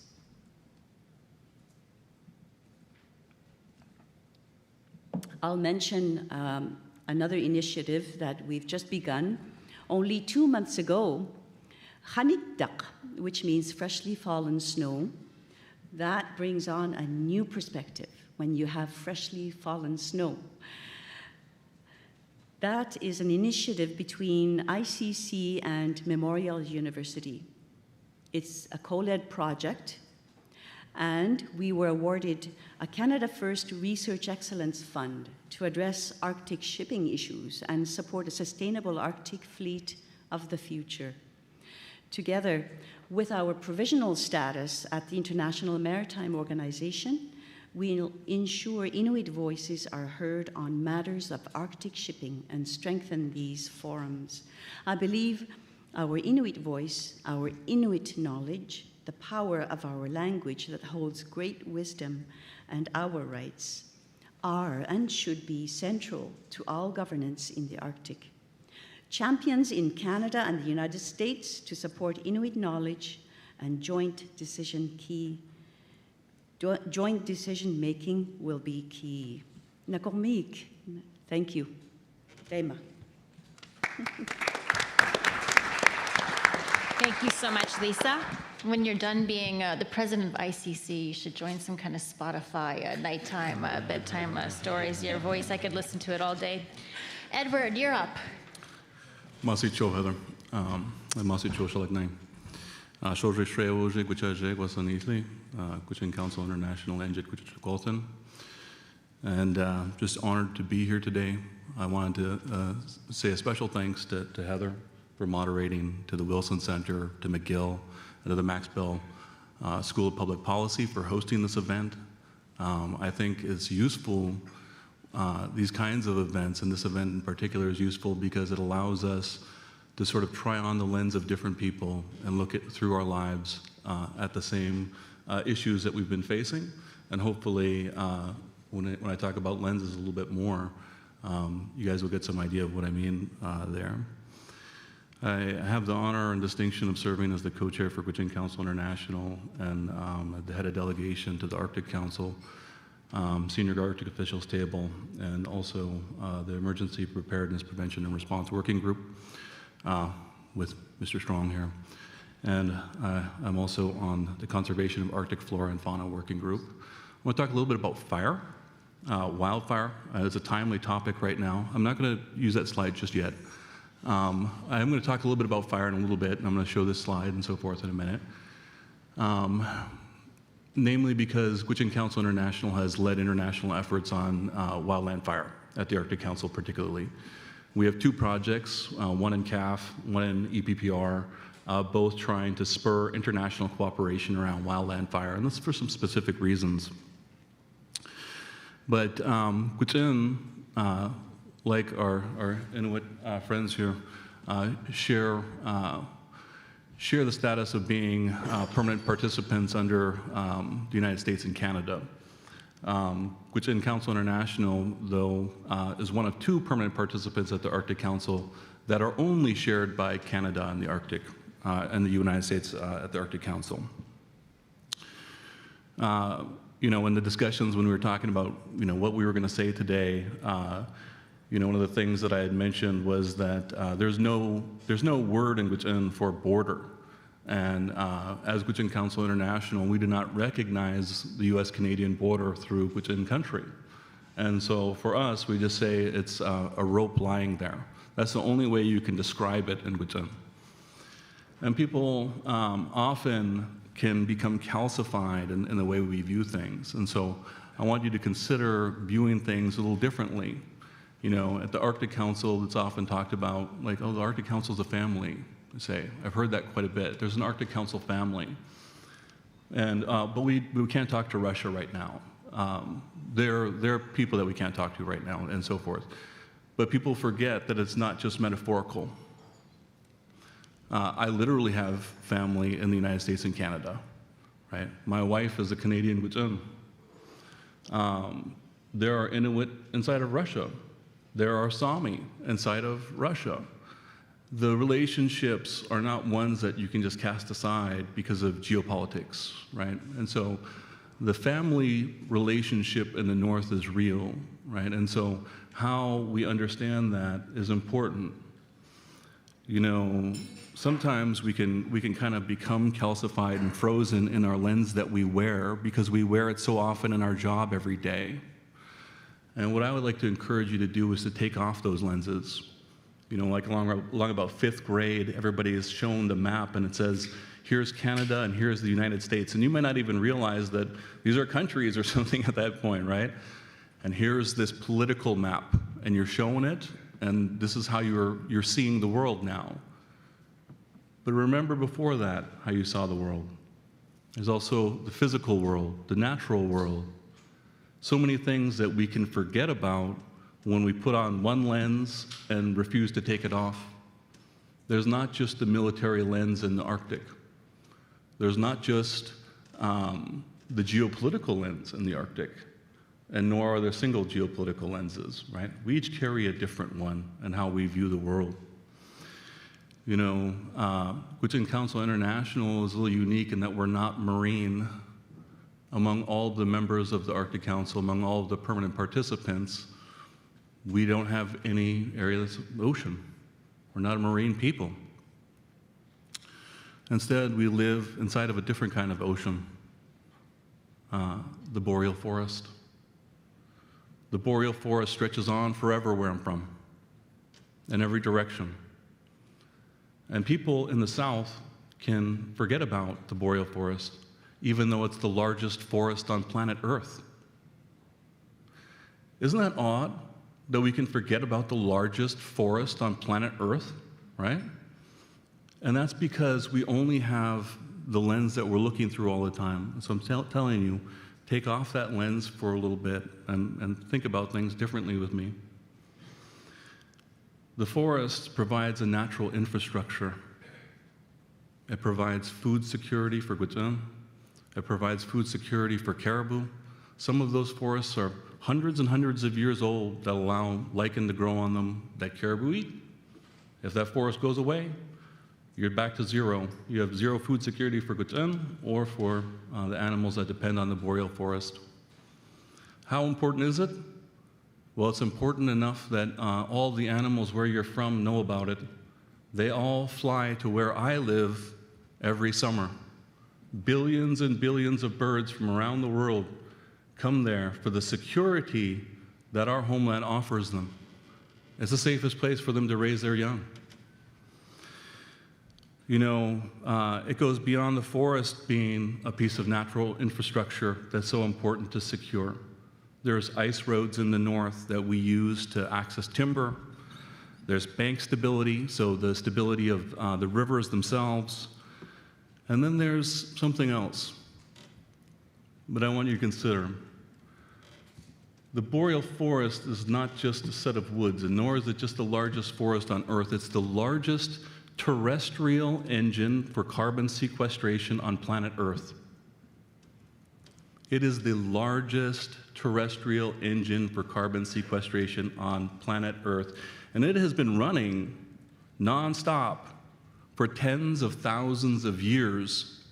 It has been running and storing carbon down into soils, sequestering them safely in the permafrost. That kind of infrastructure cannot be bought. The value of natural infrastructure needs to be more understood and beyond our own Gwich'in communities. We talk about climate security, we talk about food security, we talk about family security, right? If it's a national security issue or is it saving the person that you love most in the world, what are you going to do, right? The security of Gwich'in families is also very, very important to us. And so we think about this familial connection across our borders. And that's an issue that when we look again at this political map, it bisects Gwich'in country. And so it impacts our ability to travel back and forth and to conduct business with each other. Is that a security threat to Canada and the United States? Well, it's a security threat to our families. It's certainly a security threat to mine. It's an economic threat to my family. It's an economic threat to my people, right? And so when we think about the US-Canadian border, think about our families. Think about Gwich'in families that are being impacted. You know, a Canadian Gwich'in can travel into the United States under the Jay Treaty and work immediately and granted access. However, as an American Gwich'in, I'm not granted that same opportunity in Canada, even though it's within my own homeland. So, you know, we think about these issues and we often forget to put on these different lenses. How is it affecting Indigenous people lens? How is it affecting our natural infrastructure lens? How is it affecting food security lens?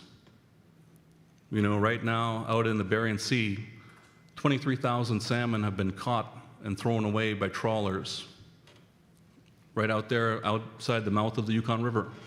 But do you know who doesn't get to fish because of that? I do. My family doesn't. My family doesn't get to fish and hasn't fished for years because of the wastage and the policies of the United States government at the state and federal level regarding fishing. My relatives in Canada and Old Crow and upriver on the Yukon are denied fishing and have been denied fishing for a decade because of the policies of the United States and the policies of Alaska. It's affecting First Nations communities here. That's food security. But you can't just have on that military lens and say, well, that's the important lens here. Or we only have conflict with Russians. Some people are related to Russians. Some people are Inuit who are Russians, and they got relatives on the other side of the border. Same for Sami. So we need to be aware of that. And I also wanted to talk a little bit about something in the wildland fire regime and the Arctic Council with wildland fire. I want to start with California, and I'll call up the map in just a minute. But in California, several years ago, there was a large disaster called the Camp Fire. Has anybody ever heard of the Camp Fire? Raise your hand if you've heard of the Camp Fire. Okay, so a good number. It was one of the biggest disasters in Californian history. Over 50 dead. 150,000 acres burned in California in that fire. That's a lot. But then there are the things that are invisible to us unless we put on that lens and pursue the thought ourselves, which is how much CO2 was released by that fire? What was the carbon impact of the campfire? Well, the carbon impact of the fire, the campfire in Paradise, is equal to all carbon produced from electrical generation in California for 1 calendar year. So for 1 year, all sources of electricity, same for that 150,000 acre fire. Well, why does it matter? Right now in Canada, 11 million acres have burned. So far this year, 11 million acres. 150,000 acres equal to all electrical production of CO2 releases for California for 1 year. On one side, 150,000 acres, 11 million, right? 11 million acres. Let's see the map here for a second. This is where I'm from. Right in the middle there, it says Fort Yukon. It's where I grew up. All that's boreal forest. As you can see, basically in my lifetime, 64% of our homelands burned. Well, what size scale is this map? What does that mean? Because it could be a tiny little area. Those communities look pretty close together. It's the size of Maryland, this map, an acreage. Just the highlighted areas and burned areas. Or for our Canadian friends, it's the size of Newfoundland. Now, when we think about 64% of the Yukon Flats National Wildlife Refuge being burned in this time span, there are things that we don't think about, which is, one, there's as much carbon in the boreal forest around the world as there is in the atmosphere totally for the entire globe right now. So there's something alarming. And two, underneath the Yukon Flats, there's twice, and underneath all of the boreal forest, there's twice as much carbon stored in the permafrost as there is in the atmosphere collectively for the entire planet Earth. And so when we look at this map here, this is why Guchen brought wildland fire to the attention of the Arctic Council, because we cannot sustain 65% of the rest of the boreal forest on planet Earth from burning. That is not a sustainable picture. And so for years and years, we have warned, we have said we must change our practices, we must change our perspective, we must inform others. The states around the Arctic themselves must issue the warning here. We are talking about 3 times more carbon under threat of rapid change, rapid landscape size change.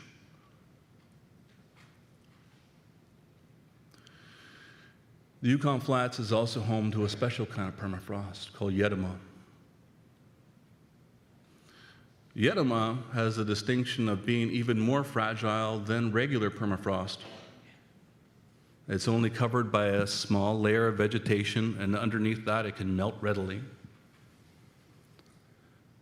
And so, according to the IPCC, Arctic and boreal permafrost contained 1,460 to 1,600 gigatons of organic carbon, almost twice the carbon in the atmosphere. So you don't have to take my word for it if my lens feels uncomfortable to you.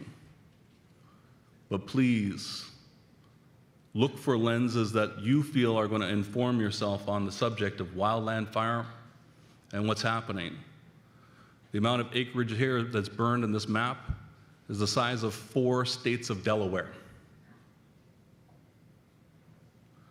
We think about all of that land that's burned there, that's only 1/3 the size that's burned in Canada this year.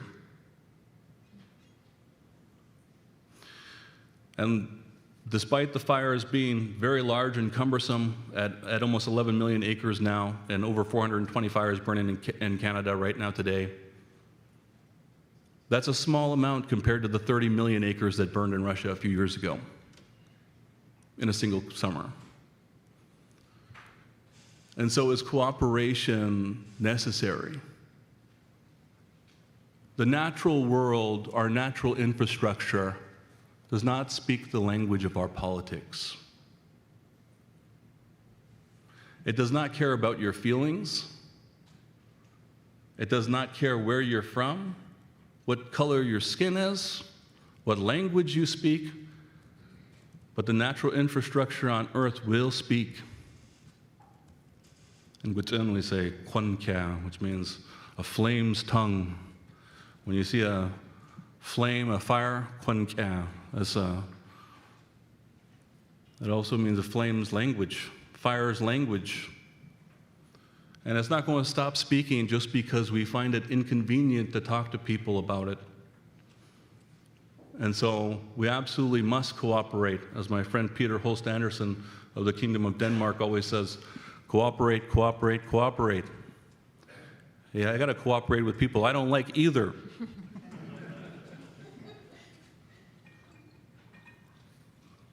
Lastly, I just wanted to say that I appreciate the time to be able to speak with you all today.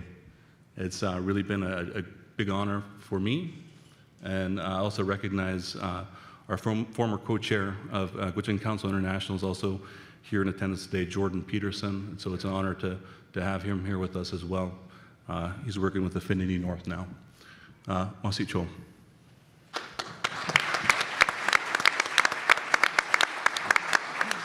Well, thank you, Edward. And in our pre-call, he discussed he might bring up wildfire, and I assured him there'd be an interest from the audience to talk about wildfires this week. But, but also poetic in a way. Sometimes we think, oh, the indigenous knowledge, the local knowledge is, touchy-feely side of security. But here, the Gwich'in have been raising the alarm for many years, talking about management practices. And now it's the top of the agenda of the U.S.-Canada relationship. Everyone sees it's a national security issue. So listen to the other alarm bells that they are sounding. And he also introduced me to the concept of natural infrastructure, which I found very interesting. But I know Madeline is going to talk about maybe more conventional infrastructure in her talk. So on to you, Madeline. Thank you so much, Heather. As introduced, I am an Inuk woman from Iqaluit, the capital of Nunavut, and I'm actively involved in technologies with transformative potential, especially in the Arctic. My work as the Chief Operating Officer of Can-Arctic Inuit Networks is a Nunavut-based, Inuit majority-owned, Inuit-led company that is working to build 5,000 kilometers of subsea fiber optic cable into and through the North American Arctic. We've signed MOUs with a Norwegian company called Bulk Infrastructure, or Bulk Fiber Networks, as well as Quintillion, an Alaskan-based company. We have a partnership with a company called Big Land Networks in Labrador. This project, called Sentinel Link, has the support of our Inuit organizations, Inuit Development Corporations, Chambers of Commerce, City of Iqaluit, the Nunavut Association of Municipalities, Inuit Business Council, and much more. Our vision and commitment is to see subsea fiber network be multi-purpose. We recognize how important it is as an economic force multiplier. I'm also an Indigenous woman who's on the National Indigenous Advisory Council on Small Modular Reactors, as well as a special advisor to the Canadian Nuclear Laboratories, because all 25 of our Nunavut communities are on diesel plants and reliant on petroleum products for heating. This is just a small part of the 177 Indigenous communities in Canada that are 100% reliant on diesel, and up to 300 Indigenous communities that are partially dependent on diesel. As introduced earlier, I'm also involved with the Canadian Arctic Innovation Association, which has just completed a feasibility report on airships for Northern Canada. The report that will be available very shortly. Lastly, for the purpose of today, I'm also the Northern Director for Arctic 360, Canada's only dedicated Arctic think tank. Generally, and very directly, as you've heard, Arctic security matters to Inuit and Northerners who live in that region. Inuit and Northern contributions will include not only our specialized knowledge, which I'm sure that you've heard with the fellow panelists today, but it is more and should be more. Inuit through Naasituk, which is a company that is owned by the 4 Inuit regional land claim organizations, actually secured the NORAD contract and is working with our other Inuit businesses to scale up to be involved in NORAD modernization. Inuit leadership often say 2 things: by the North, for the North, and nothing about us without us. I now recognize that this also actually has to be nuanced. What this means is that the people in a particular northern region has supremacy on matters that affect them. This is why we're seeing Nunavik, which is part of northern Quebec, build, own, and now manage their own telecommunications network, their own airline, and are looking to build and own and manage their own energy solutions, similar to what we see in Greenland and Alaska. In Nunavut, not surprisingly, we too want to own, build, and manage our own critical infrastructure, including telecommunications, and possibly as well energy and transportation. This doesn't mean that we necessarily want to see other northern regions come into our region to build and own that infrastructure, at least not without talking to us and not having a partnership with us, because we've seen for too many decades major infrastructure projects be built in our regions with little to no benefit for our people. So we Inuit want to own the fiber optic backbone. This, we recognize, can support our economic development in developing a digital economy, as well as an Arctic blue economy. Owning the last mile does not unlock those economic opportunities, nor does it achieve Indigenous economic reconciliation. The real challenge for Inuit and Northerners is to see adequate and strategic investments that is truly multi-purpose. We've been hearing a lot about the Government of Canada officials saying multi-purpose infrastructure is needed for our North or an Arctic. However, putting into practice is another thing, an immense challenge. The resource sector and the military needs the same type of critical infrastructure in transportation, energy, and telecommunications. But yet, for many decades, as I said earlier, we've been kept out of many of those business opportunities. We, in our regions, have the most outrageous rates of poverty, low rates of educational attainment, high rates of food insecurity, housing insecurity, not only with a lack of the number of houses, but also inadequate or in poor condition, high rates of unemployment, high rates of crime, and unfortunately, high rates of suicide. And yet, we also pay the highest rates for energy, 63 cents a kilowatt for a residential, 93 cents for commercial. And with a carbon tax, potentially with the removal of the subsidies, we'll be paying $1.50. Just process that. We also pay the highest rates of telecommunications for the very worst service. My telecommunications bill at home was averaging over $1,000 a month without doing Netflix or gaming, just trying to run a business from home. I now run Starlink, and as well as the Northwest Tel, I run now 2 imperfect systems, constantly flipping back and forth between them. We also pay the highest transportation rates. I just checked right before this panel how much it would cost to fly from Montreal to Iqaluit. Ready? $3,800 would be your cheapest fare. Might pay up to $4,400 if you didn't book quickly enough, and there is no first class.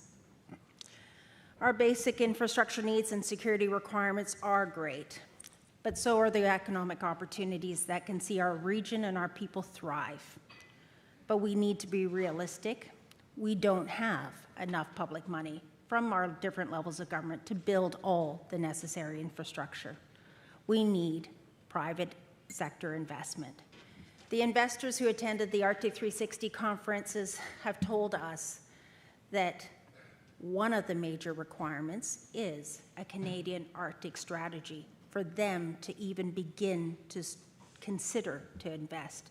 Bay Street and billion-dollar pension funds are investing in other countries, including in China, but not in our north. We heard from the ambassadors of the other Arctic nation states that their countries were initially hesitant to also invest in their north, but now they realize from those initial tentative investments, they have paid off. In fact, most have stated that their biggest investment opportunities and where their biggest GDP will come from is from their northern regions. Indigenous nations, our Indigenous organizations, our Indigenous development corporations, and our own Indigenous businesses also actively want to participate in these economic opportunities that can transform our regions into places of prosperity where they are also safe and secure from the local level to the national and intercontinental. Our national and regional governments can't do these major projects without us, and yet, too, we Indigenous nations can't do it on our own. Innovation is more than technology. Innovation also means a new way to think, a new way to do, and a new way to invest. We want true strategic multipurpose infrastructure in the north. We actually just need to figure out how to do it. It may seem complicated, but it's only us who have made it harder than it should be. We actually can figure it out. We just need to do it now. And those investments that are being made and going to be made, if not done properly, those investments will be not only costly, but they will actually be squandered investments because they didn't do enough. Too many of our problems and legacies have been from transient bureaucrats, not only in the north, but also from distant bureaucracy in the south. And that has put our security in peril. The best way to get out of this situation, as I said, is not only to think differently, but to act differently. I strongly recommend that we need an inventory of our current assets, the age, their condition, also to determine those infrastructure gaps. Arctic 360 has actually been advocating for a comprehensive integrated inventory and an interactive inventory map to be developed so that we can visualize and understand the scope of not only the problem, but the need and the opportunity. As I said, we know that in order to achieve a safe and secure Arctic, we need those investments in the infrastructure, but we also need the investments in our people. Security risks and threats in the Arctic have been borne by those who live in northern Canada for decades. But since COVID, since Russia's invasion in the Ukraine, and since China's various incursions from spy balloons to surveillance buoys, Canadians are starting to recognize that security in the Arctic is important and necessary, not just because we deserve it, but because all our Canadians who live in this country need it. Thank you.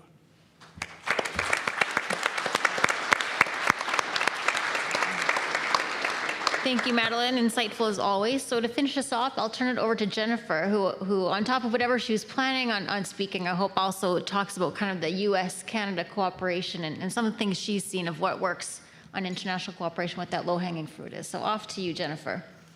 Thanks. I made this decision. I knew you were going to hear from three fabulous speakers, that it was incredibly important to hear all of their perspectives first. But I also knew that the challenge would be to go after all these incredible speakers and actually have something important to say, because I just knew, and they have not disappointed in terms of what they have to offer. So you may get a sense that Ed and I are working on a paper together, because I'm going to try and do a little of the same approach of getting people to think about these things and unpacking it and disentangling some of the things we've been talking about. So we heard from Rear Admiral Matthew Belly kind of stole my thunder a bit in terms of what do we mean by security. But I'm going to simplify it even further, and I'm going to say that if we look at the definition at its simplest form, security is the state of being free from danger and threat.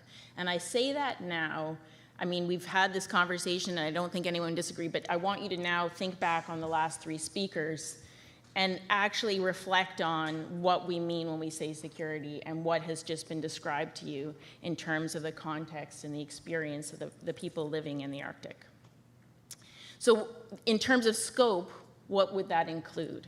And so over the course of the day, we've heard everything from the hard to the soft security, to simplify it down.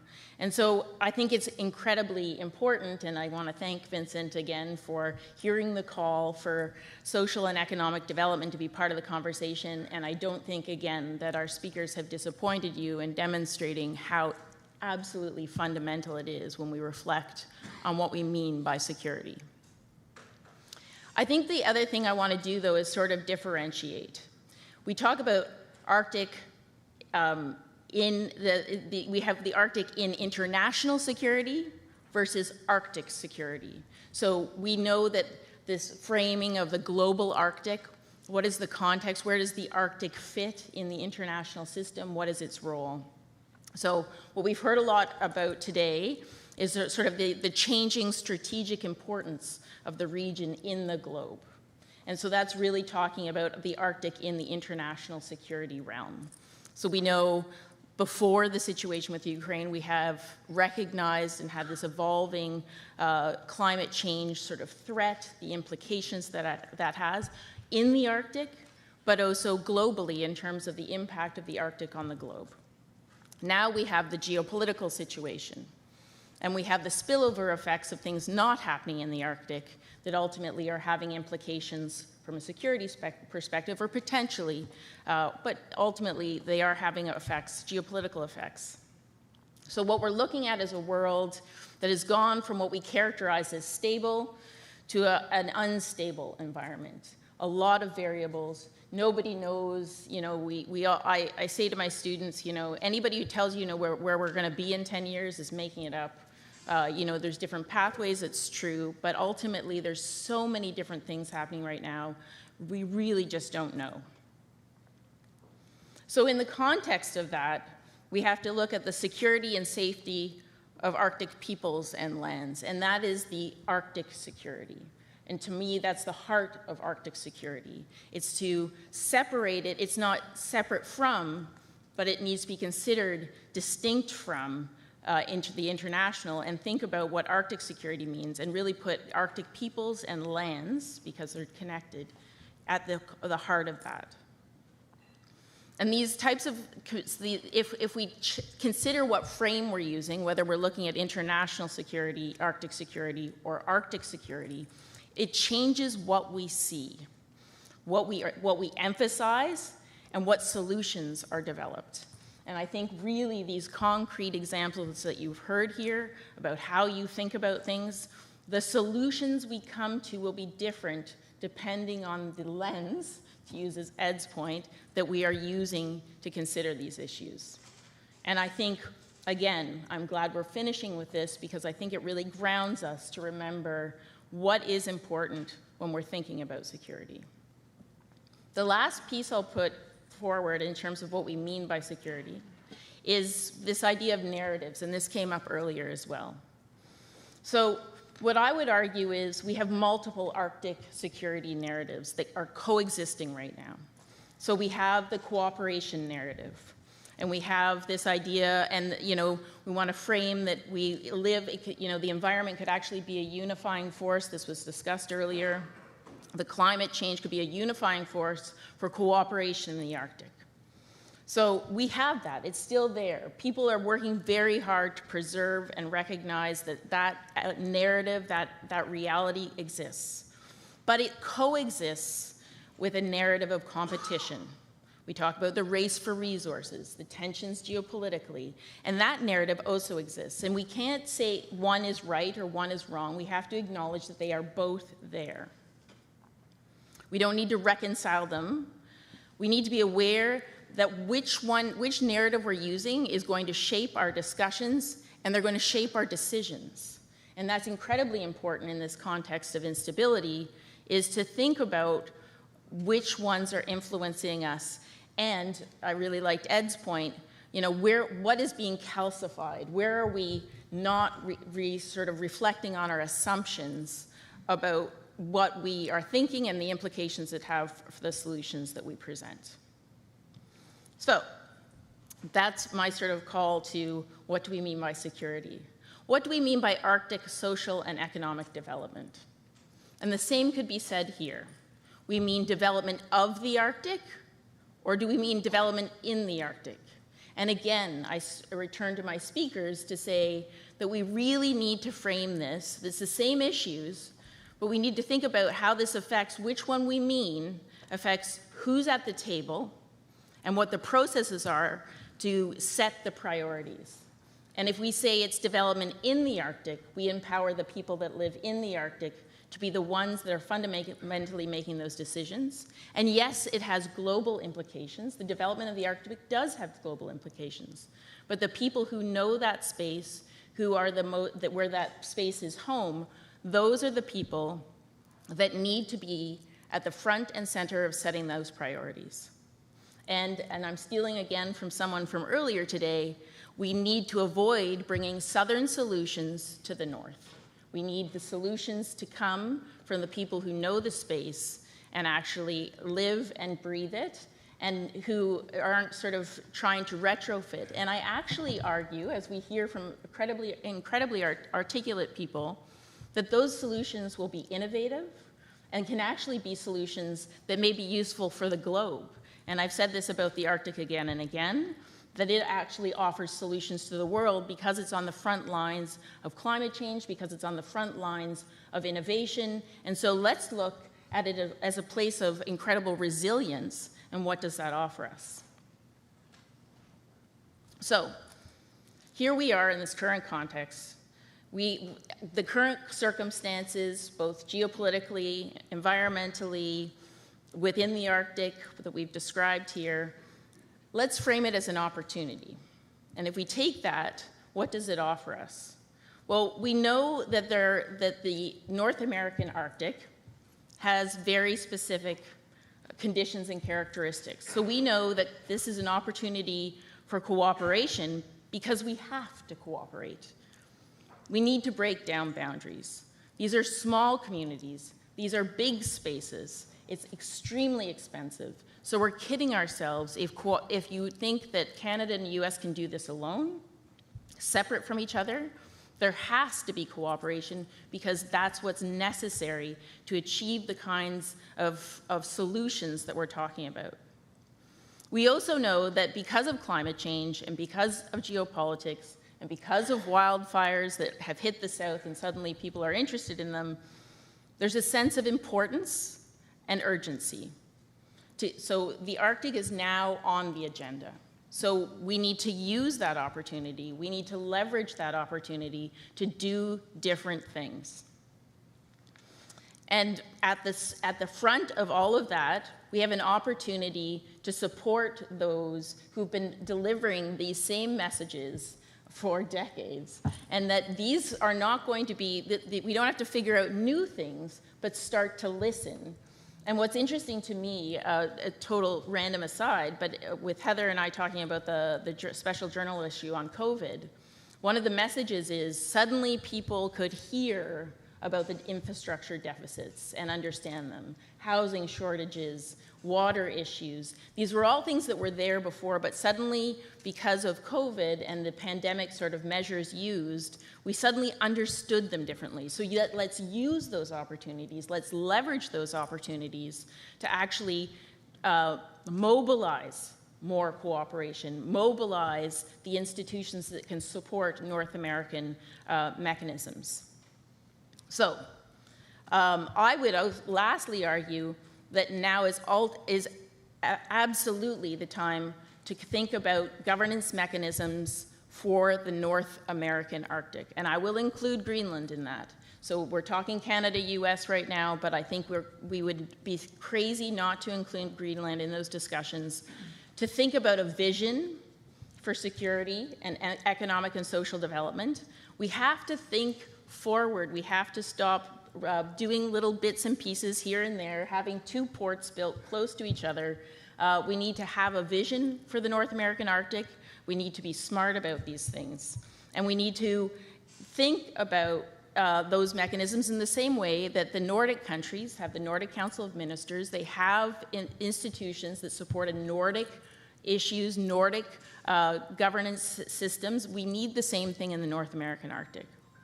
And with that, those institutions will have an opportunity to dig into specific areas for cooperation and activities where we know and we've heard we don't need to sort of explore. The exploring's done, the studies are done. What are we going to do together when it comes to energy security, food security, infrastructure deficits, housing, social, education and health infrastructure, family security? What are we going to do about it? It's time to stop talking about it. And with that, I would just say, my last question I ask myself to pose is, how should we cooperate? Well, I think this is an excellent start. I think it really is about the Arctic security, not security, international security for the Arctic. Thanks.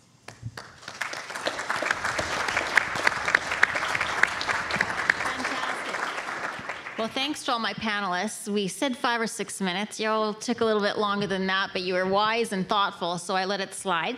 Since I was a laissez-faire moderator, I'll take the penalty and knock out my question and turn it straight over to the audience for these last 15 minutes.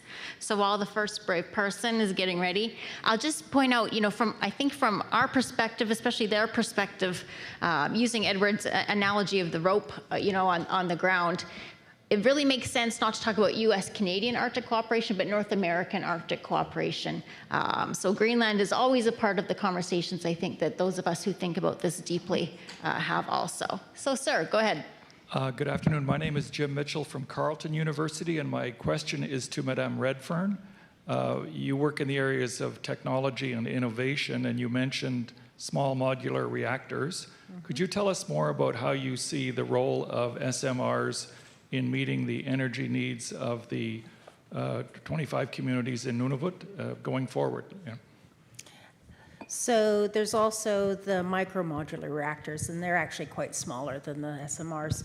And we do have a number of companies that are working on the size of 500 kilowatts to 5 megawatts. And just to sort of put it into perspective, Nunavut, 25 communities, Iqaluit, the capital, 25% of the population. The government of Nunavut purchases 220 million liters of petroleum product a year. Iqaluit consumes half of it. 110 million liters. And our government of Nunavut for the longest time was purchasing it at about $1 a liter. So if you do the math, which this one is pretty simple, $110 million a year.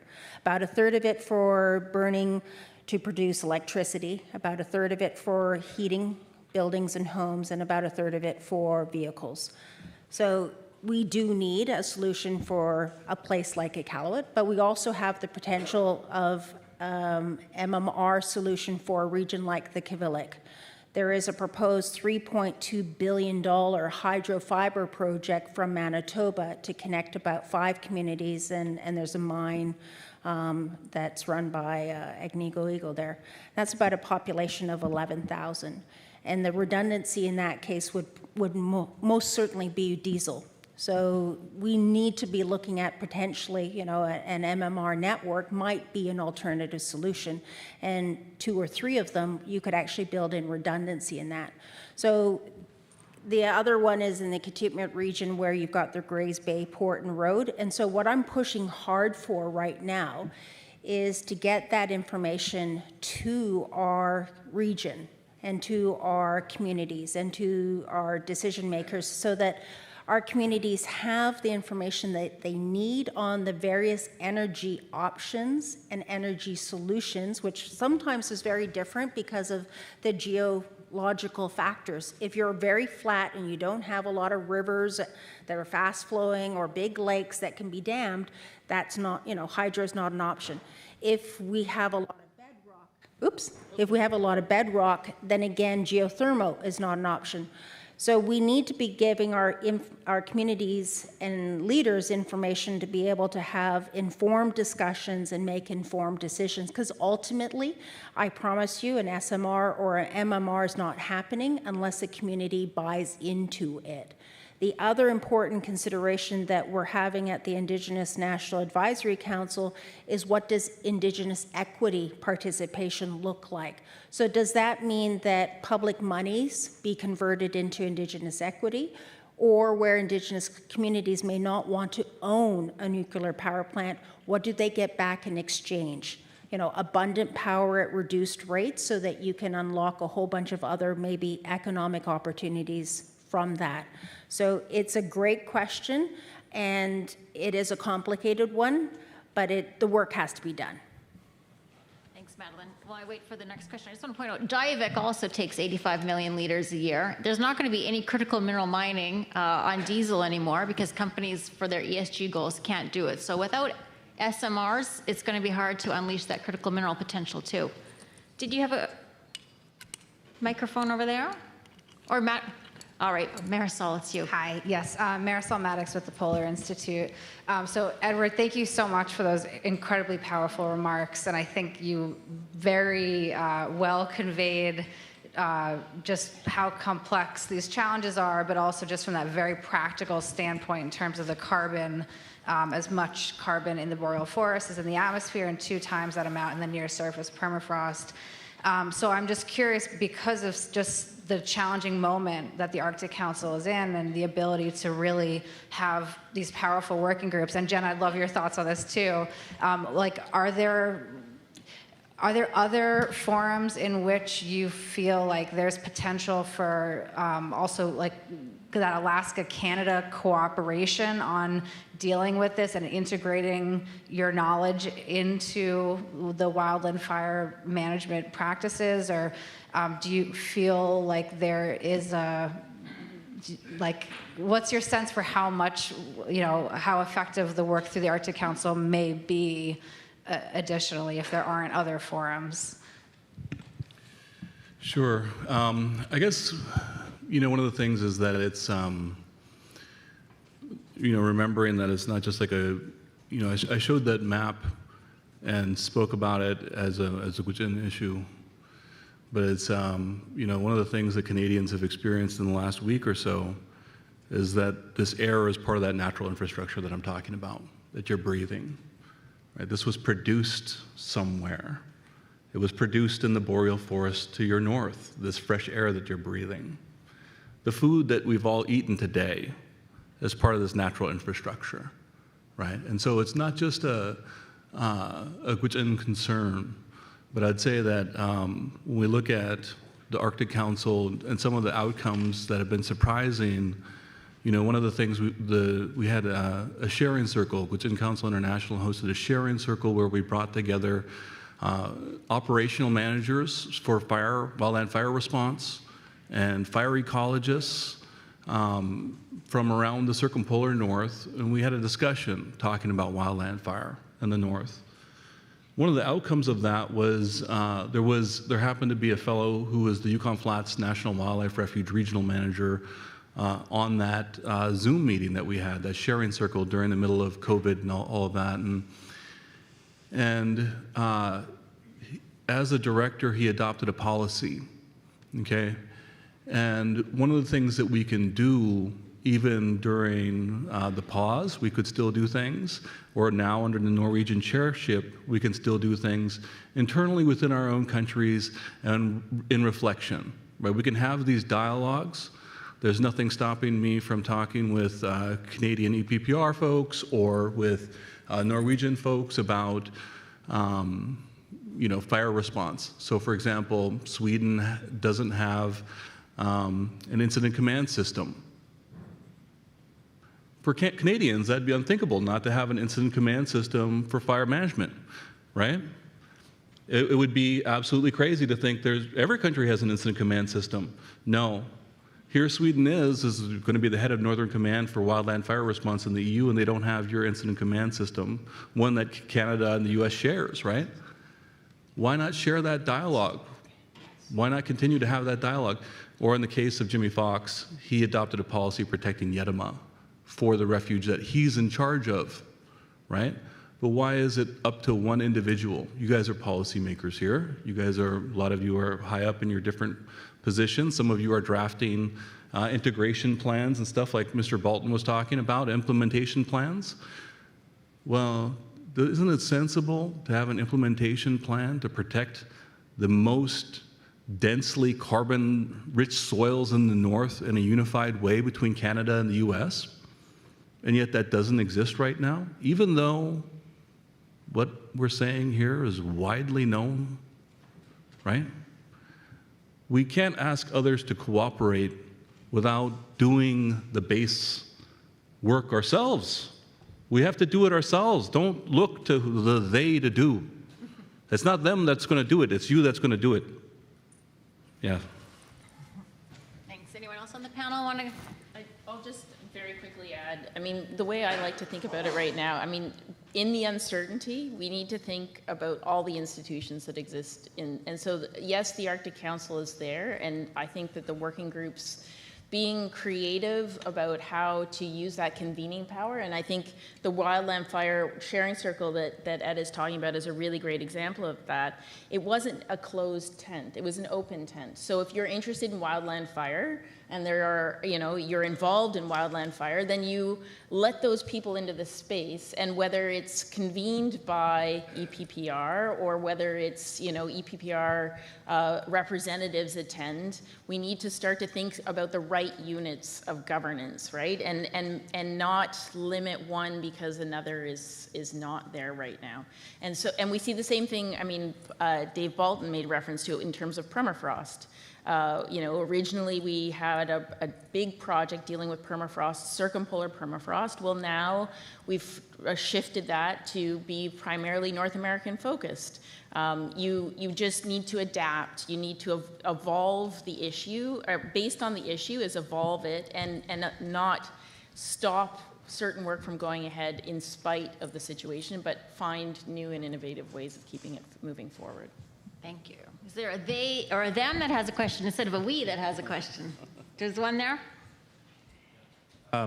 Really, really powerful panel.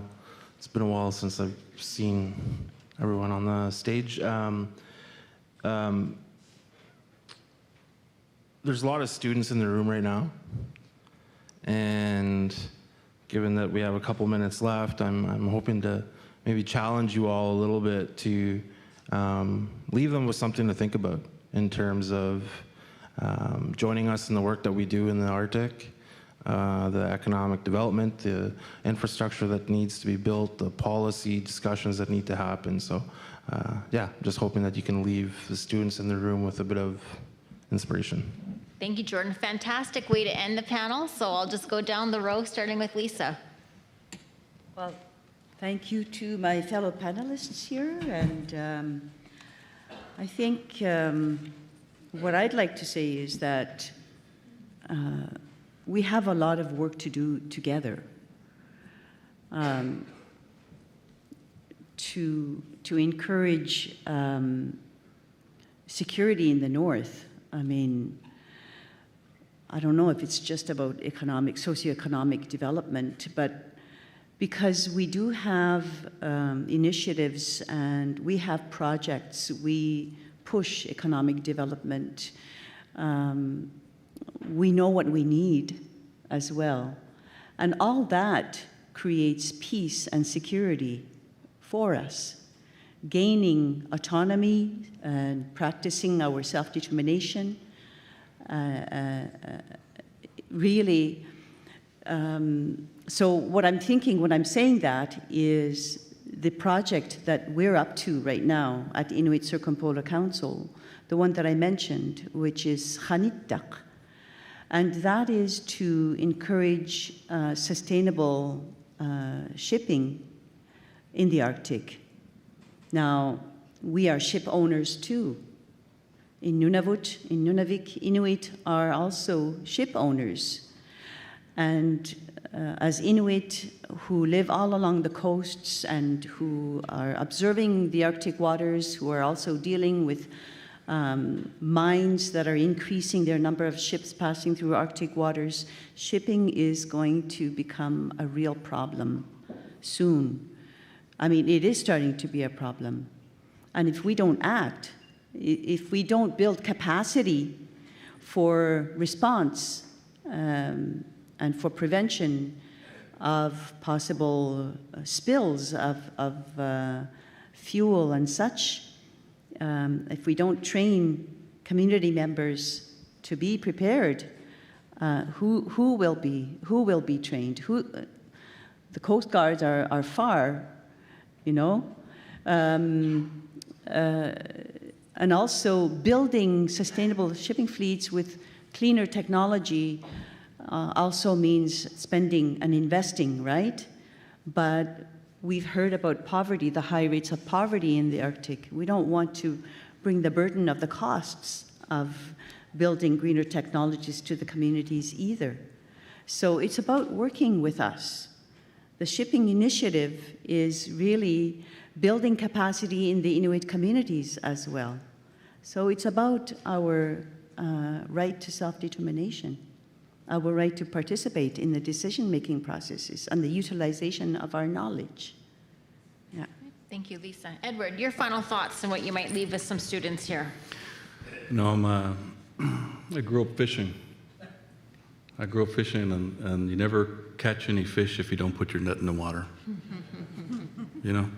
There's a lot of people who think they're fishermen and their net stays out on the shore all summer long. And it's filled with hopes and dreams. And my encouragement to you is don't fill your net with hopes and dreams. Is put it in the water. Seek the job that you don't think anybody's going to hire you for.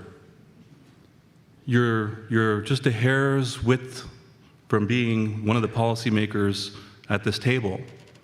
I told that to a student years ago at the Model Arctic Council event that they had at Dartmouth, and I haven't run into him again yet, but I looked at the White House, and in the Arctic policy section, there his name was. He's working at the White House now. And I told him, you're just a hair's width away, but you're not going to do that if you doubt yourself. Don't doubt yourself. It's okay to fail. It's okay to put your net in there and not catch the fish that you want. You can move your net You can try again. You can have a different kind of net. You can do lots of different things, but there's no use in talking yourself out of putting your net in. Don't doubt yourself like that. Don't doubt yourself. You're so needed. I know Gwich'in Council International, I'll just put it out there, is hiring. We're looking for... Merci. Thanks. Madeline? Our people are innovators.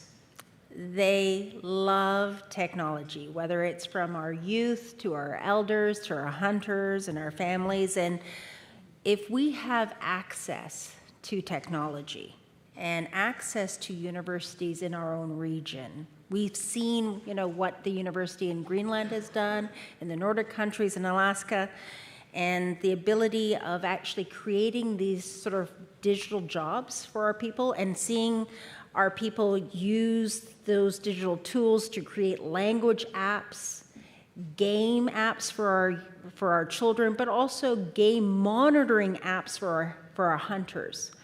And so literally, if we are given these investments in their infrastructure and investments in our people, I promise you the things that our people are creating, including our youth, is phenomenal. And I just know that there's going to be a lot more innovation as a result.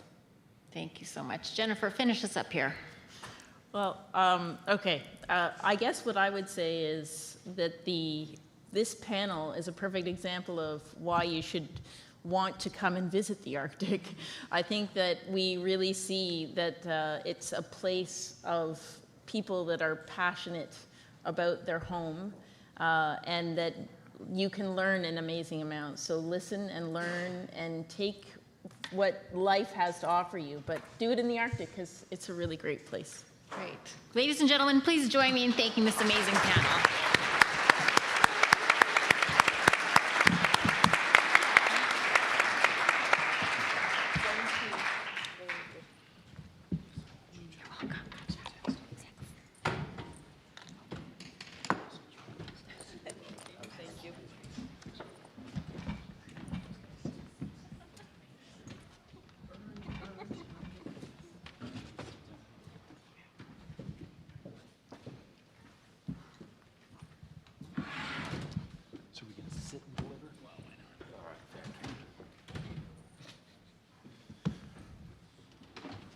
Okay, so now we get to the really easy part where Chris and I make sense of all this in 30 minutes and present you with a coherent plan of action. Over to you, Chris. No.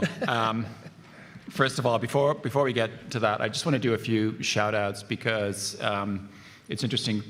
Chris Reagan made a joke this morning about how this was the first conference I'd ever organized. Went to a lot of conferences over the course of my career in the public service, and I was one of those guys who'd show up, do my round table, get the hell out, and hope it all went well. And I've understood over the last 3 or 4 months how incredibly difficult it is to put one of these things together. And the support that I got on the Max Bell side and the support that you got on the Wilson Center side was just absolutely incredible. So you've seen Aftab and Jack running around all day, my 2 superlative research assistants. Shout out to them.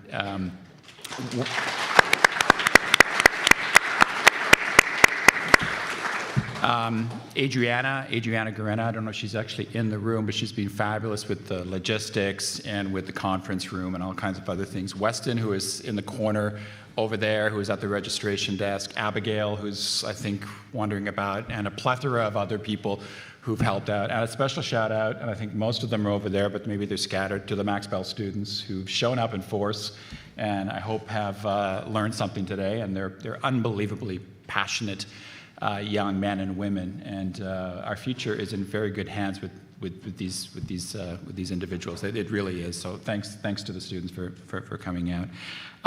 For me, I have to say, just an unbelievable conference, and exceeded my expectations of what we were going to do here today. I said earlier in the morning that this conference was going to be made by the panelists, and boy, we were not disappointed. Just fabulous panelists. The diversity of views, the passion, the bluntness, it was really something. So thank you to all of the panelists who come out. You've really made this a special conference, I think.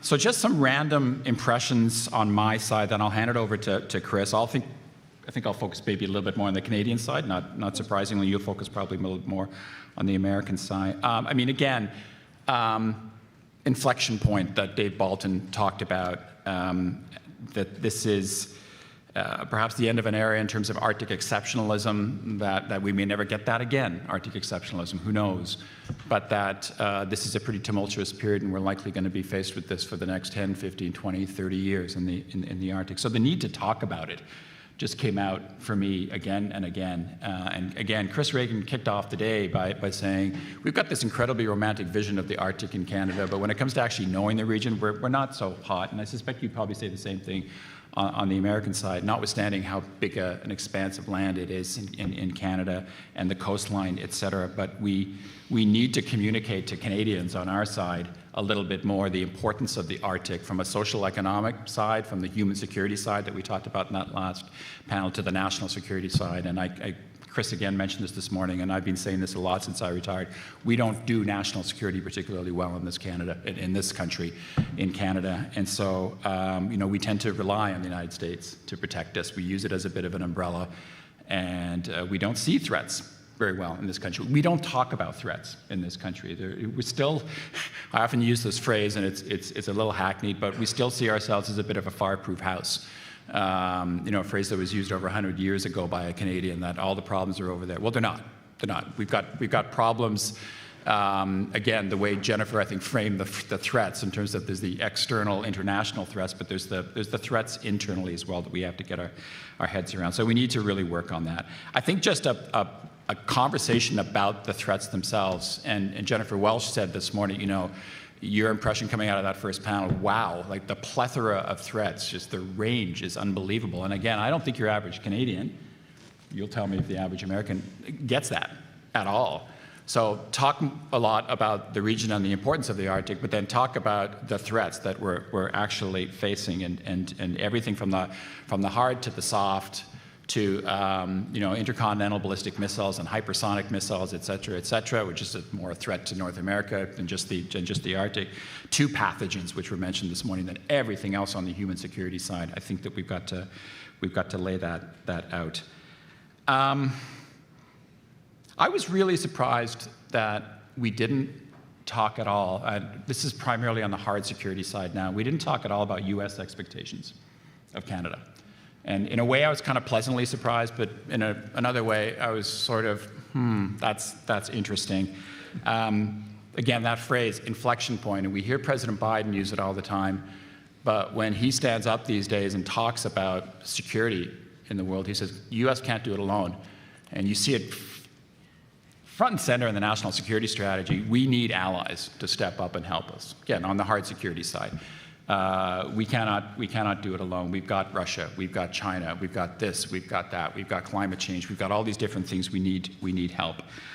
And I think it's oftentimes, what have you done for us lately, and what can you do for us now? So everyone, I think, would have seen the piece in the Washington Post not too long ago with the leaks, where there's some really interesting stuff that came out there about the fact that Canada perhaps isn't stepping up in the eyes of some Americans. Again, shocked that we haven't heard about 2% today. That was mentioned in the leak. The Arctic was mentioned in the leak, that the Americans don't feel that Canada's stepping up. There's intelligence about the Europeans feeling that we're not stepping up in their region, Indo-Pacific, right across the board. So we need to do more on the hard security side. So I thought Jonathan and the General were great this morning in setting out all the things that we've done on NORAD modernization, $40 billion over 20 years. We finally bought the F-35s. We're deploying those Arctic offshore patrol ships, but there's lots of other stuff that needs to be done. Again, I made a joke about submarines this morning, but it didn't come up again for the rest of the day. Submarine capability, what's going to happen there? Arctic offshore patrol ships, I agree with you, Jonathan. It's nice to see that they're out there, but I hate to tell you, I was Assistant Deputy Minister of Policy, your boss, in 2007 when we announced the Arctic offshore patrol ships. We've now deployed 3. 17 years, and we still got 3 to go. Procurement in Canada we won't get into that, but it's ugly. And of course, you've got the Auditor General came out last year. We talked a lot about domain awareness today and all the shortages on the domain awareness side. Satellites, we're going to have a satellite gap potentially. We have to replace our patrol aircraft. List goes on. So the defense update, I was hoping you were going to announce, Jonathan, that it's coming out tomorrow. Soon. Excellent. I really hope that we see some of this in there, and I'm sure we will. But again, this isn't a matter of just helping the United States for the sake of helping the United States. It's in our national self-interest. But for me, when the U.S. says, okay, we really need allies' help, and there's all these different regions, we've got an Indo-Pacific strategy now, we can do more there, we can do more in Europe, although I have to say that Canada's really stepping up on Ukraine lately in particular. But what a no-brainer to take care of our own backyard for, again, ourselves and in our own national interest, but also to help the United States. So the Arctic, the North, it just seems to me self-evident.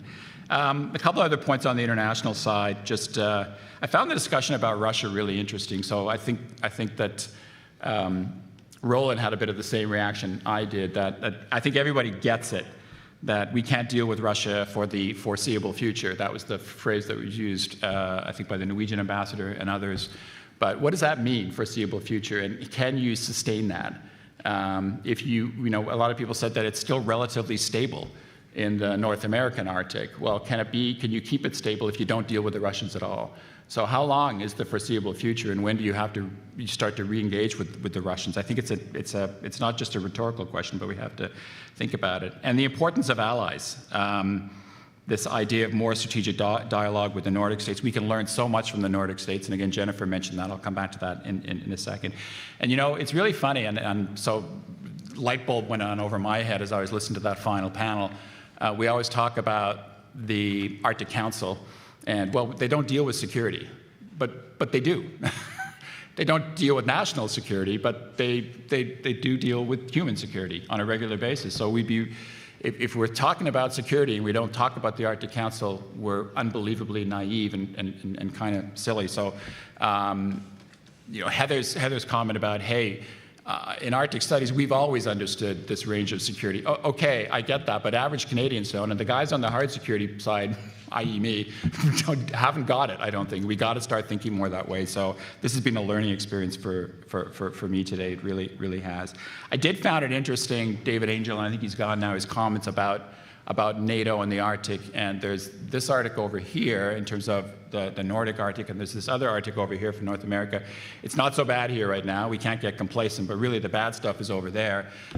I get that. I understand it completely. I know NATO reasonably well.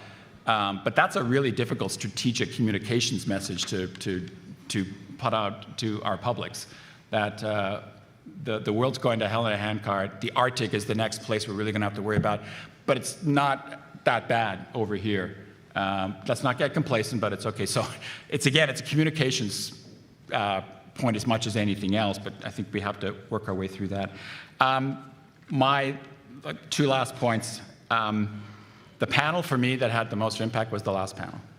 It really hit me over the head. And I love the way Jennifer framed it. I thought it was perfect. Security is the state of being free from danger and threat.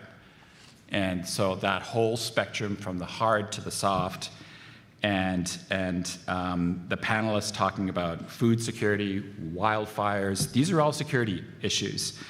And just this notion of the centrality of people in the North. That phrase was used, I forget who used it, I think it may be Nancy, the centrality of people in the North. And the comment, I think it was Lisa, that Indigenous people are the first responders when it comes to security issues. They're the first responders. They're the ones who are literally going to see the missiles flying over, but then all the soft stuff that we talked about. So all the things that really we have to get our heads wrapped around. And I thought Madeline's comments on technology and infrastructure were just, again, it really hit home, because I've often thought about it.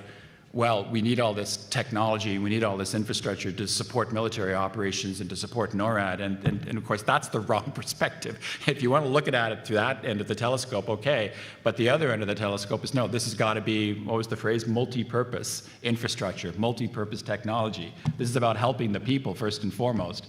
And if it's got some knock-on effect for technology, for NORAD modernization, it should start with the people, and then you build out from there. That really hit me. So where does it leave us? I was really taken by Dave Balton's comment about, I think we're at the point now where we have to get more concrete. I thought that was really good. And then Jennifer said, yeah, but we kind of need a vision. And so maybe we do need a bit of a vision. I like this idea of new governance mechanisms. I mentioned to Dave at lunchtime, do we need, God forbid, some kind of a group where we're working this issue, a Canada-US binational group?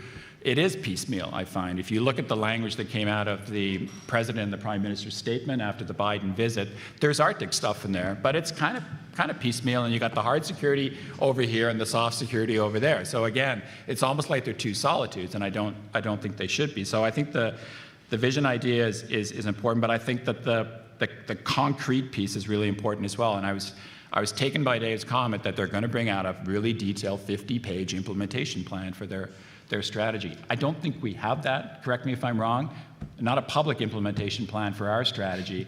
Several people have said today we don't have a strategy. We do, but I have to say, and I was still in government and I worked a little bit on it, so I have to hold myself responsible. It's very high level. It's extremely high level, especially on the safety and security side. It's very high level. So maybe we should be looking at an implementation plan as well, and then we can go to the Americans and say, this is where we want to go, this is where you want to go. Now, how do we move this forward at the end of the day? So that's the way you're going to get clear, comprehensive objectives, and you're going to be able to work together. So that's what I've got. Not much. Apart from that, it was okay. But thank you. And again, a special shout out to the last panel. I mean that sincerely. You guys were fantastic. Excellent. Yes. Well, this was great. As an American, I have to say one thing that I'm always struck by when we do a conference like this is, most Americans, we don't think we have an accent. I mean, I have sort of a Midwestern accent, but we think like, oh, this is just the way it is. And when you're with Canadians, you suddenly realize, actually, we have a very American distinctive approach, not just in the way that we talk, but sometimes the way that we think. And I thought that came out quite a bit here. And goes back a ways. Some of you will remember this ancient history, but back in the 1700s, before the American Revolution, I know none of you were there, but we had a kind of a religious revival in New England, and one of its leaders was a guy named Jonathan Edwards, who was a preacher who had a sermon which is still famous if you like that kind of thing. He called it Sinners in the Hands of an Angry God. And the metaphor in the middle of his sermon was that man was like a spider hanging over a bonfire, and it must either grab the gossamer web of faith or fall into the pit. And if it stayed where it was, it would be roasted. So there was no option, up or else. And although that's a very specific religious thing, I'm not trying to preach religion to you guys, but I think it speaks to a way that Americans often think about problems, which is that we roast for a while, we ignore things too long, and then we swing into action. And at several different points in the last, in all the panels today, I felt like that was maybe the Canada-US distinction, that the US was beginning to lurch ahead, Canada was trying to figure out where it could contribute. And if we can have a takeaway, I know Rebecca Pincus has worked on this, Evan Bloom has worked on this. I mean, as Americans, can we just pledge, all of us, not to have this conference again with the same obvious conclusions of things we need to do and not do them? We have to start moving. And I really felt that very powerfully today. Where does it start? In our discussion of emerging threats. Yes, Russia, China, climate change, there's some of that which is new, but the domain awareness problem, the forward position response capability problem, the telecoms and internet lack of information, the lack of good weather data and weather forecasting in the region at a time when climate change is going to start scrambling what we know, the lack of basic intelligence. If Vladimir Putin ever, decides he's going to make more trouble, would we even know if he put little green men in the Arctic archipelago? How long would it take us to figure that out? And then what would we do to respond to it? None of that is necessarily new. Little green men, that's a kind of Putin thing. But what's clear about these emerging threats is, at least to a great extent, we're not listening to the threats, nor do we have the capability to monitor some of this. The people who live there, the people who are professionals are telling us this, but we need to do a lot better. And then we heard about public safety. The people who live in the Arctic and the people who work in the Arctic talking to us about the risks that we're facing. And yes, the yahoos rising, I thought that was a nice metaphor. Be worried about yahoos for a while. But also that we can't do search and rescue, that we need more capabilities to be able to operate there. We need to be able to support the people who live in the region when they face environmental disasters and other problems. There was not a heavy discussion of the change in permafrost, the way in which sea levels are rising, but all of that is there, and we've seen it coming. And I think the people who live there have said, we need more capabilities. And I think to date, we haven't been listening very well. And then we talked about international cooperation, and I'm struck, I sometimes feel lucky to be American, in that we actually have a lot of allies. And Canada and the US have a lot of allies. And our allies are telling us, we're moving, where are you guys? Some of you will remember Bill Withers, the singer. He had that great song, Just the Two of Us.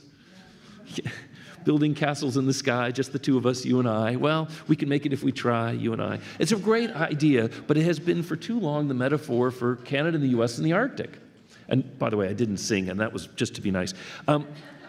But we've had this idea that we have a Canada-US Arctic, and we're the best buddies, and we're going to work on it, and the US will bring proposals, and Canada will play hard to get, and we'll maybe get forward, but that nobody else should be talking to us. Well, we can't sustain that anymore.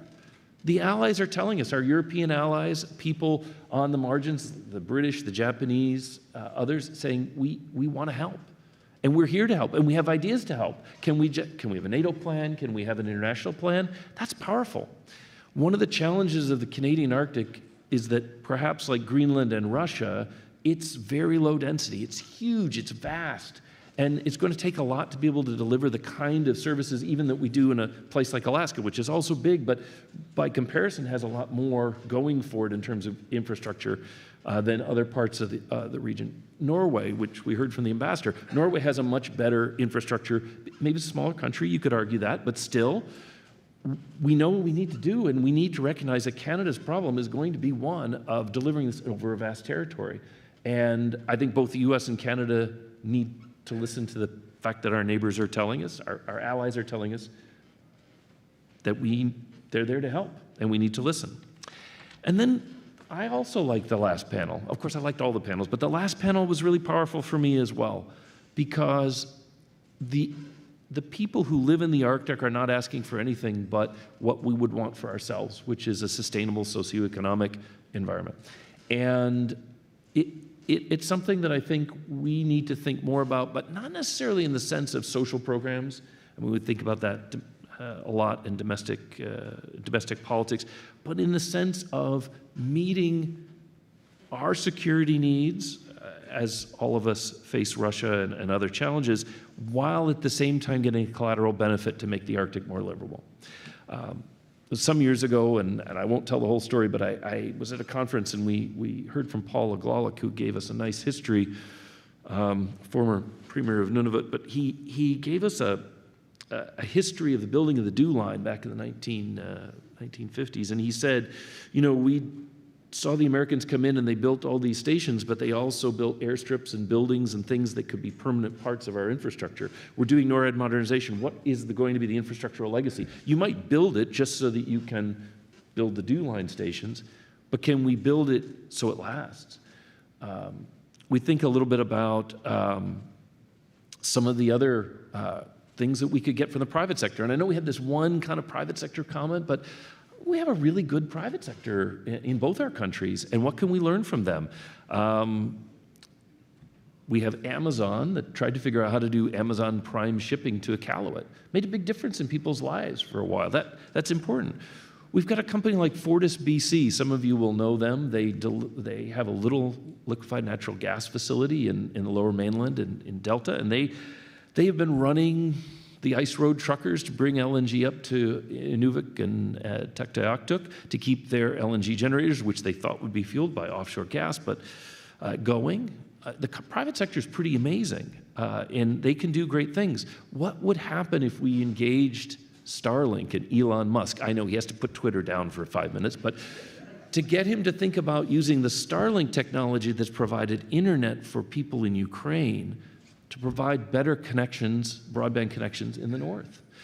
Heather Exner-Perot, I think in some ways, she chaired a brilliant panel, but there she is. I've heard her talking about using airships. This was before the China balloon thing, but using airships to move goods up and down between the north and the south. There are answers, and we should embrace the private sector when it brings them forward and find ways to support that. But something about the private sector, and now I'm going to talk about Biden, and then I'm going to stop. The private sector will solve problems when there's a profit in it and when they can figure things out. That speed of the market can be dazzling, but it isn't moving fast enough. And so one of the things that we've seen from the Biden administration, and I'm going to talk about inflation, the Inflation Reduction Act, but also the CHIPS Act, CHIPS and Science Act, Build Back Better, some of the legislation we've had, is that the Biden administration is engaged in industrial policy. And I'm old enough to know when the time when industrial policy was a bad word, but this is different. We are trying to incentivize the private sector and investors to move faster than the speed of the market and to match the speed of necessity. And to do that, we're putting money on the table. It is not picking winners. We're putting incentives out and inviting companies to take those incentives and do what they can. And to an incredible degree, we're doing that, treating Canadian investors and Canadian companies as though they were American. We've opened up quite a few opportunities for Canadian companies to participate.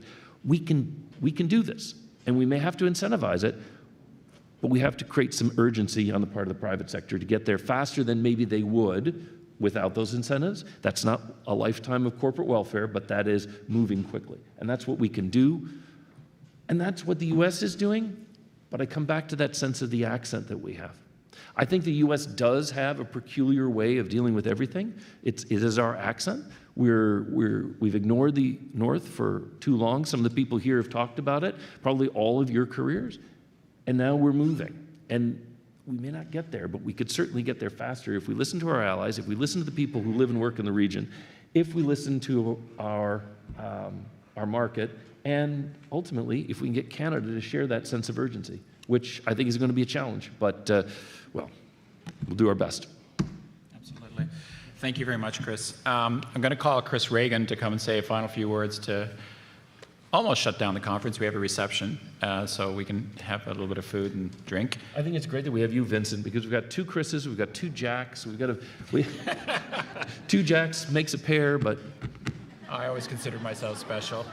You are special. So yes, Chris, over to you. Am I up? All right. Thank you. Tough act to follow. This, the Vince and Chris tag team recap thing. Well done. Chris, I want to start by talking about your accent. I actually think you might be a Canadian. I don't think you sound unlike a Canadian. Canadians sound like many things, but I think you could be a Canadian. If I apologize for that, would that be more Canadian? Very good. Yes, sorry about that. So I wrote down a couple of things, just one while you were speaking, Chris, that, Winston Churchill's one of his, top 1,000 quotes. Americans will always do the right thing only after they have tried everything else. So we may just be waiting for you to get through the list of all of the bad things, and then once you find the good thing, we'll just be right there with you, okay? And the other quote was what I wrote down during the final panel, because something I heard in that panel, many things spoke to me, but one thing in particular spoke to me about what our students and what all of us should be doing. So I wrote down a quote that some people attribute to Napoleon, but it's actually quite difficult to figure out who said this. March to the sound of gunfire. March to the sound of gunfire. So why do I write that down? I think for people that are thinking about policy, marching to the sound of gunfire is go to where the policy problems are and take a shot at them. And I think we should be doing this as a school. I think the Wilson Center should be doing this as a center. And I think all of those MPP students out there who are very soon will be unleashed upon the world should do that for their lives. So is there gunfire? Are there a bunch of policy problems to solve in the Arctic? Well, Chris Sands in 12 minutes just gave 100 ideas. Okay, I counted. It was precisely 100 ideas in 12 minutes. But if you actually think about all the panels that we had today, there were serious policy issues about infrastructure challenges. They were about having a clear-eyed view of strategic threats. They were about military or icebreaker procurement or other procurement, economic development in the north and the various dimensions of that, better cooperation with our allies, thawing permafrost. Not sure you can do anything about that, but maybe we can. Maybe technological developments can actually address that issue. And really taking all of it more seriously in what the North calls the South, which is where we, 98% of the Canadian population is in the South. And I think actually a key part of all of this is getting the South in Canada to take these issues more seriously. So I think this is something that I would encourage students to do, look for those policy challenges and march in that direction. And I think this is something that this conference did do, and I look forward to our future conferences as partnerships between the Max Bell School and the Wilson Center continuing to march to that policy gunfire. So if you have ideas about what we should be doing, every spring, for example, in our annual Max Bell Wilson Center conference, it may not be in the spring, but it'll be sometime, pick a month. We haven't figured that out yet. But if you have suggestions for what we should be having conferences on, talk to these guys. Yeah. Talk to these guys because they will almost certainly be doing the work. For which I want to thank you again. No problem. So thank you very much for putting all of this together. Thank you very much for being here. I am the last thing that stands between you and a drink, so I will shut up. So thank you very much. Come outside and have a drink.